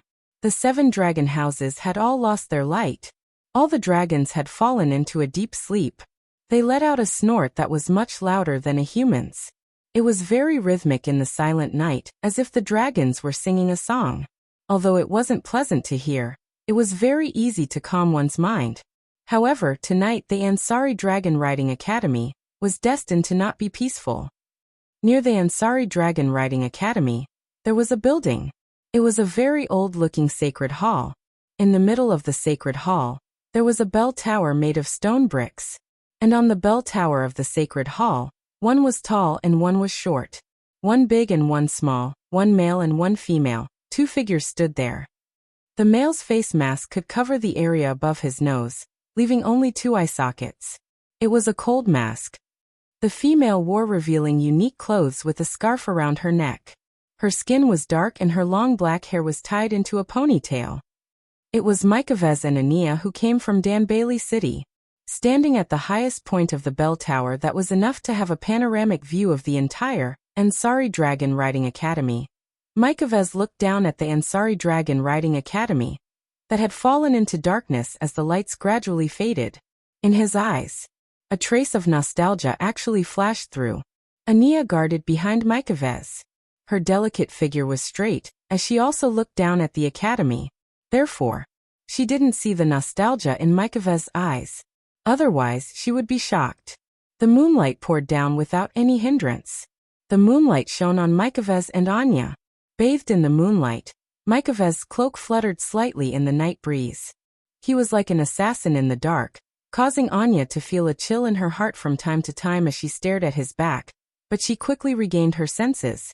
After an unknown amount of time, Makawos finally withdrew his gaze that was filled with nostalgia. He exhaled and couldn't help but sigh. It's as peaceful as before. Same as in the past? Ania was startled and looked at Makawos suspiciously. Mykovez, did you come to the Ansari Dragon Riding Academy often in the past? Seeming to have sensed the doubts in Ania's heart, Makawos turned sideways in a non-committal manner and opened his arms as though he wanted to hug the entire Ansari Dragon Riding Academy. Feel this peaceful atmosphere, Anya. It won't be long before this peace is broken. Mykovez, Lord. Ania hesitated as if she had something to say, but didn't want to say it out loud. In the end, she brought it up. Are we really going to attack the Ansari Dragon Riding Academy? Don't you think this is a good opportunity? Makawos didn't answer but asked instead. He closed his eyes as if he was really enjoying the peaceful atmosphere. However, the words that came out of his mouth sent chills down one's spine. The Ansari Dragon Riding Academy is the Dragon Cultivation Academy of the Knighthood. In this knighthood where dragons coexist, it wouldn't be an exaggeration to say that the Ansari Dragon Riding Academy is the foundation of the knighthood's prosperity. Don't you think it's a good choice to use this place as an experiment site? Makawos slowly opened his eyes. A cold gleam flashed through his eyes like a sword. After all, we still need more experiments to determine if our corpse ash dragon can be used in actual combat. Corpse dragon. Ania couldn't help but feel disgust when she heard that name. To be honest, Anya didn't really like those ugly and disgusting corpse gray dragons. If it wasn't for Makawos's order, she wouldn't even want to look at them. She looked at the peaceful academy below and began to sympathize with it. Is such a peaceful academy about to be taken over by those corpse dragons? How pitiful. Let's begin. Makawos ordered while Ania was still feeling pity for the academy. Ania, take those things out. Yes. Ania hesitated for a moment before she agreed. She turned around and walked towards the interior of the clock tower. Lowering his head and looking down at the Ansari Dragon Riding Academy that was being blown by the night wind, Makawos narrowed his eyes and muttered to himself. A giant dragon with white flames, let me see. Ania walked into the interior of the clock tower under Makawo's order. When she came out again, there was a clay jar in her hand. It should be said that it was a clay jar filled with ashes. Furthermore, it was the ashes of a dragon. These were dragon ashes that Mikao's Anya, and some spies of the Sepharo's Empire in the Knight's Nation of Loriman, had spent a considerable amount of time to steal from the temples dedicated to the burial of dead dragons in the Knight's Nation of Loriman. Although Makawo's had the ability to use tools made by magicite engineering to awaken a dead dragon, the necessary condition to awaken a dead dragon was to use the ashes of a dragon as a medium. Otherwise, even if it was a product made by magicite engineering, it would be useless. Today, these ashes will turn into ferocious and disgusting beasts and mercilessly destroy the peace of the Ansari Dragon Riding Academy. Ania suppressed the disgust in her heart and seriously put on a pair of gloves. She opened the clay jar filled with ashes and reached her hand into it. She took out handfuls of ashes and sprinkled them below the clock tower. Makawo's waved his hand and smashed an iron box that looked like a coffin on the ground. With a clang, Makawo's opened the lid of the coffin without hesitation and took out a huge sword that looked like a dragon's wing covered with bone spikes from the coffin. This strange-looking huge sword was the product of magicite engineering that the Sepharo's Empire was proud of and magicite engineering that the dragons had developed for many years. It was the summoning device for the corpse ash dragon. After the huge sword was taken away by Wu Yan last time, Makawo's returned to the Sepharo's Empire and created another huge sword. He even made some improvements to it. If the pitch-black huge sword in the past only looked strange and somewhat like a handicraft or decoration, then this huge sword that looked like a wing with bone spikes was truly strange and dangerous. It even looked like it had been mechanized and gave off a dangerous feeling at first glance. Upon closer inspection, one would discover that there were gem-like crystals embedded on the body of the great sword. They were sparkling in the dark night, and there were traces of mana rippling vaguely. These gemstones were the Dragon Glory crystals. Makawo's lifted his great sword and slammed it down on the floor beneath his feet. Clang! The giant sword emitted a crisp sound as it pierced deeply into the ground. In the next moment, wisps of mana emerged from the giant sword and flowed to the ground. Grasping the hilt of the huge sword tightly, Makawo's closed his eyes and chanted an incantation. It is an object of the deepest depths, from the abyss of death, an irresistible darkness, its blood, its flesh, ashes to ashes, ashes to ashes. The Dragon Glory crystals embedded on the huge sword bloomed with a frightening and strange light, illuminating the entire bell tower that had fallen into darkness. Makawo's opened his eyes and pulled out the huge sword. He grabbed the hilt with one hand and raised it to the sky. Show yourself. The crystallization of magic engineering. Dazzling red light flashed on the giant sword like flowing water, and then condensed into lightning like thunderbolts. With a sizzling sound, the red light gathered together, and with the giant sword as the source, shot into the starry night sky. Incomparably dark clouds suddenly appeared in the calm night sky and stirred like a whirlpool, circling back and forth and covering the clear night sky in an instant. Streaks of red lightning slithered about like snakes, flashing densely in the pitch-black clouds. Below the bell tower, in front of the Ansari Academy of Dragon Riders, a scarlet light began to flicker. It was like the eyes of a lone wolf staring at its prey. Chapter 1374. Ansari State Dragon Riding Academy, Apollo. Inside the dimly lit room, Wu Yan and Luca sat on the floor facing each other. They didn't say a word, making the atmosphere quite awkward. Sitting in front of him, wearing a blue and white nightgown, her cheeks flushed red, her pair of small fists rubbing against each other, her entire person sunk into a swamp of bashfulness. Wu Yan's mouth kept twitching as he looked at Luca, who has been acting like this ever since she came to this room. What exactly did this girl come here for? Outside the window of Wu Yan's dormitory, two figures were sneaking around, peeking at the scene inside the room like thieves. One of them even had an angry look on his face. These two figures were Sylvia and Cosette. After the previous invasion incident, the fourth princess of Lormon knighthood was doing the dirty business of peeping again. If outsiders were to know about this, perhaps their impression of this famous Princess Blue Ice would be completely changed from the beginning to the end. Originally, Sylvia should have been very mindful of her image in the hearts of others, working hard to ensure that her actions would not bring shame to the royal family of knights. Her every action should have been very conscious, but now, it was as if Sylvia had been possessed by a resentful woman. She hung by the window while glaring at the two people sitting opposite each other in the room, gritting her teeth as she muttered, "Ugh, I didn't think he would really spend the night here. How impure, how impure. Your Highness." Sylvia muttered with a bitter expression. Cosette was speechless. "Are you that worried about Lord Roland?" "Of course I am," Sylvia answered without hesitation, but she still made sure to lower her voice so that the people in the room wouldn't hear her. A while ago, that guy had been eyeing Luca. Now that the two of them are alone in the same room, Luca won't be able to resist once Luoang makes his move. Sylvia clenched her fists after she said that. She spoke with a righteous tone. "Our mission is to rush in and protect Junior Luca when Roland is behaving like a beast. We have to punish such a public enemy with the hammer of justice. This is the family rule of the Loriman Wang family." "Is that so?" Cosette blinked and smiled slyly. "What if he is willing to do this and that with Lord Roland? What will you do, Your Highness?"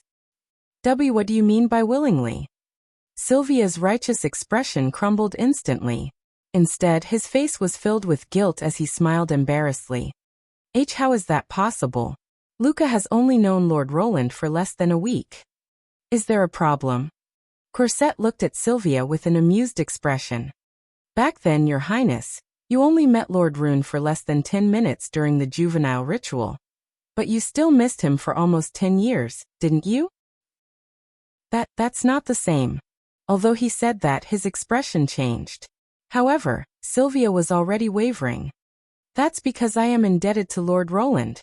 That's why If you are indebted to Lord Roland, it's the same for Luca." Cosette reminded her kindly. "Don't forget, Lord Roland has been paying a lot of attention to Luca and Gawain. For Luca, Lord Roland has been very worried about her. This favor should be comparable to what Her Highness did for Luca, right?" This time, Sylvia panicked. Could it be that the two people in the room really have a chance to? "If you are so worried, why don't you go in and take a look?" Just as Sylvia found it difficult to conceal the panic in her heart, a voice suddenly entered Sylvia's ears. Sylvia was startled and almost screamed. However, Cosette, who already knew Sylvia's timid nature, nimbly covered Sylvia's mouth and stopped her from screaming. "I didn't expect to meet under such circumstances. Should I say it's a coincidence or fate?" Behind Sylvia and Cosette, Rebecca was riding on Gouffrin's head. She was bathing in the moonlight as she looked at the princess and made peeping through Wu Yan's window. She smiled. "As a member of the student council, I don't encourage peeping." See President. Sylvia, who had finally managed to suppress the panic in her heart, was shocked again. "What are you doing here? Are you also?" "Well, I can't say that I don't care what Lord Roland and Luca do when they're alone in the room, but I'm more concerned about Luca." Rebecca gave an ambiguous answer. She rode Gouffrin to Sylvia's side. "By the way, Wu Yan's room is on the 3rd floor, so Sylvia and Cosette are also riding on top of Lancelot." "You're concerned about Luca?" Sylvia heaved a sigh of relief and asked in confusion. "What about Luca?" "Luca isn't as bad as you think. She didn't come to Lord Roland to ask him to spend the night with her. She's definitely not trying to do anything weird." Rebecca glanced at Sylvia, who was blushing. With that child's personality, she must have something to do with Lord Roland. If I'm not wrong, it should be related to her or Gawain. Sylvia calmed down after hearing Rebecca's words. Indeed, although he had not known Luca for a long time, with Luca's gentle and weak personality, she dared to request to spend the night in public. Either she really could not suppress her inner feelings, or there was definitely something going on. It was apparent that Rebecca had come here, because she had noticed this. At the thought of this, Sylvia instantly felt ashamed of her crooked thoughts. "You don't have to feel guilty." Rebecca seemed to have seen through Sylvia's thoughts. She smiled with a complicated expression. "You're a girl in love after all. It's normal for you to be a little blind sometimes." "In love?" Sylvia's face turned red. "No. It's not like that. Sigh. Rebecca ignored Sylvia's weak refutation and sighed. Really, that man is really sinful. He's making me angry. Angry? Sylvia's heart tightened for some reason. She hesitated for a moment before asking carefully. President, you also have feelings for Lord Roland. It's right that you don't deny having feelings for him. Rebecca didn't hide her feelings and revealed a natural and unrestrained smile to Sylvia.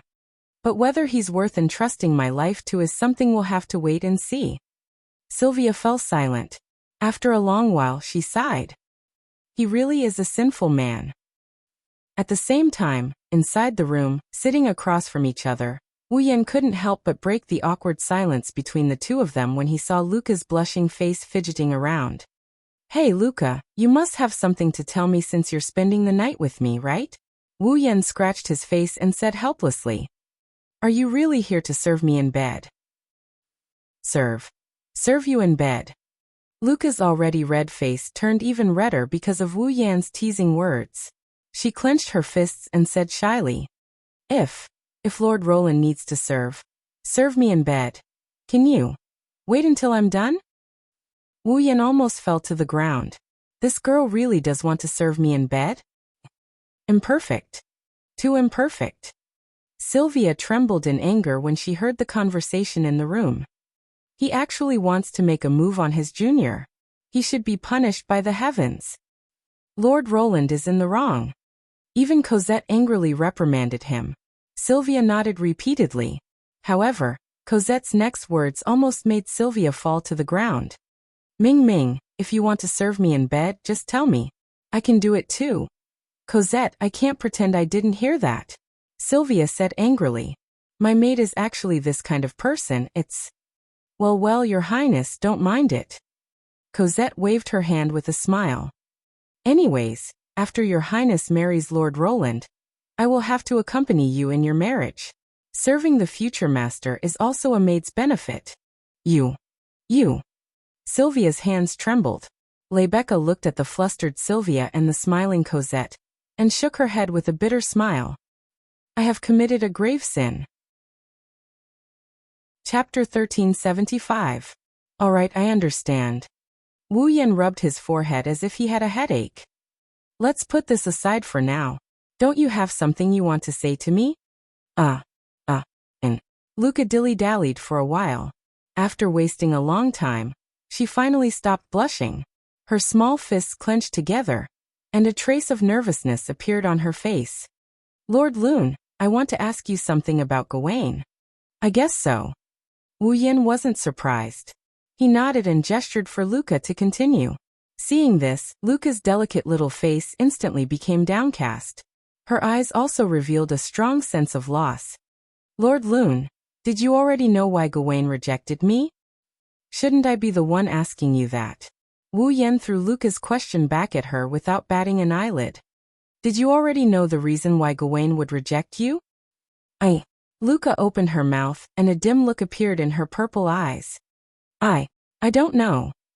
It's not that you didn't know. You just didn't realize it. Wu Yan looked straight into Luca's beautiful eyes. No matter how slow you are, you should have noticed that every time you got close to Gawain, whenever Gawain approached you, you would subconsciously put some distance between us. When you got close enough, you would feel fear. I'm right, aren't I? Lord Lune. Luca looked up and met Wu Yan's eyes. In other words, Gawain rejected me because I was afraid of Gawain, right? To be more precise, you are the one who is afraid of riding Gawain. Wu Yan corrected her, and closed the distance between them. No matter what, Gawain did it for you. You can't deny that. Luca's shoulders trembled when she heard Wu Yan's words. Tears welled up in her eyes. As expected.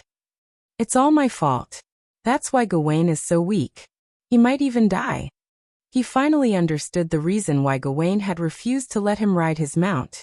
For the first time, Luca was concerned about something other than her own riding. She cared about Gawain's life. It was clear that Luca was more concerned about Gawain's life than whether or not she could ride Fall. Luca and Gawain. Although there was a serious gap between the master and servant now, they still put each other's affairs first from the beginning to the end. Should I say, as expected of master and servant? Luca, now is not the time for you to be sad, Wu Yan said coldly to Luca, who was on the verge of tears. Because of my care, Gawain hasn't reached the point where he has to sacrifice his own life to protect you. However, he is indeed getting weaker every day. If this continues, Gawain will die one day due to the lack of star essence. Are you willing to watch Gawain die? Luca sobbed and shook her head like a rattle drum. Then you should know that the hope of saving Gawain lies with you alone. Wu Yan held Luca's astonishingly thin shoulders. You have to be strong and overcome the trauma in your heart. Only then can you regain Gawain's recognition and re-establish your star essence path with Gawain. Return to the relationship you had before. Return to the relationship we had before. Luca looked at Wu Yan a little shaken. But can I do it? Gawain will be fine. As long as you recover, he will return to you immediately. No matter what, you are the master he is willing to risk his life to protect. How can he not acknowledge you? Wu Yan stroked Luca's cute little head. Don't worry, I will help you too. Lord Loon. Luca stared blankly at Wu Yan, who was gently stroking her head with a gentle smile. She blushed and quickly wiped away her tears. She nodded vigorously. I understand, Lord Loon. It's good that you understand. Wu Yan breathed a sigh of relief and smiled. You are here to serve me in bed. How can I not help you? Ugh. Luca's small and delicate pointy ears turned red from the roots. Kaboom! Just as the atmosphere between the two of them began to become intimate, a bolt of lightning suddenly struck down from the dark sky, bringing with it a deafening sound of thunder. Ah! Luca shrieked, and with tears in her eyes, she reflexively threw herself at Wu Yan. Wu Yan was caught off guard and ended up hugging her warm and fragrant body. However, before he could get a good feel of the soft body in his arms, a shriek that is 1,000 times more miserable than Luca's shriek came from outside the window. The shriek is so shrill that it's even more frightening than the thunder from before. Hearing the screams coming from the window, Luca's face paled. She thought it was some kind of supernatural being. She closed her eyes and her arms around Wu Yan's waist tightened. Separated by a thin layer of pajamas, Luca's beautiful body was pressed into Wu Yan's embrace. An astonishingly soft sensation kept coming from his front, but he didn't have the leisure to enjoy it. He looked towards the window and grumbled in a resentful tone. Are you going to keep hiding? As the voice slowly faded away, the entire space fell silent. But not long after, the originally tightly shut window was suddenly pushed open, revealing 3 beautiful faces outside the window. In the end, Rebecca didn't seem to realize that she was caught peeping. She smiled to herself.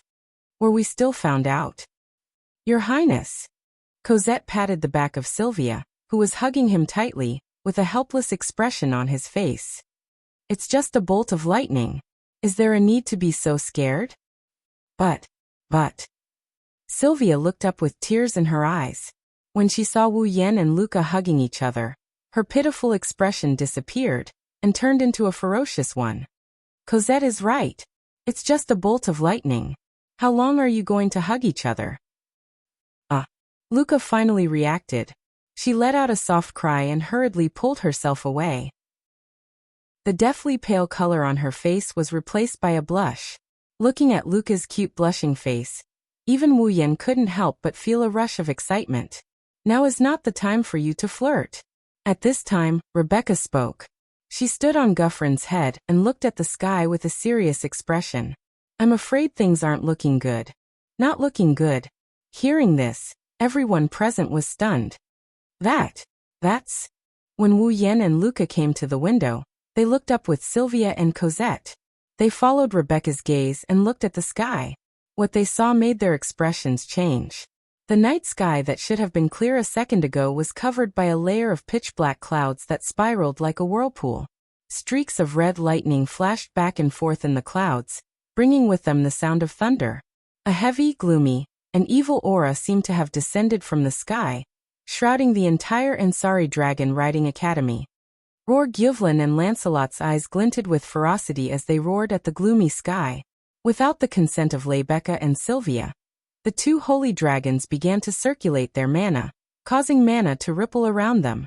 Astonishingly, he had already entered battle mode. It seems like Gyuvlin and Lancelot have sensed something as well. Lebecca's expression turned grave. This phenomenon. Sylvia's icy blue eyes fluctuated violently. It's the same as that time. Wu Yan stared at the sky covered by pitch-black whirlpool-like clouds. A cold light flashed in his eyes. Corpse Ash Dragon. That's right. The situation in the sky was exactly the same as when the Corpse Ash Dragon appeared and attacked Ansari. Rumble. A dull thud reverberated in the ominous night sky without any warning. Along with the reverberation of the sound, the ground of the Ansari Dragon Riding Academy also began to rumble. Like an earthquake, it began to tremble violently. Wu Yan and Luca, who were still in the dormitory, lost their footing and nearly fell to the ground from the trembling ground. Ah! Luca cried out again. Her petite body fell from the tremor. Fortunately, Wu Yan caught her in time and prevented her from falling. However, Luca didn't mind at all. Instead, she pointed into the distance and cried out in shock. There. Chapter 1376. What's wrong? What's going on? Is it an earthquake? The students in the 4 dormitories located in different directions of the academy opened their windows one by one, looking out of the window with faces full of panic. Not only the students, but the staff, teachers, and other related staff also poked their heads out of the windows of their residences. When they saw the scene outside the window, they were all stunned. Dong dong dong dong dong. The muffled sound was accompanied by the shaking of the ground, gradually causing chaos in the entire academy. That shocking sound was as if there was some huge ferocious beast running on the ground, causing the empty space in front of the academy to raise a cloud of dust that covered the sky and covered the earth. Not long after, the dust dissipated. What appeared behind the smoke and dust was a terrifying army. They were naked, pitch black, and looked like they had beast-like eyeballs all over their bodies. Their eyes flashed with a wolf-like ferocious light, drooling from their mouths. They looked extremely disgusting. Looking at the appearance of those dragons, I'm afraid none of the citizens of knighthood would admit that these monsters were dragons. However, judging from their appearance, they were indeed dragons. Moreover, they were like an army that had formed into groups of dragons. Groups of winged dragons with naked bodies spread their wings and soared high in the night sky, looking like earth dragons. Groups of earth dragons with their naked bodies were galloping across the open space. They looked like water dragons, but their bodies were naked. Groups of water dragons were swimming against the current of the river. Under the cover of the night, black aliens that looked very similar to pterosaurs, earth dragons and water dragons, but their bodies were naked and shrouded in an evil aura, were charging in the direction of the academy. These ugly pitch-black creatures that looked like pterosaurs, earth dragons and water dragons were none other than the Corpse Ash Dragons. Looking at their numbers, there were at least 700, 800, or even 1,000 of them. Now, such a terrifying army of Corpse Ash Dragons. They were charging towards the academy from the sky, the land and the river. Roar, roar, roar, roar. In the next moment, an evil and frenzied roar sounded. Gradually, it descended under the night sky that was covered by the pitch-black swirling clouds. This caused everyone to feel a chill in their hearts. His scalp went numb. What is that? A monster. Run. In the 4 dormitory buildings, a group of students who were still waiting by the windows screamed in horror when they saw this scene. They fled from the dormitory in a panic. Oh ho ho! It was an ominous roar. Corpse Ash Dragon's army finally arrived at the academy. Bam! Amidst the rumbling, the gate of the academy collapsed under the relentless assault of the earth dragon-shaped corpse dragons. Dong! Amidst the muffled sounds, the pterosaur corpse dragon army flew across the sky above the academy and started to spit out dragon breath, destroying the buildings one by one. Prung! Amidst the rumbling, the corpse dragon army burst out of the ground from the underground waterway, turning the entire academy into a pile of rubble. Hoo-hoo-hoo! A ruthless roar resounded through the clouds. How can? Sylvia and Lucas stared blankly at the scene before them. Buildings collapsed like building blocks under the assault of the earth dragon-shaped corpse dragon army. Fiery sparks exploded under the dragon breaths of the pterosaur corpse dragon army. Inch by inch, the ground opened up like a hole as the corpse dragon army shuttled back and forth. Gray smoke and scarlet flames danced and filled the academy under the moonlight. Students, faculty and staff, everyone in the academy was running away in a panic. Under the night sky, the buildings were gradually being destroyed by the raging flames. Dong. Boom. Bang. Muffled sounds, explosions resounded in the academy under the night sky. Buildings collapsed one after another, raising a hazy cloud of dust. Every corner of the academy was ablaze with raging fires. Ear-piercing screams rang out incessantly. It was like hell. The academy. Sylvia's body trembled violently, flames of anger surging from her face. Rebecca's emerald eyes were also filled with anger. Clearly, the two of them were enraged. Unlike Wu Yan, Rebecca and Sylvia had spent more than a year or two in the Ansari Academy. They had more or less developed feelings for the academy.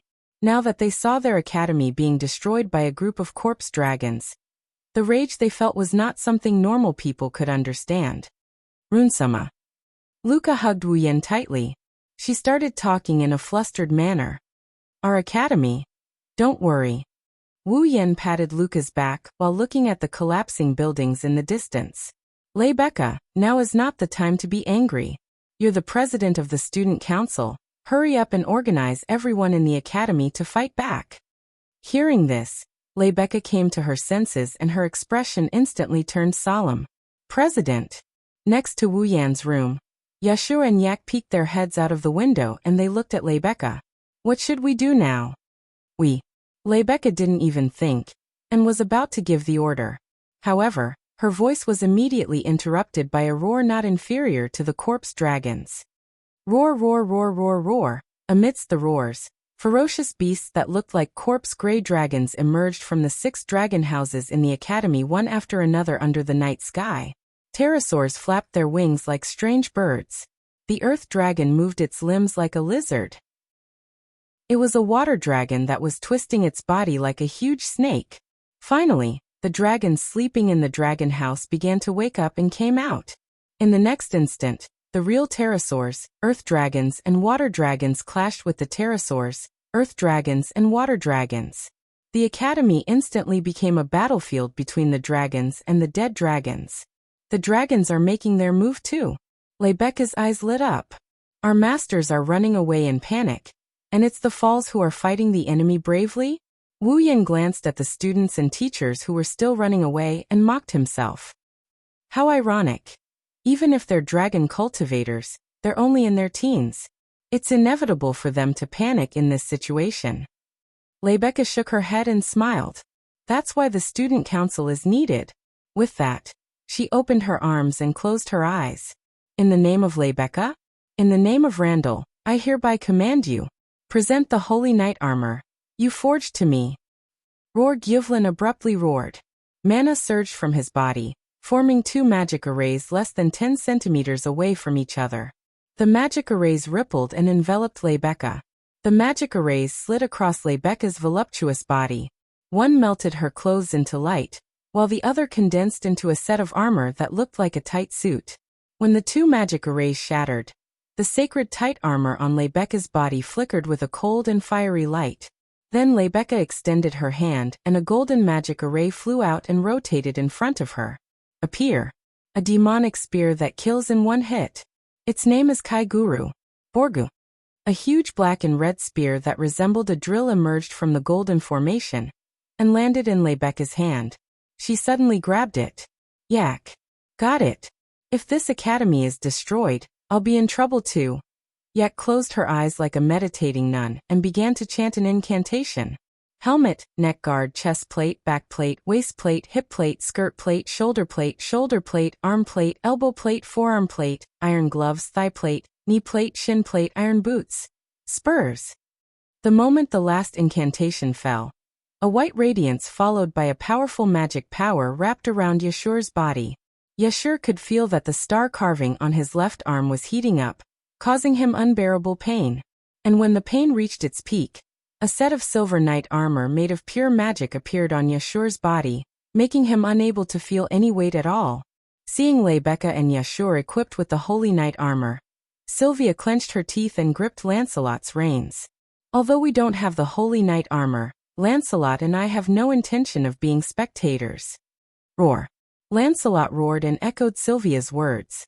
The war had begun. Chapter 1377. Roland. Lebecca, Sylvia, and Yashur didn't immediately charge into the center of the battlefield. Instead, they looked at Wu Yan, who was still in the dormitory. Now, the Ansari Dragon Riding Academy could be said to be facing the greatest crisis in history. There was no doubt about Lebecca's strength, and Sylvia's strength had also greatly improved after obtaining Speed Burst and Dance of the Penetrating Dragon's Breath. While Yasha's paladin armor had a time limit and was merely a hastily assembled replica, at the very least, Yasha's strength definitely wouldn't be weaker than Sylvia's while the armor was still in effect. But there was a big problem with this. After all, what was happening in the Ansari Dragon Riding Academy wasn't a battle, but a war. Facing thousands of corpse ash dragons, Sylvia's burst of speed had a time limit, as did Yashur's holy knight armor. Although Lebecca had the strength of the 8th rank, on the battlefield, a single person's strength was limited. By the time the holy knight armor ran out of mana, Lebecca would be powerless to reverse the situation. Fortunately, they still had Wu Yan on their side. Whether it was Lebecca, Sylvia, Yashur, or Yak, they couldn't forget him. Not only was this ordinary-looking man the world's strongest dragon rider, he had also defeated the world's strongest Holy Sky Dragon Rider, Uzura Sarwin's existence. If he made a move, then the Ansari Dragon Riding Academy's victory would be set in stone. Or rather, everyone was still thinking that if Wu Yan summoned that white dragon from that day, then with the might of that white flame that instantly defeated Uzura, the leader of Loriaman's Holy Dragon Riders, it should be able to immediately eliminate all the corpse ash dragons in the academy, right? Although Lebecca, Sylvia, and the others didn't know how strong that white flame was. But that day in the arena, the monstrous magic that surged up to the sky, however, they could clearly feel it. With that level of mana, how could it be weak? Not to mention, Uzura had personally admitted it. That day, Wu Yan hadn't used his full strength. Therefore, Lebecca, Sylvia, and the others were waiting for Wu Yan to make a move to resolve the disaster of the Ansari Union's Dragon Riding Academy. Unfortunately, Wu Yan only looked at the battlefield in the distance and shook his head gently. Pung. Wu Yan hadn't finished his words yet. A muffled explosion suddenly rang out, interrupting his words. Suddenly, the water dragon-shaped corpse ash dragons burst out of the ground and rushed out of the underground waterway. There were about 5 of them, and all of them had pitch-black bodies, crazed eyes, festering gums, naked bodies, and a foul stench. Saliva dripped from the corners of their mouths. The place they had charged out from was right below Lebecca and the others. Roar. Ear-piercing roars echoed through the night sky.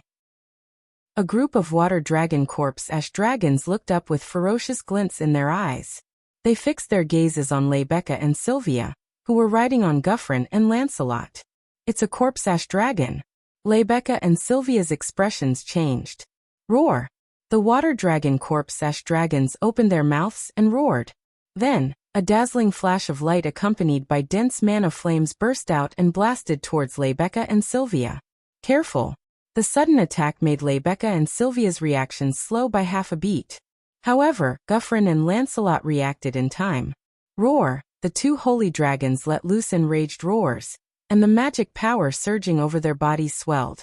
The hexagonal defensive barrier immediately expanded, and ripples spread out from it. Bang! The 5 water dragon corpse ash dragons' dragon breaths landed on the hexagonal defensive barrier in the blink of an eye.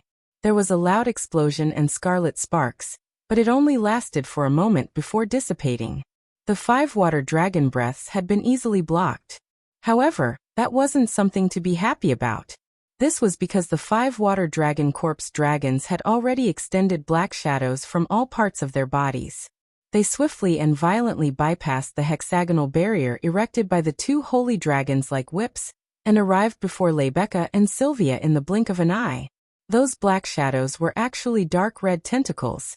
The next moment, Lebecca and Sylvia, who hadn't reacted in time, were completely entangled by the tentacles. This is Seeing Rebecca and Sylvia completely entangled by the tentacles, Wu Yan gaped in shock. These corpse ash dragons actually knew how to play with tentacles? President Rebecca, Your Highness. Yashio was also stunned for a moment, but he quickly stretched out his hand, intending to break those tentacles, but in the end he pounced on empty air. The slippery tentacles wrapped around Rebecca and Sylvia's limbs and slender waists. With a tug, the two beautiful girls were suspended in the air. Damn. Damn it. Let me go. As if having a bad premonition. Let alone Sylvia. Even Rebecca looked rather flustered. And the facts proved that their bad premonition was indeed real. What are you trying to do? Stop. As Rebecca and Sylvia struggled with all their might, the dark red tentacles nimbly slid past their bodies and began to burrow into Rebecca's armor and Sylvia's uniform. No. Rebecca and Sylvia immediately let out coquettish gasps that made one's heart go numb. Rebecca and Sylvia got tangled up and harassed by the tentacles. Who knows what parts they shouldn't be touching under their clothes. The two girls blushed and their panting became more coquettish. Wu Yan was dumbfounded by what he saw. What? What kind of dragon is this? It was one thing to play with tentacles, but to play with such evil tentacles, how perverted must the person behind these tentacles be to create something like this? Just as Wu Yan was stunned by the surreal scene before him, a sorrowful cry rang out beside him. Yeah. No. While Wu Yan was at a loss for what to do, one of the water dragon corpse ash dragon's tentacles came into the dorm and wrapped around Luca, who was hugging Wu Yan. Luca screamed as she was dragged away. The tentacles with visible veins wrapped around Luca's limbs and dragged her out of the room through the window. She was also hung upside down in the air. Luca was crying as she struggled with all her might. However, the tentacles had already burrowed into Luca's loose pajamas. No. Don't. Don't touch strange places.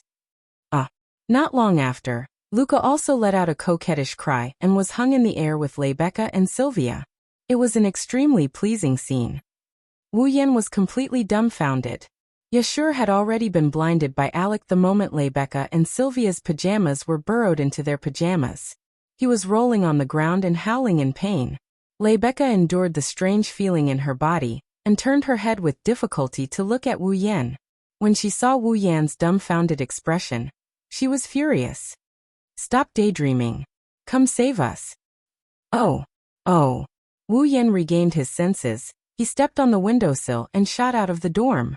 Turning into a black shadow, he charged towards the three girls who were hung upside down in midair, like he was breaking through the night. Poochie poochie poochie. His figure flashed past the dark red tentacles. All the tentacles wrapped around Rebecca, Sylvia, and Luca were cut off like snakes. They fell to the ground and continued wriggling like earthworms. Carrying Rebecca, Sylvia, and Luca, Wu Yan landed firmly on the ground. He looked around at the wriggling tentacles on the ground and couldn't help but sweat. They actually have this kind of ability. These corpse dragons really can't be underestimated. Damn it. Rebecca and Sylvia's expressions darkened. Their eyes were filled with rage. Gufflin. Lancelot. Roar. A roar echoed in response to the two girls. The two divine dragons set up a magic formation. Flame-like dragon breaths shot out and instantly obliterated the 5 corpse dragons and the disgusting tentacles on the ground. Seeing the flames of rage burning in Rebecca and Sylvia's eyes, Wu Yan knew that they were thoroughly enraged. These corpse ash dragons were in trouble. Chapter 1378. Roland, make your move. This time Rebecca didn't ask for Wu Yan's opinion. Instead, she spoke in a deep voice as if she was giving an order. Evidently, Rebecca was enraged by the fact that the student council president of the Ansari Dragon Riding Academy, a Shengtian Dragon Rider Academy, had shown such a wretched side in front of others. Sylvia was about the same. Her eyes were filled with ferocity, causing Wu Yan to feel a little resentful. However, he had no choice but to refuse Rebecca and Sylvia's request. No. Go ahead. Looking at Luca, who is hiding behind him, and looking at the battlefield in the distance, Wu Yan answered her like this. I still have some matters to attend to. What time is it now? Why are you still? Sylvia was about to reprimand Wu Yan when Rebecca stopped her. Rebecca narrowed her eyes thoughtfully when she saw Wu Yan looking at Luca. She seemed to have understood something and smiled. I understand now. Then we'll go first. President. Sylvia looked at Rebecca in shock. It was a matter of life and death for the entire Ansari Dragon Academy. What could be more important than protecting the Ansari Dragon Academy? All right, just listen to Roland. Rebecca didn't answer. Instead, she called out to Guffrin and turned around. She rode on Guffrin's head again. Let's go. Guffrin. Roar. Guffalin roared in response. His body turned into a flash of red lightning and flew toward the battlefield in front of him. Wait. Sylvia quickly got on Lancelot as well. She glared at Wu Yan and Luca before grumbling. Be careful. I'm not so weak that I need someone to take care of me. Wu Yan chuckled. You should worry about yourself. Mph. Sylvia snorted. Beside her, Corset hugged Sylvia's waist. Under Lancelot's lead, they flew towards the battlefield. How long are you going to lie there for? Ai kicked Yashio, who was still covering his eyes and rolling on the ground in pain. She grabbed him by the collar and dragged him towards the battlefield. Don't fall behind. That would be so embarrassing. Wait. It was accompanied by Yashu's screams. Ai dragged him all the way to the battlefield, leaving Wu Yan speechless. Lord Roland. Luca raised her head suspiciously when she saw Rebecca, Sylvia, Yak, Yashur, and the others entering the battlefield. She shifted her gaze to Wu Yan. Why did you come with me? Before Luca could ask, Wu Yan took Luca's hand. He walked in another direction. Lord Lune? Luca tilted her head. Her eyes were filled with doubt, but she didn't ask any more questions. Dong on the flat ground. A dazzling saber light that seemed to be composed of flames was parallel to the ground, like a remnant light. In a flash, a 10-meter-long saber curtain was drawn. Like a large saber of light, it slashed through the air with a loud explosion. The Earth Dragon and Water Dragon corpse dragons that were wreaking havoc on the ground seemed to have suffered a huge impact when they came in contact with the saber light. Their decaying bodies were crushed into pieces and fell to the ground. Holding Luca in one hand and Shauna in the other, Wu Yan charged through the battlefield with a dissipating airflow. It didn't take long for them to arrive at a place. Shockingly, it was the 7th Dragon House of the Ansari Kingdom's Dragon Riding Academy. Dragon House? Luca was startled at first, but then she seemed to recall something. Her expression changed and she cried out in surprise. Gawain! Roar! As if in response to Luca's call, a roar resounded throughout the 7th Dragon House. What followed was a pillar of dragon breath that seemed like a flame. It shot up from the 7th Dragon House and blasted open the ceiling. Gawain's average-sized body shot out from the ceiling and into the sky. Luca was overjoyed at first, but then she cried out in surprise, Gawain! This was because behind Gawain, who had rushed out of the 7th Dragon sarcophagus, there were about 10 dragon-shaped corpse ash dragons flying out from the 7th Dragon sarcophagus. They were like huge strange birds, waving their tentacles and lashing at Gawain like whips while following behind Gawain and attacking him fiercely. Gawain tore through the air and flew through the sky above the 7th Dragon House, avoiding the tentacles that whipped at him and the pursuit of the pterosaur corpse dragons. However, it didn't take long for Gawain to slow down. If Gawain was in his peak condition, he should be able to easily deal with the 10 pterosaur corpse dragons. After all, Gawain was a holy dragon even though he was only a young dragon. Unfortunately, Gawain had not received enough star essence for a long time. Although his body was not weak, he was not in a good condition. Under such circumstances, let alone Gawain, even Gyvlin would not be able to withstand the pterosaur corpse dragon's pincer attack. Gawain's speed slowed down again and again due to his weak body. Finally, he was surrounded by the tentacles. Roar! Gawain let out an unwilling roar. Gawain! Luca's expression changed again and again until it was full of anxiety. Lord Roland! Luca grabbed Wu Yan's clothes tightly and begged, please save Gawain. No. To Luca's surprise, not only did Wu Yan not do anything, he even lowered Shauna and rejected her coldly. I won't do anything. Luca looked at Wu Yan in disbelief. Why? Because it's not my duty. Wu Yan met Luca's purple eyes. You should be the one saving Gawain. Me. Luca was dumbfounded.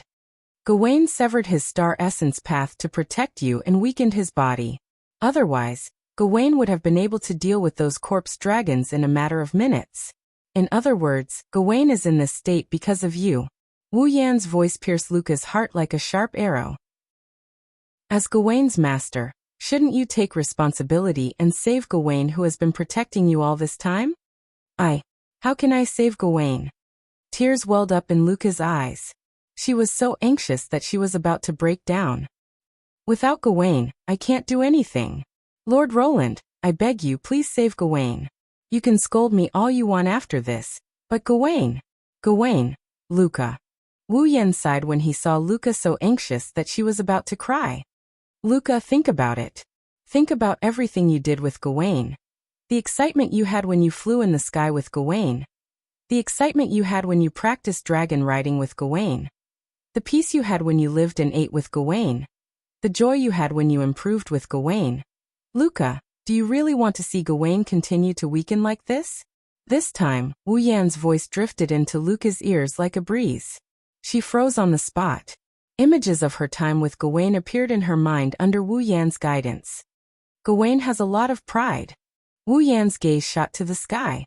Gawain was roaring furiously as he was entangled by 10 pterosaur corpse dragons. Wu Yan closed his eyes.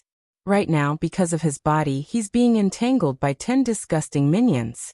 He must be feeling terrible. If he's defeated, he might never get up again. Luca, do you want to see Gawain suffer such a blow and fall into depression? Gawain. Luca clenched her fists tightly. Her face was filled with uncertainty. Luca had to admit that everything Wu Yan said was correct. Given Gawain's personality, he would be devastated if he was defeated by a dragon like that. Right now, Gawain must be feeling terrible. This was all because of her fear of riding Gawain. Could it be that he was just going to watch Gawain be defeated and sink into depression? Could it be that he was going to continue like this until he ran out of star essence and died in depression? No. Absolutely not. Roar. Gawain held in the sky. He finally shattered the last bit of hesitation in Luca's heart. Gawain.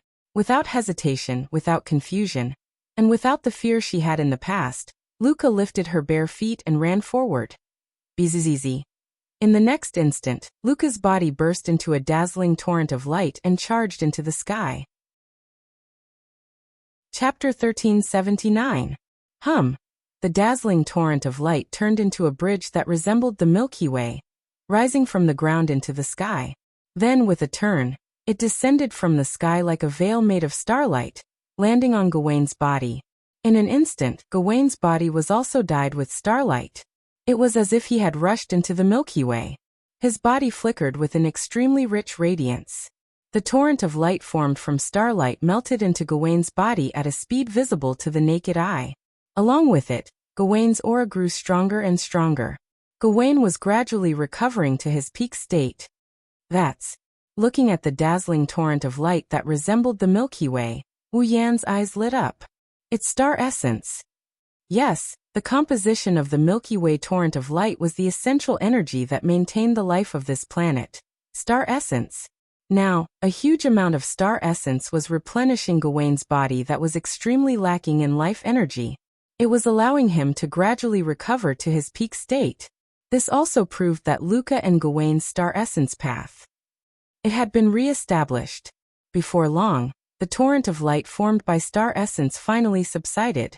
It turned into specks of starlight and dissipated into the sky. Roar! Gawain abruptly opened his eyes and let out a roar filled with extreme excitement. His voice was like a sound wave, and with a tremor, it shattered the surrounding tentacles that were wrapping around him. They fell to the ground. Roar! As if to celebrate his recovery, Gawain roared excitedly. A surge of magic power surged from his body. Following his roar, it condensed into a rotating magic formation that extended forward. Bang! A dazzling stream of magic power that resembled a pillar of light was mixed with a flaming dragon's breath. Like a meteor, it streaked across the night sky and landed on the 10 pterosaur corpse dragons that couldn't react in time. A ball of fire exploded in the sky. Then, the corpse dragon's flesh scattered from the sky like dust, becoming insignificant specks of dust in the vast land. Roar! Gawain's voice was full of joy. He circled around and landed on the ground. Luca was sitting on top of Gawain's body without anyone noticing. Lord Roar! Luca's face bloomed with a smile that even the night sky couldn't reach. It was as if she had become the only light in this world that had lost all light due to the dark clouds. She was also extremely beautiful, like a fairy sent down from the heavens. Well done, Luca. Seeing Luca's smile, Wu Yan couldn't help but smile. He always faces Luca. Wu Yan rubbed Gawain's neck as he looked at him from afar. Wait, Luca, you should be satisfied now? Roar! Gawain let out a low roar. There was joy and gratitude in his roar. Gawain knew that without this person's help, Luca wouldn't have been able to overcome the fear in her heart and accept him again. Not to mention the problem of whether he could survive or not. Now that the celestial veins were once again connected, Luca's rider consciousness had also fused with Gawain's. Gawain could clearly sense the trauma in Luca's heart. It couldn't be said that it had been completely overshadowed by Luca's strong emotions. Luca Gawain way. No matter how you look at it, this has to do with Wu Yan. Gawain's heart was filled with joy and gratitude. If you really want to thank me, then don't cause any more trouble. Seeing the gratitude in Gawain's eyes, Wu Yan smiled. I can't take any more of your torment. Both Luca and Gawain lowered their heads in embarrassment. Wu Yan was amused. Lord Roar! Luca suppressed the joy in her heart from reuniting with Gawain. Her eyes were filled with determination. I want to join the battle. Join the battle? Wu Yan paused and looked towards the center of the academy. That's right, the corpse dragon isn't completely dealt with yet. Lord Roar! Luca suddenly spoke. There's something I'd like to ask of you. Another request? Wu Yan crossed his arms curiously. Then we won't be spending the night together this time, right? Luca blushed and shyly shook her head. No, I want Lord Roar to ride Gawain with me. Ride Gawain together? Wu Yan gasped. Huh? Yes. Luca's clear eyes revealed a strong will. I want to challenge the dragon dance again and calm this chaos, but I can't guarantee that I won't be afraid. You mean? Wu Yan's tone was uncertain. You won't be afraid with me around? Lord Roar. If it's Lord Roar. Luca closed her eyes for a moment. When she opened them again, her expression was firm. With Lord Roar by my side, I think I can. Wu Yan scratched his cheeks and he helplessly grinned at Luca. I really don't know what to do with you. Wu Yan jumped onto Gawain's back and sat behind Luca. He reached out and hugged Luca's waist. Now you won't be afraid anymore, right? Wu Yan whispered into Luca's sharp elf-like ears. Just give it your all. I will hug you. I will never let go. Okay. Luca felt the warmth on her back and the whispers in her ear. She nodded firmly. Gawain. Roar. Using a roar as a response, Gawain raised his head to the sky and let out a long howl. Magic power surged from his body and soared into the sky. The wind whistled in her ears. Luca gripped the reins tightly and looked forward. She looked back and saw the smiling Wu Yan. Luca was a bit absent-minded. Lord Roar. Can you hold me tighter? Like this? Tighter. Like this? Tighter. You. Wu Yan bitterly smiled. As if he wanted to melt Luca into his body, he tightened his grip around Luca's slender waist. Then, how about this? Whoosh! At the same time, Gawain increased his speed to the maximum. Like a white meteor, he streaked across the sky. A powerful centrifugal force began to take effect. If it were anyone else, this speed would be enough to make them lose consciousness and cause them to become anemic and dizzy. If they weren't careful, they would have been thrown off. However, there's still a gap between this speed and speed burst. Wu Yan was able to ride Lancelot even under speed burst. His expression didn't change at all, let alone on Gawain's back. He hugged Luca tightly and stared at her. Under Wu Yan's gaze, Luca's body began to emit star-like light. Gawain's body also began to emit a gentle light. Following his flight path, he left a trail of light in the night sky. Gawain was drawing in the night sky. He was drawing as if he was dancing. Moreover, The pattern Gawain was drawing was an extremely complicated geometric magic formation. It wasn't until the huge geometric magic formation was completed that the full appearance of the pattern was exposed to the night sky. It was a circle with a shape like a dragon's head in the center. It was at least 100 meters in diameter. It was very strange. It was a star carving. The star carving that blotted out the sky was reflected in the pitch-black night sky. It emitted a gentle halo. A vast amount of magic power fluctuated from it and turned into ripples that reverberated in the air. Luca suddenly opened her eyes. Dragon Rider Dance. First dance, purifying honey rain. Once the Dragon Rider Dance was completed, all kinds of magic effects could be activated. At this moment, the night sky of the Ansari Academy blossomed with dazzling light. In the sky, a meteor-like rain of light suddenly fell from the sky, landing on the entire Ansari Dragon Riding Academy. Bathed in the rain of light, the corpse dragons didn't even have time to make a sound before their bodies exploded into powder and covered the ground. The powder was the ashes of the original dragons. In less than a second, the hundreds and thousands of corpse ash dragons, which gave everyone a headache, were all turned into ashes and disappeared from the world. Luca held Gawain's reins and leaned into the warm embrace behind her. Her purple eyes were filled with dazzling splendor. You're tuning in to the Lime's Wuxia Whispers YouTube channel. We're so grateful for your support, and don't forget to subscribe to join us on this incredible journey through captivating stories. Your generosity through donations truly makes a world of difference, as it's the primary source of revenue that allows me to expand and enhance this channel for you. Thank you from the bottom of my heart for being a part of this adventure.